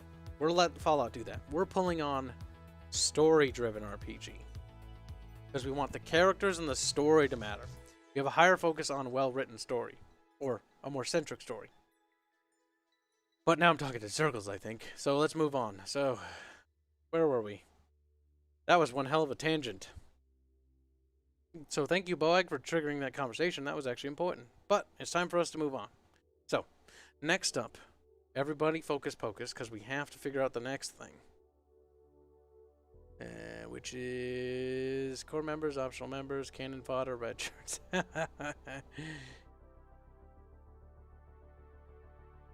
We don't want the ship to be too big, because if it's too big, then it feels like it's just too much. We'll come back to this. If we do different stuff, we can actually add value to different things. It's an important question. It's actually a discussion that's been had a billion times. There is no right answer. I'm going to spoil that for you right now. You can do either. MJ Merlin says, so I finished the skeleton draft of my lore Bible. 6 whole pages of notes. Nice. You're off to a good start. And who knows, maybe your lore Bible doesn't have to be the size of the moon, by the way. Whatever it needs to be for you or your team, depending on how many people are working on it.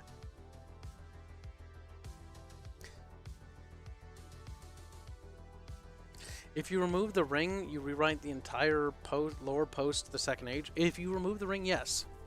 If you were to remove or kill Frodo, that would change the dynamic of the story completely. Because the whole point of Frodo is Frodo was the only one who could really truly bear the ring. The other hobbits could bear it, but the thing is Frodo was such a pure and innocent person that he could handle the burden. Samwise and the other characters couldn't carry the ring. Because in the end, they would have been much more easy to corrupt. So they would have lost. So killing off Frodo would dynamically change the war because they would lose. Alternatively, dropping the ring into Mount Doom from Bird would also change the story.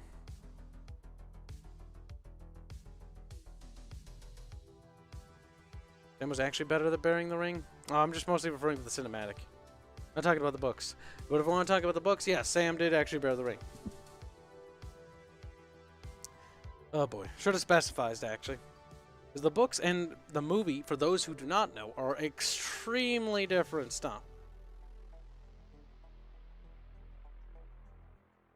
Well, let's see.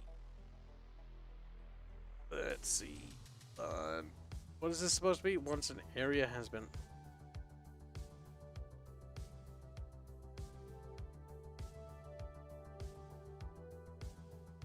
Yep. The thing is, Samwise Gamgee in the books is very different than Samwise Gamgee in the movie. In the movie, he's still a pretty good character, but he's kind of like a crybaby. Frodo is a bigger crybaby, though. And if Samwise Gamgee died, Frodo would have never succeeded in his mission. The thing is, regardless of whether Frodo or Sam died, if either of them died, Mordor would have won. Because the whole point of Sam and Frodo's relationship is that they had to do it together. It took the two of them. It was the Fellowship of the Ring that carried it. Without them, they would have been lost. Sam is by far my favorite character.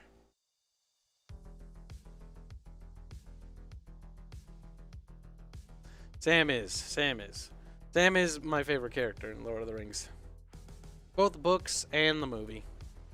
Even though he's a little bit of a crybaby. But at the same time, he picks up his shit and he fucking slaughters like a bajillion orcs. It's funny that they left out Tom Bombadil. They left out a lot of stuff in the movies. But yes, characters are important. But again, it depends on how you craft the story. Because if you want a sandbox experience, you can do it, but you need to craft it in such a way that that is what you're going for. Because if you were writing Lord of the Rings and you went for the sandbox experience, the story would be over. Mordor would win and everybody be dead. And the world would be rebuilt in Sauron's image. And that would be a bad end. That could be a different ending, but it would only take a couple of characters' deaths to really cause that to happen. Which is why there should be essential characters. At least if they're not essential, it should be scripted. So it'd be scripted that if Sam and Frodo died, you know, bad end triggers. If it was a video game. I think nobody's a little bit horny. He wants a lot of girls, and that's his party.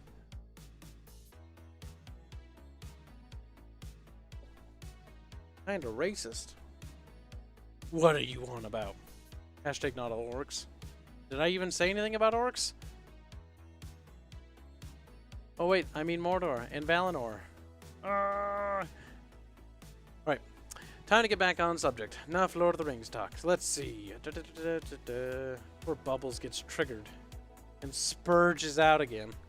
Like a little bitch. Alright, so let's see.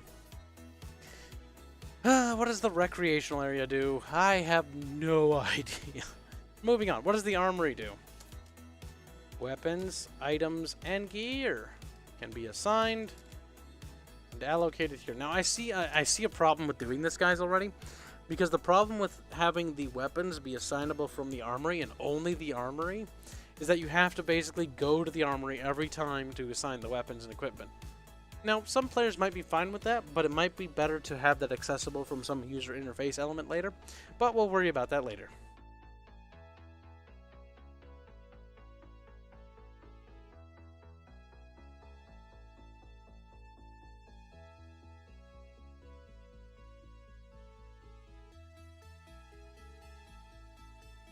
Okay, so the brig serves a purpose, and the recreational area could also serve a quest-based purpose.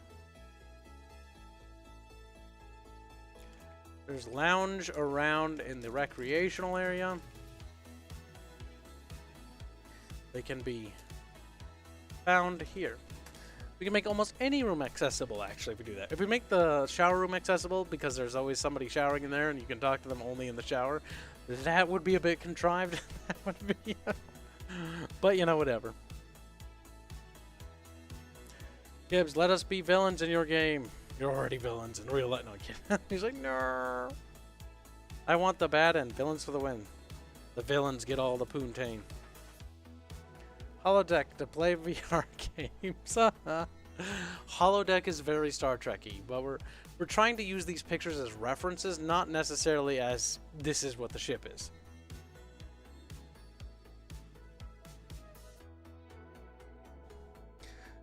Also, defining a holodeck defines the state of technology, that their world is in. I mean, playing the bad guys is fun, but only Evil Genius and Dungeon Keeper did it right. Yeah, the thing is, when you want to play a bad guy, the game has to be crafted in such a way that you're meant to believe there's the bad guy. Or, it was designed with the intention for you to be bad all along. Or, to be able to have the ability to be bad. Again, being evil in a game is generally subjective.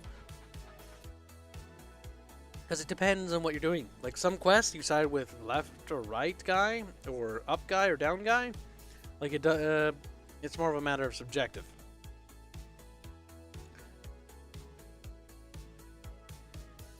Look at Chant. You're just a happy little Chant. Alright, so.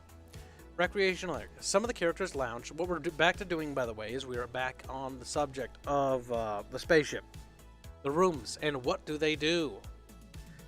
We have captain's quarters. Romance stuff happens here. I can't think of what else to put there, honestly.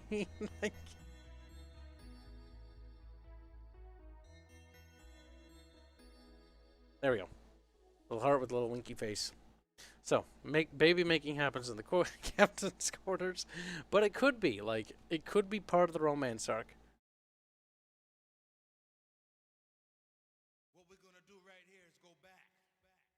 Let's see. Engineering reactor. What does the engineering reactor do? It does engineering stuff. Some characters hang out here. Now, in terms of upgrading, we haven't even talked about that as a mechanic to the game, because the ship should be upgradable, but first we have to define what kind of combat and how combat works in this game. In order to understand what can be upgraded, we have to define the combat systems of the game, and we can also help define more what rooms do, and maybe rooms serve a purpose in space combat. Why no fighters and bombers? Because the ship we made was pretty small, and having fighters and bombers is too big. It could potentially fit small compartmentalized drones.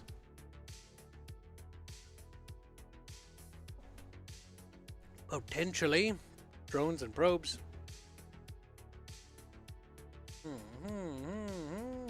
It's good to be captain. It's good.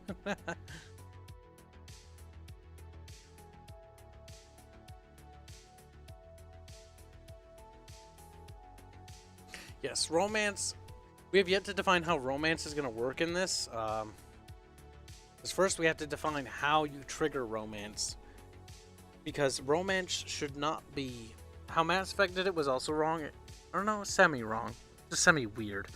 And how Fire Emblem does it is just blatantly weird. Fire Emblem, you just fight next to each other and then you have sex with each other. And then you make babies. Literally. That's how that works. It's cringe. Mass Effect is fairly contrived because it's just kind of like, oh, you can date this character. Even though it doesn't make sense for the character to be, each character under the romance section should have their own defined interests. So, let's use Celeste as an example. Celeste in Aerith. Alright? Aerith is sexually attracted or interested in the player character. Celeste is not. So if you hit on Celeste, she'll be like, cute, but like I'm not really interested. But you might be able to trigger her interest by doing something that would trigger an interest. But again, you have to design it with the idea that there's a reason behind it, and you need to understand who Aerith is as a person and who Celeste is as a person and why they would be interested in the captain. What about the captain attracts them as a sexual partner or a romantic figure. And so once you define who they are, their interests, and what they like, clearly, if you start being able to entice the opinion of one female character or male character, depending on if we have selectable genders in this hypothetical game we're designing, they have to basically be interested in you and what you've done. You can't just walk up to them and be like, hey, I bought you something, bend over. Like, that's pretty like... You buy them gifts, it's like Dragon Base. You give them bones to bone them. That's fucking funny. But no. If we were to do romance in this game, basically the character should judge you on your actions. And so what I was thinking is we have a meter to gauge that. Some sort of resource value. So characters. Didn't type characters. Have a meter to judge. I'm not sure how I feel about this system, by the way. Judge the player character. Gaining favor points. Now we've created a mechanical system. This system is gonna need some fine tuning because I'm already not a big fan of things like this. Favor points. The more you accrue, this is gamifying it too much. Not a fan. Not a fan, but we'll keep it here just for now. Getting favor points. No, because then you just have to accrue a certain amount of favor points, and that just really games it. Basically, you just have to suck dick until somebody fucking sucks your dick. I don't like that. Yeah, no, it's a different solution. It is a game, that is the point, but like we want to have it be scripted interest points. Potentially. Oh. Don't let the opportunity slip by. Oh god, that would really dick over players. Potentially. Basically, you have scripted interest points in which a character might be romantically interested in you, and if you don't take them up on their offer or you don't pursue them at certain key intervals, they move on with their lives and get interested in someone else. Because they have their own goals and ambitions and dreams. And they're not going to sit around waiting forever for the player to do something. Their life isn't dependent on the player in the sense that their hopes, dreams, and ambitions aren't revolving around you because you're part of their life, but you're not their life, essentially. Yep. The thing is, I'm keeping it. I didn't erase it because this might be an option. We could still use a favor points meter for something. But what do you guys think of this one? Scripted interest points for romance. Don't let the opportunity slip by. The characters have their own lives and will pursue other characters. Scripted. Has to be scripted, otherwise it'd be weird.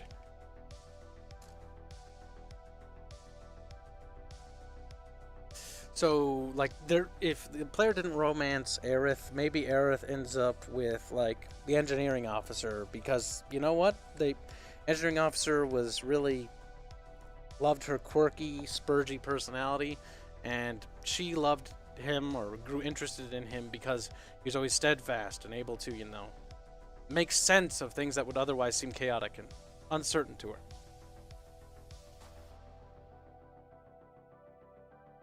I don't want to... The thing with dialogue is I kind of want to, like...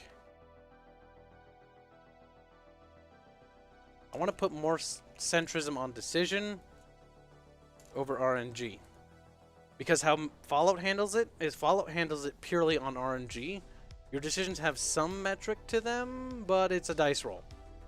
I want the player's decision when your character says something to not have a dice roll effect, but to actually just have an effect. Like, your character said this. They're going to react accordingly. Everyone's going to react not because of a dice roll. They're going to react because of how they feel about it, of what you said. Like, if you were to tell a certain character that you're going to kill somebody because you don't like them, different characters have different reactions. Some person will be like, yeah, fuck him, kill him. Other character will be like, no. Like, a character wouldn't roll a dice to be like, I decided that that's okay. It's against... The characters have principles of their own values. They should. Some of them are less principled than others and are more willing to change. Others are a little bit more strict, but they're slower to change, but they can still change. Everybody's different. Everybody's unique in their own way. And we have to treat the characters in the same way. Mass Effect, I felt Liara romance was painfully forced. Yeah, I said one point that seemed innocuous, and she pinned my shepherd to while kissing. One print that seemed like, yeah. Honestly, the thing is, when doing romance, only certain characters should be romanceable. Yeah. Because they'd have to have an interest in your character to begin with. My dog says hi, chat. Well, hello, puppy. What's your doggo's name? Woodall. Because here's what I think, guys. In terms of this, all characters do the same garbage in one form or another. It's the dialogue, wheel problem, and crap writing. Yeah, we're going to avoid a dialogue wheel. What we're doing is thinking of more like an old school Fallout thing. Fallout 1 or the older Black Isle games where it's just a box of options. We need all the words that the character's going to say to be displayed. A lot of games' problem is the fact if you don't agree with a companion, then they will leave without you having any way of stopping them. Yeah, that's another problem.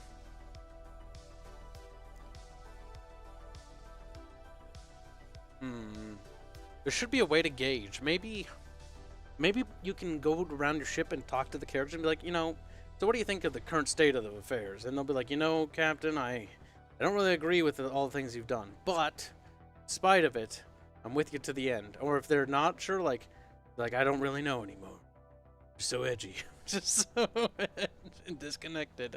And that way you can gauge them through the narrative rather than through a game system. Now, we could do a game system purely because just sometimes some people prefer like just having it like natural. Some people would prefer it if it was an actual point system in terms of whether they leave the crew.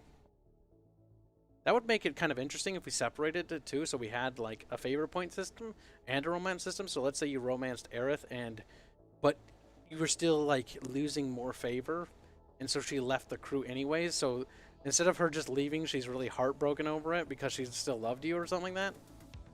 These are examples, by the way. Time for sleep, Sniper Commando. Good luck. You're gonna need it. Shepard, Rex. Bromance. You can have bro characters. See, romance is important, but friends. That's another thing we haven't even discussed. Friends. You'll have a lot more friends than you'll have romance characters, that's for sure. So, maybe something we should talk about. Where am I? Where have we gone? Oh, there we are. I lost where I was.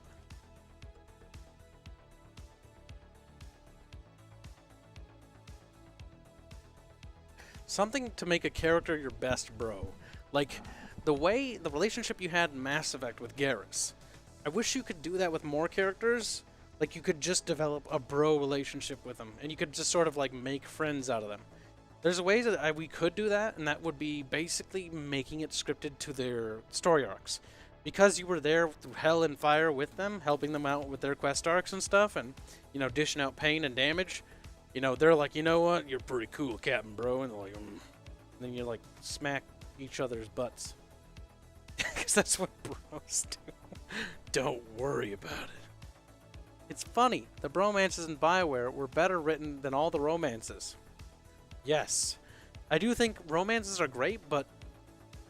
romances have the potential to be great, but I think what we should focus on maybe more than romance would be friends. Because being friends with Celeste or Aerith, or any of the other characters in this hypothetical game, Jeff, who's not dead now, he's alive again, or Sniper Joe, being friends with those guys will be more interesting than romancing them, because you can be friends with all of them, or you can be friends with none of them. You can have more of like a working relationship, or a very close relationship. Could be cool. Hold on a sec.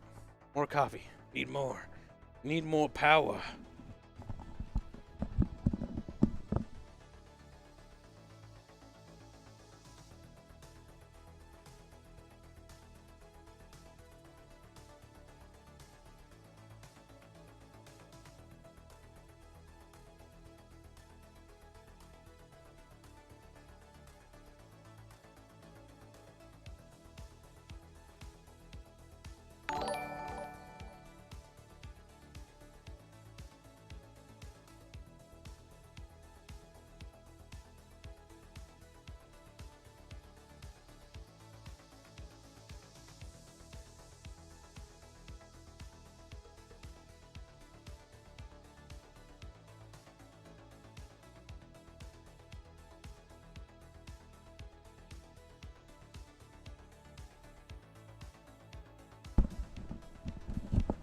I'm back, shit. Oh, Yorozuya donates $2, says, just woke up Pacific time for $2 dues. Thank you for the super chat and welcome. Don't worry, the VOD has tons of fucking stuff in it. Oh boy. We're not done yet, though. I had to stretch. Alright. Yeah. Sit down. Yeah. Alright. Where are we? Let's see what chat's been up to. You must figure out their kinks. Damn. Always lewd with you. You're not wrong. Well, but there is a way to keep Rex without even agreeing with him. Yep, there is. Honestly, you're better off killing him, all things considered, because of what Rex does. Krogans must be genocided. They do. Otherwise, the galaxy will be consumed with war and destruction. The Hare's bromance was awesome. Probably best writing in BioWare, just because he has his own character and has his own quirks. It didn't feel like a gimmick. Oh, yep. Garrus I thought was pretty good. He had a lot more character to him. Like, a lot of the, like, Jacob and a lot of other characters, like, just didn't have any character. Like, they had, like, a little backstory quest, and they had really no personal motivations and drives. It kind of felt like they were very one-dimensional. Like, Jacob's was like, my dad, he's a big part of my past, and he did stuff. And I don't like what he did. And then you kill him, or you don't kill him. And he's like, my life still sucks. My life. And that's fine, you can have characters like that, but like, he didn't grow as a character. He never had other thoughts and ambitions. He just didn't think of anything. Did I read it? I thought it said. Yeah, Yoruza. Super chat. Thank you for super chat. Oh, I think I did. I'm confused. I'm getting so tangented. Sidetracked. Okay, bros gaining friends. Yes, gaining friends. Might be interesting more than just banging people. So the thing is, you know, you can gain new friends, and not sure how that'll work. This is a lot of dialogue stuff, which is a lot of story stuff, which we also need to define, like, more about the story. Like, okay, how do you do that? We haven't even talked about the story. That's okay. We'll get to it when we're done with everything else. Rex and Garrus is best. Damn, people still on about that. It would be funny if both romance and friendships options are similar enough you don't realize it until you make a pass and you put a stop to that. That's true. It's like you just oh, that's so true. There are games like that where it's like, I'm being friendly with you. Like, oh my god, Mass Effect 3, the dropship guy. I was like, oh dude, I'm sorry to hear you lost your boyfriend. Like, I feel bad for you. But you know what? I'll be a bro for you. I'll be a bro. I'm not interested, but I'll be a bro. And so it's super nice to the gay guy, dropship guy. And then he's like, he puts his hand on, I don't remember, he did something. I'm like, what is this? What are you doing? What are you I was like, no wait, I just wanted to be nice to you. I don't necessarily want to bang you. Bauer's like, my gaze though. It's like, no, calm down, BioWare. The thing is, you need to separate the options. Like, be nice to, and then, you know, flirtatious. Space fishing.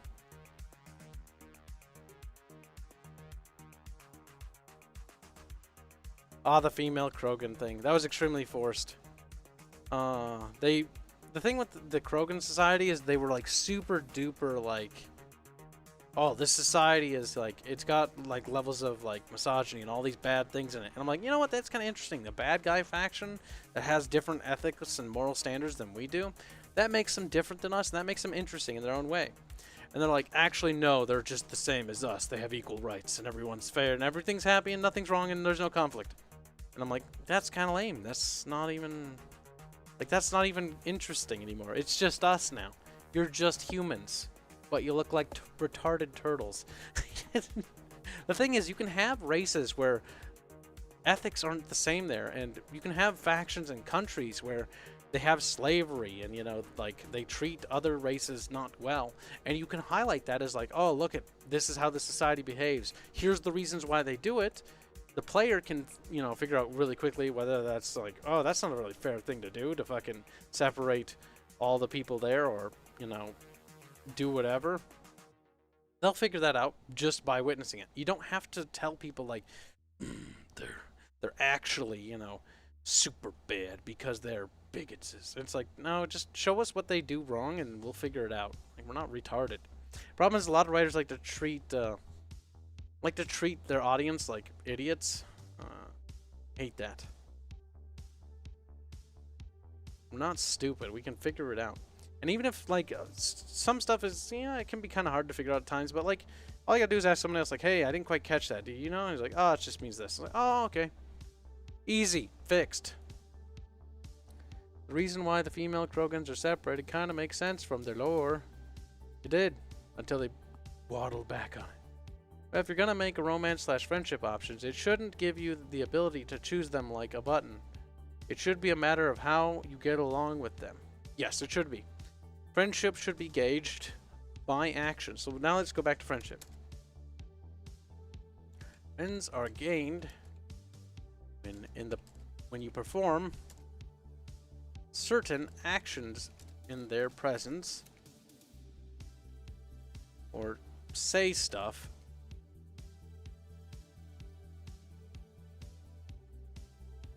you can also, this is honestly gonna be a very difficult thing to figure out how it works, because doing friendships would be interesting.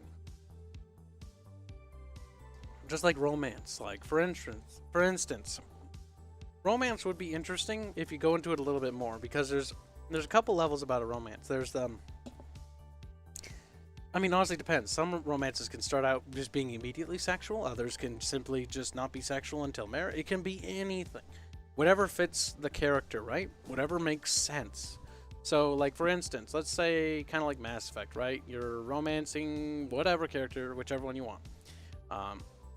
And you're doing the sneaky squeakies in the bed, right? But that's kind of where the romance just stops. It's like, we had sexual intercourse, and that's the pivot. That's the height of the relationship. It's like that's. I mean, sexual intercourse and sexual relations with another person is a part of a relationship, but it's only a factor. I think it would be cooler to explore like more long-term things. Like you could romance the characters, and you could have more to it. You know, like it's not just a sexual thing. It's much more deep. Like you grow a deeper relationship with that character, and that character grows a deeper relationship with your character, and through their actions they grow deeper together. It's not necessarily about like Yara, I can go deeper. It's about much more than that. Because honestly, the height of it just being sex is just kind of like sex is yes a part of a relationship. Sexual, it's a part of trust, it's a part of a lot of things, but at the same time it's only a factor. And too many games just cut it off at sex and say that's the height of the relationship. It's like they don't ever show any hardships. Like there should be, like, I don't mind sex in it. Like it could be sex and the characters do the sexy times, but then like the relationship grows, or they stumble into hard times and the relationship is strained because of something that's going on. And because of the hardships that they're forced to deal with, the two grow closer together because they overcome them together. Or alternatively, the relationship falls apart. And the relationship with that character you have is kind of different at that point. But Kibs, mature gaming content, evolved art form, because le sex. Yeah, I like how that's literally Mass Effect claimed to fame in terms of narrative. It's like, oh, you have sex in that game. It's like, and then then the same articles that say that are like, oh, hentai games are bad. It's like they're literally the same. The both of them is like the height is just the sexual relation. Personally, while sex is part of a relationship, I think it should go further. And I think not every character should the relationship have or necessarily revolve around sex being a part of it. It should be much more complicated. Or not necessarily more complicated, but it should be much more, have much more meaning than just a simple act like that. Edie and Jeff was a fun background drama. Growth without is being so much, it brings so much to the game. Honestly, other characters having their own relationships and romance is also a thing that is something worth discussing. Because I think there should only be a certain hand-selected few characters that you can romance that should be compatible with your character, or with the possibilities that your character could be. Not everyone. Too often do I see games like, oh, literally every female and every male is romanceable. Like, no. Only certain characters should be interested. Other characters should already be in relationships with other people, even by the time you meet them. Other people should have their own ambitions and goals, and who knows? Maybe other characters form their own relationships. Who knows? Maybe Aerith and Celest are lesbos, and they get together. I don't know. Skizzer me timbers. Whatever works. Whatever works and whatever makes sense for the character. Only if it makes sense for the character to do so. That is it. If the personalities are not compatible and we're just forcing in a gay sex scene for the sake of just putting gay characters in, it's not only just disrespectful to the player, but it's disrespectful to the characters. If Celeste and Aerith absolutely loathe each other, there's no reason that they'd ever do anything with each other, let alone hold hands. Take pictures. Collectible sex cards like Witcher 1. We could do something cute like that maybe, but I don't know. But either way, no homewrecker Kibs, lol. Could you sabotage other people's relationship for your own ends? That changes the dynamic of the game quite a bit now, doesn't it? that focuses, I think, a little bit too more on drama. Well, I do think this character interaction stuff and a little bit of internal party drama is always good because it helps bring the characters to life, but it shouldn't be hyper-focused on it. especially when you can go out your way to sabotage other characters. You gotta be careful. Also, Eurozuya donates $2 saying, Kibs, make a budget visual novel. That would require to take away money and assets from mixers to that. I can't do that. We only have so many mun-muns to begin with, but honestly, if I had the time and the money, and like $1 billion, I would. Actually, the collectible cards are funny, kind of like Catch-All STD's minigame. That's terrible. I love how the game shifted to a dating sim because chat. Well, chat wanted to know what it'd be like to design more romance and character party dynamic, so we've added more mechanics. Now remember, this isn't actually the Mixers game, by the way. I wouldn't actually let you guys have total creative freedom to run rampant through the game. The development cost for the game would skyrocket like a fucking missile. Already the development time for this would be quite long. It's not as big as Terrestrial yet, but it's definitely accelerating. We haven't even done the one thing I want to do, which is bridge combat. Hacking minigame, boring. Can you make it so that other minigame, boring. Can you make it so that other character? No, we're going to design a hacking minigame for the sake of designing minigames as practice. Not necessarily because we want to put a hacking minigame in it. It's just necessarily we'll put it. We'll even design a fishing minigame just for the sake of it. Just so we can have like little minigames and what they do to the overall game and how they fit into the game. The hacking minigame we put in here was purely for the sense that maybe you have to do this in order to do stuff. But we'll see. Kibs, what's your ETA for release? Very far into the future. We'll have an ETA once we get closer and closer to finishing the prototype, I bet.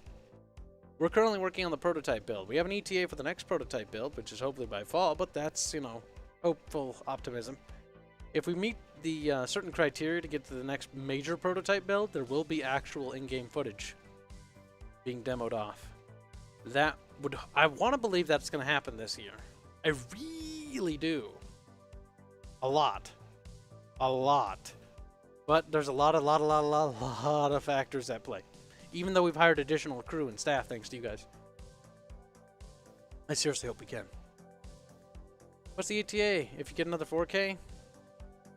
It boils down, it's not just, like money is a part of it, but it's also like certain things like programming wise have to be done. Money helps, yes. I'd be lying to say if it didn't, but at the same time, there's a lot of factors at play.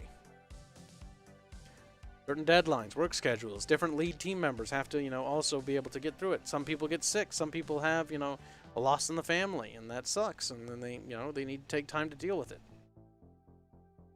Okay, back on track. Where were we? Room design or bridge combat? We'll do bridge combat.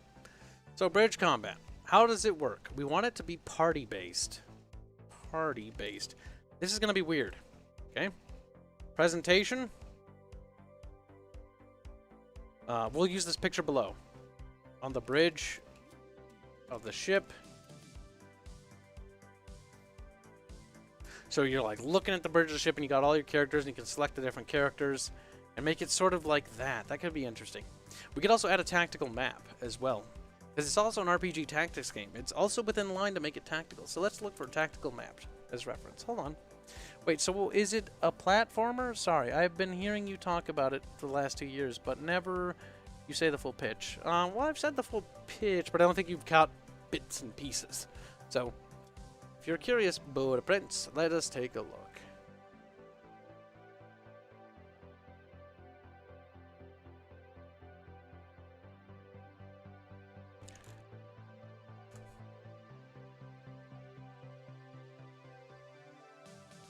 Sally went to bed. Good. He'll be up later for the Planet Side 2 event, which is happening later. So, just pulling up some reference material. Here's the actual game. This game we're designing is a sci-fi game using the formula from Terrestria, which is helping us design it. But here's the game that we're kind of working on. This is a very old concept. We're a lot farther along now. So much so that this is actually in the game now. That's fucking cool. Not the UI, sadly. That's on the up and coming list of things. The UI is sadly still the shitty contextual one. Oh, I can't wait till the UI V4. UI v4 is going to be so much better. But yes, here it's a tactical turn-based role-playing game. So you move your little characters around tactical grid-based combat, and you have different characters, spells, magic, different roles, abilities, different types of enemies, things like that. Different sort of environmental hazards and environmental things that you have to worry about, and things you can hide in. You can go inside buildings, close doors, all sorts of stuff. It's going to take a while to get all those mechanics implemented. It's on a list of things to implement. Let's just say that much. Oh, okay, sorry. No, don't say sorry. There's nothing to be sorry about. Didn't know that was the second game, yeah. Caught bits. No worries.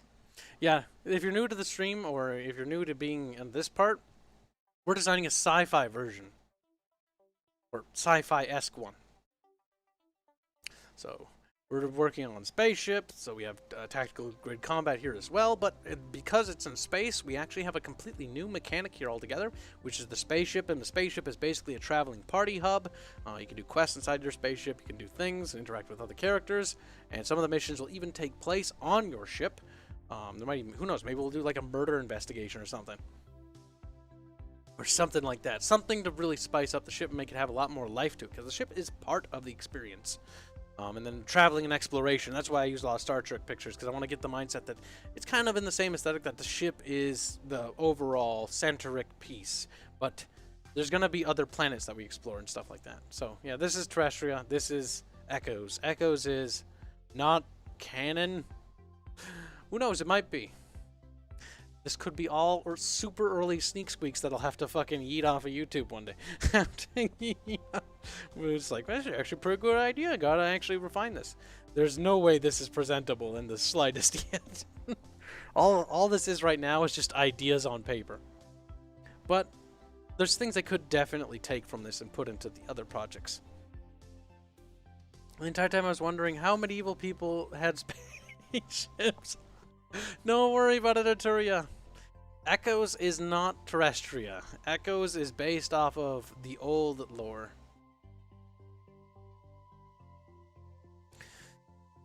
Echoes is based off the old lore, combining an old game design that I had originally in mind about spaceships and stuff, and basically I'm just combining them all, and I'm also using them to bring it into mixers, so it kind of operates under some of the same rule sets.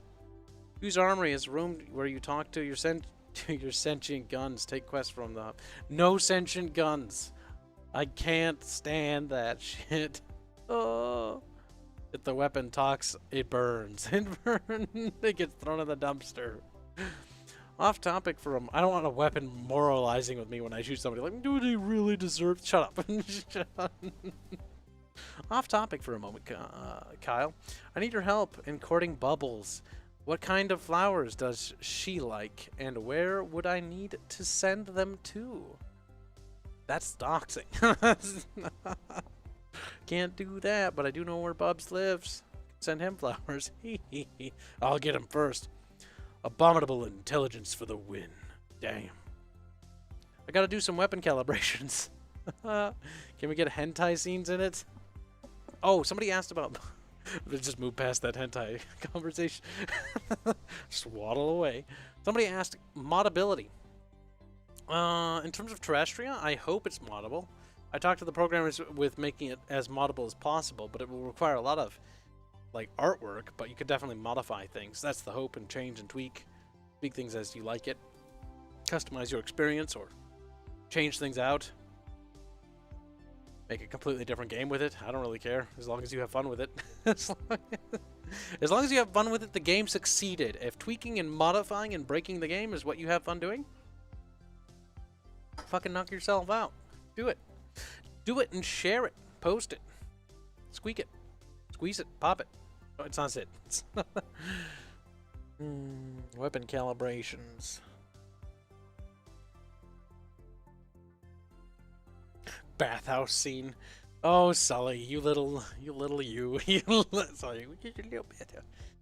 We could probably get one of the artists one day, thanks to all your donations, if it's a high enough request, to get some lewd stuff commissioned on the side, not part of the project, as a little bit of a thank you. We've done that in the past. It's like, here you go. Here's some lewd stuff. Hopefully you enjoy it. If you want to make hentai of a game, knock yourself out as well. Any fan art. Any fan art. Literally any fan art is good, actually. I'll take anything I can get my hands on. Beach side quest? There would be a beach planet. Alright. Back to the combat. We're getting sidetracked with titties.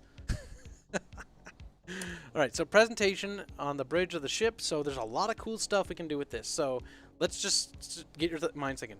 Damage effects. You know? Fires. Steam. Consoles exploding. I don't like that, by the way. Maybe not. The consoles exploding. I'm not a big fan of the fact that in Star Trek, like, the consoles have, like, fucking C4 charges behind them. And they just blow up in people's faces. It's not quite how that works. I know how Star Trek tries to explain it, but it's more of a dramatic thing, like the console detonates in front of them. Mothership said, titties could be a currency. Why steam on a spaceship? I don't know. I'm just saying, like, effects. It's to get your mind going. It can be anything. Lightning. Smoke. Shit falling. I don't fucking know. Anything. It's just an idea to give some sort of scene for you. Visualize it. So imagine this scene. You know, there's a ship on screen instead of where that little Vulcan dude is, and, you know, you're blasting at it. Like, and when you take hit, the screen rocks or something, even though, you know, if the ship got hit, it wouldn't really, like, make them fly all over the place. It's not really how space combat works, but I'm talking about in terms of just a visual aesthetic. Now, we need another reference picture, chat. So, next up, we need a tactical map for our space combat. Otherwise, it's just sort of a standard RPG in space. And we want it to be a little bit more flavor, I think, a little bit more tacticality to the gameplay. So what would be a good game to use as a reference? Not that game. Oh, that'll do. We'll just use a bunch of Star Trek games for an idea.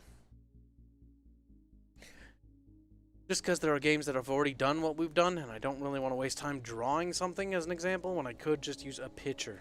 Picture to tell you. So, like, okay. Yeah, that's not really what I'm going for, but that could work.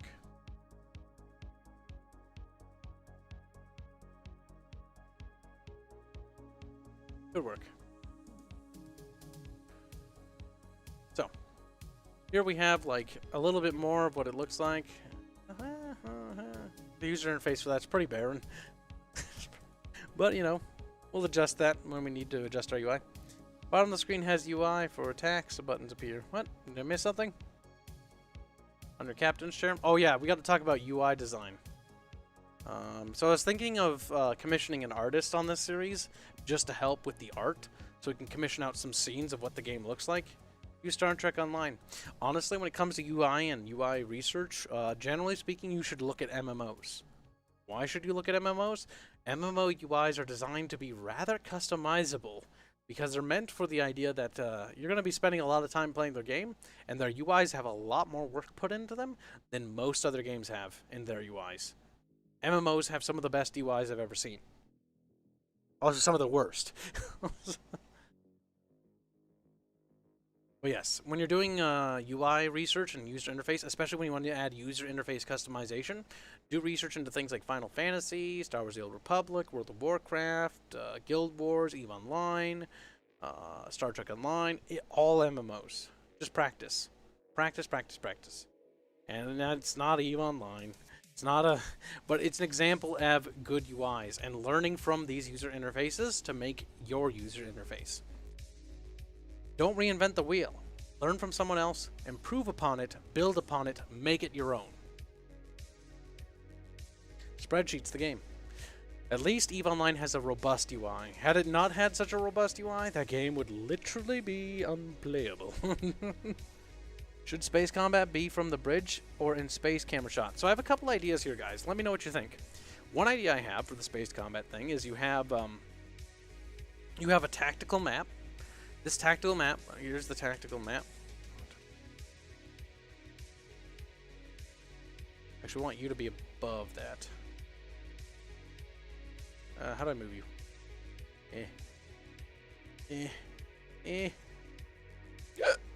Whoops. Put it back. Okay, fine. If I can't move you, I'll move you. Talk about user interface later. That's going to be a mess to do anyways. So, tactical map. So here we have a tactical map. This is where we move the ship around. Mechanics could be such as front, left, or no. Port. No, just say left, right. It's simpler that way. Otherwise, we might not understand.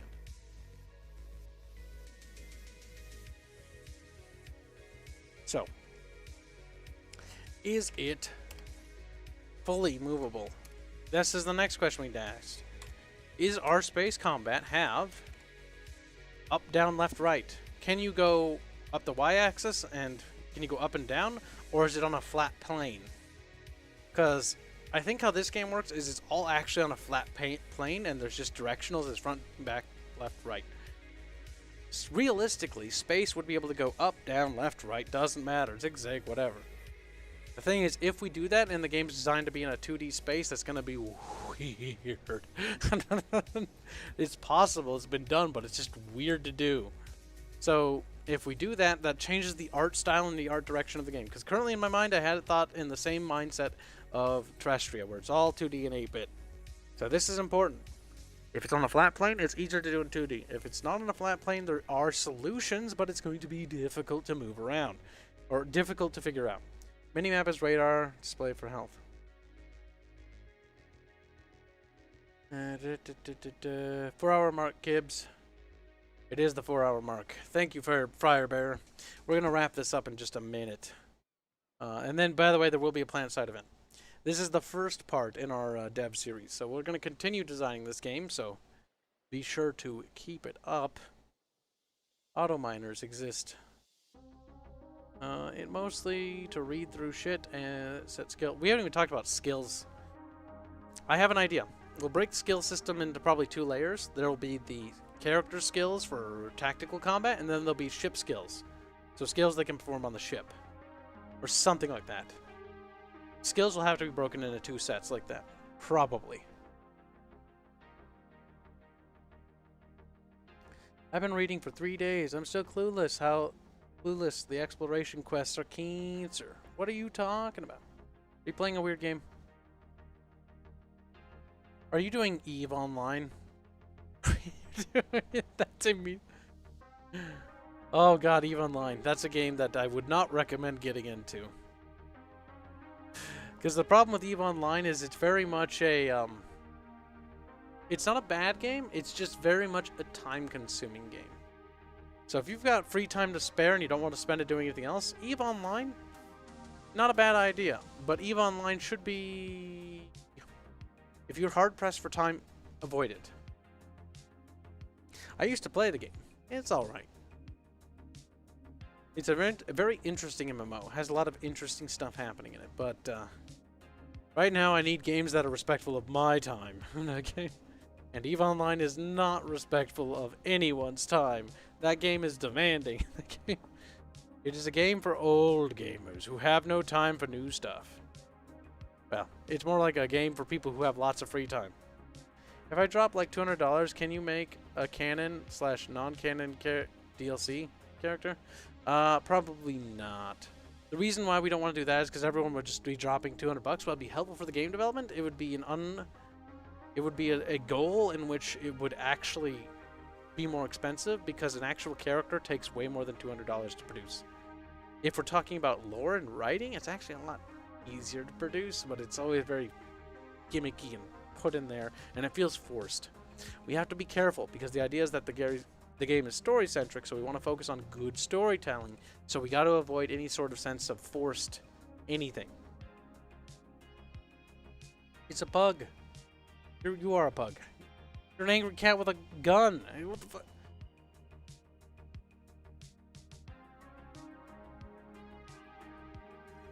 How to combat work? Flat or 3D? It's already going to be complicated. We don't want to overcomplicate the space combat at the same time, because we overcomplicate the system. It becomes tedious because there's two main combat systems in this game. There's the tactical grid combat, then there is the space or the space combat, and that really does change up the pacing of the game.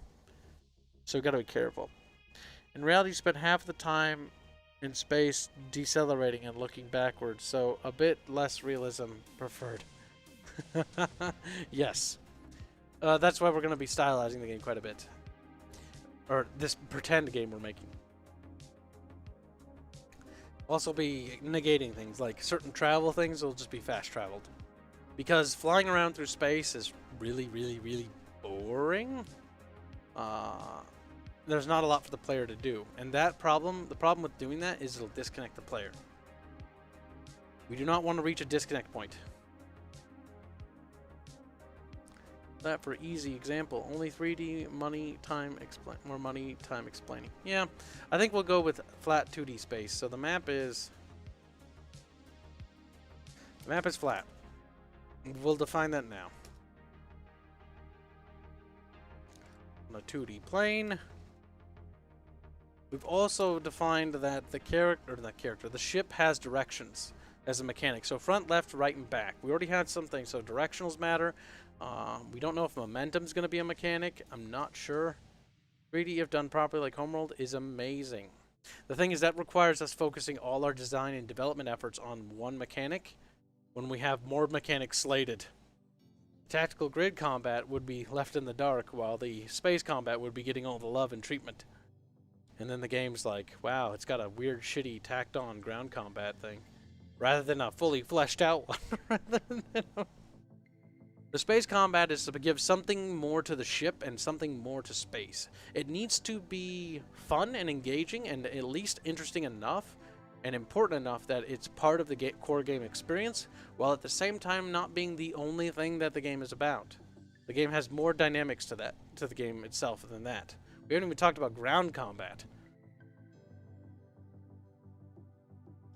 So why races have you made? We haven't done any race making. All we've done right now is we've just been working on designing out the core mechanics. Blocking and stations. Space, as long as we can do, like, making level design will be expensive, like it is for Terrestria. Like, our first map has been pretty expensive, and we're not even done with it. But it's got to get done. Hello, Patrick Wolf. Can we light speed into enemy if losing? Suicide. Suicide is painless, I guess. It's terrible. We don't even know what space travel and how it works is, okay? We're one thing at a time. We're working on the mechanics of the game. How much time does it take to travel from our star to the nearest star? Versus how much time does it take from us to move from where we are in the galaxy to somewhere else in the galaxy? Does it take like 1,000 years to get from one end of the galaxy to the other? How good is space travel? How much of the galaxy is explored? These are all things that are not defined. It's called the Allah Akbar movement. Damn.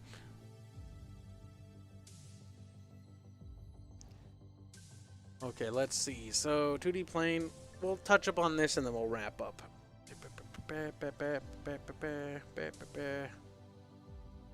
Oh, thank you. So many likes today. You guys enjoying this series, by the way? So how are things for you, Kibs? They're going well. They're going really, really, really well. Too well, in fact. Hope things are well for you as well, Patrick. That's one thing I look at the problem I'm at because I don't have the skills and time to learn combat. I don't have a whole lots of way to make money. Got 2-shot and ganked. Oh, you're still talking about EVE Online? God damn it, I was wondering, I was like, what are you talking about? Off-topic questions, Kibs. D&D this week. Also, Sargoni and Gang. Sargoni. Why is that separate? Isn't that the same thing? I think D&D is this week. Welcome back, Discordia. When you're done with this stream, do you mind if I DM you a link to the 7 pages I typed thing? I just need feedback now. You can, but you should get in the habit of having an NDA, and you should be careful who you share that with. The thing is, I'm totally alright with you guys sharing all this stuff. You can share it. I still own it, but the thing is, like, I don't think I'm going to make anything out of it yet, because I'm working on a different game. But who knows? This could develop into a game. Yes, PlanetSide is being played on PC later today at 5:30 p.m. It's currently 2:59, as you can see the clock in the bottom right-hand corner. Kibs jelly of me being a space Jew with autism. I don't know if I'm necessarily jealous. I'm not rich enough to afford making an NDA and crap. There is places you can go to get like a format, and then you just sort of fill it out with your stuff. Also, I didn't pay any money for my NDA. A friend in the industry helped me make it and cleaned it up. I don't have any experience making NDAs, but you know, that's that. Alright, well, you know what? I do think this is a good place to stop. We do have to do more lore Bible stuff in the next stream. We did quite a bit of lore Bible stuff, but all in all, we're off to a pretty good start with Little Echoes. Echoes is reusing a lot of characters from Terrestrial, by the way, so if their names seem familiar, it's because we're using them as placeholders for this. It's easier to use placeholder names until you actually come up with the real names and how people name each other, but, you know, whatever works.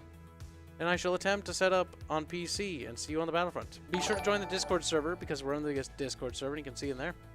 Fembles Lied has donated $5. Congratulations on your first online master class, Professor Kibs. #BringKids.